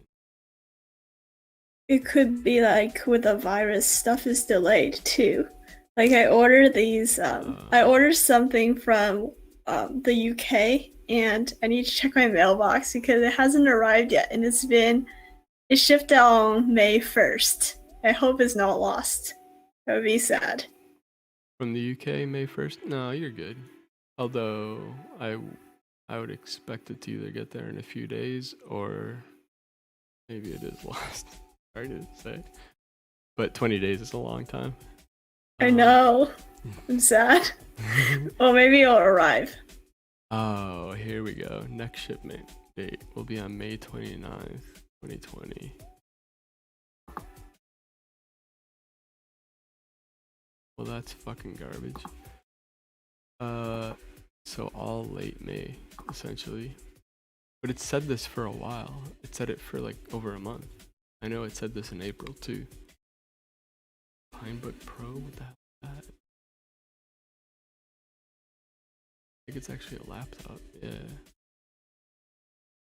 Man, I hope I didn't buy the wrong thing. I'm sure you bought the right thing. It just takes time to arrive, I guess. You know I'm still waiting for some t-shirts to come through on Teespring? Wow, that's a long time. It's a really long time. It's I designed those shirts at the beginning of May or the beginning of April. It's Wow, 2 months. that's a long time. It's insane. Absolutely nutty. But yeah, so if you're one of the few that got stuck with Teespring and their slowness, I apologize. I wish I could push them to do something differently, but I think what happens is they don't keep any shirts or anything on stock, like blank shirts. And then if they get an order for something, they buy the shirts come, they silk screen them, and then they ship them out. And I think that's what's fucking everything up. I think it would be kind of cool to learn how to like do your own shirts. Yeah. I bet the stuff wouldn't be that expensive, like the machines to do it and stuff. I don't know. It's not. It's actually really easy. The problem is it's technique and like, so if you've ever seen silk screening before, I think they have it on this site. Like they show the process. It's like a regular silk screening shop, but that means that they have to take this, basically just a piece of paper. They cut out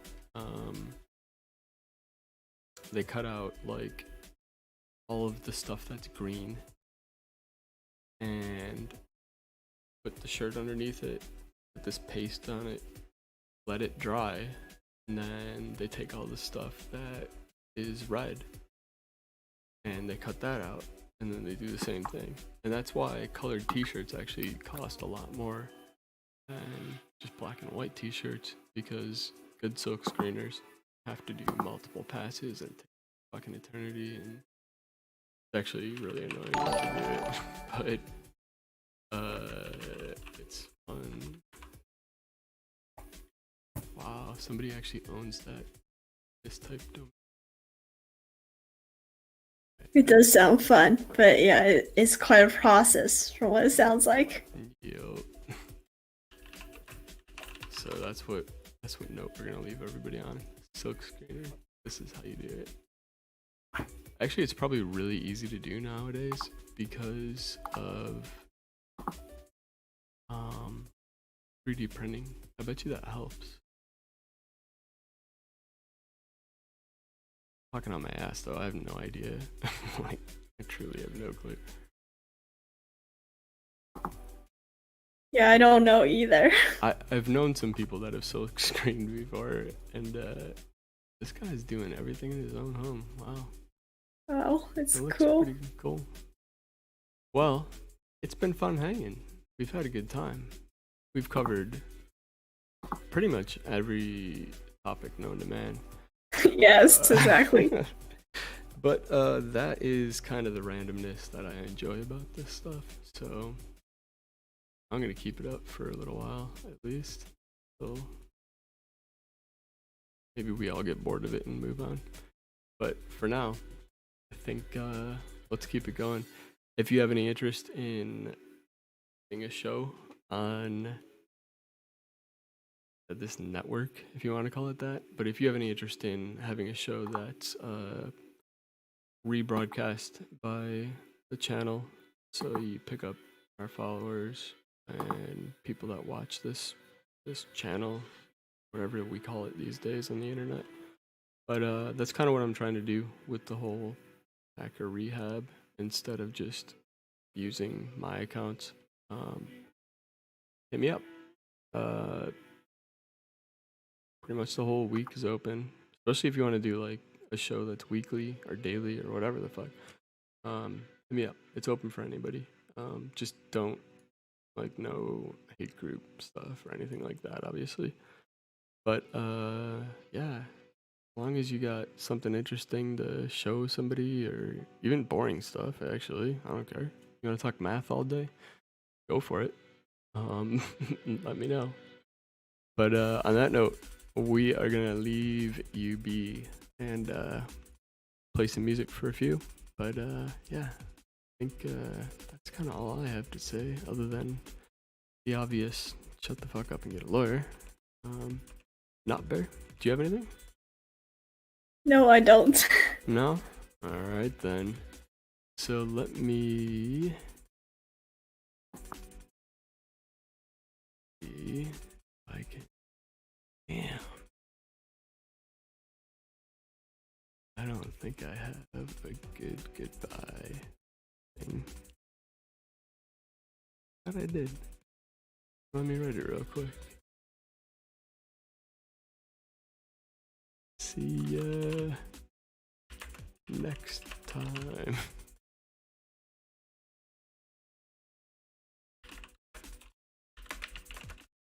You gotta love that air.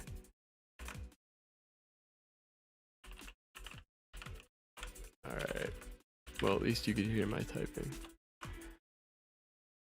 And fade. Peace, guys. See ya. Not Bear. We'll see ya. See you.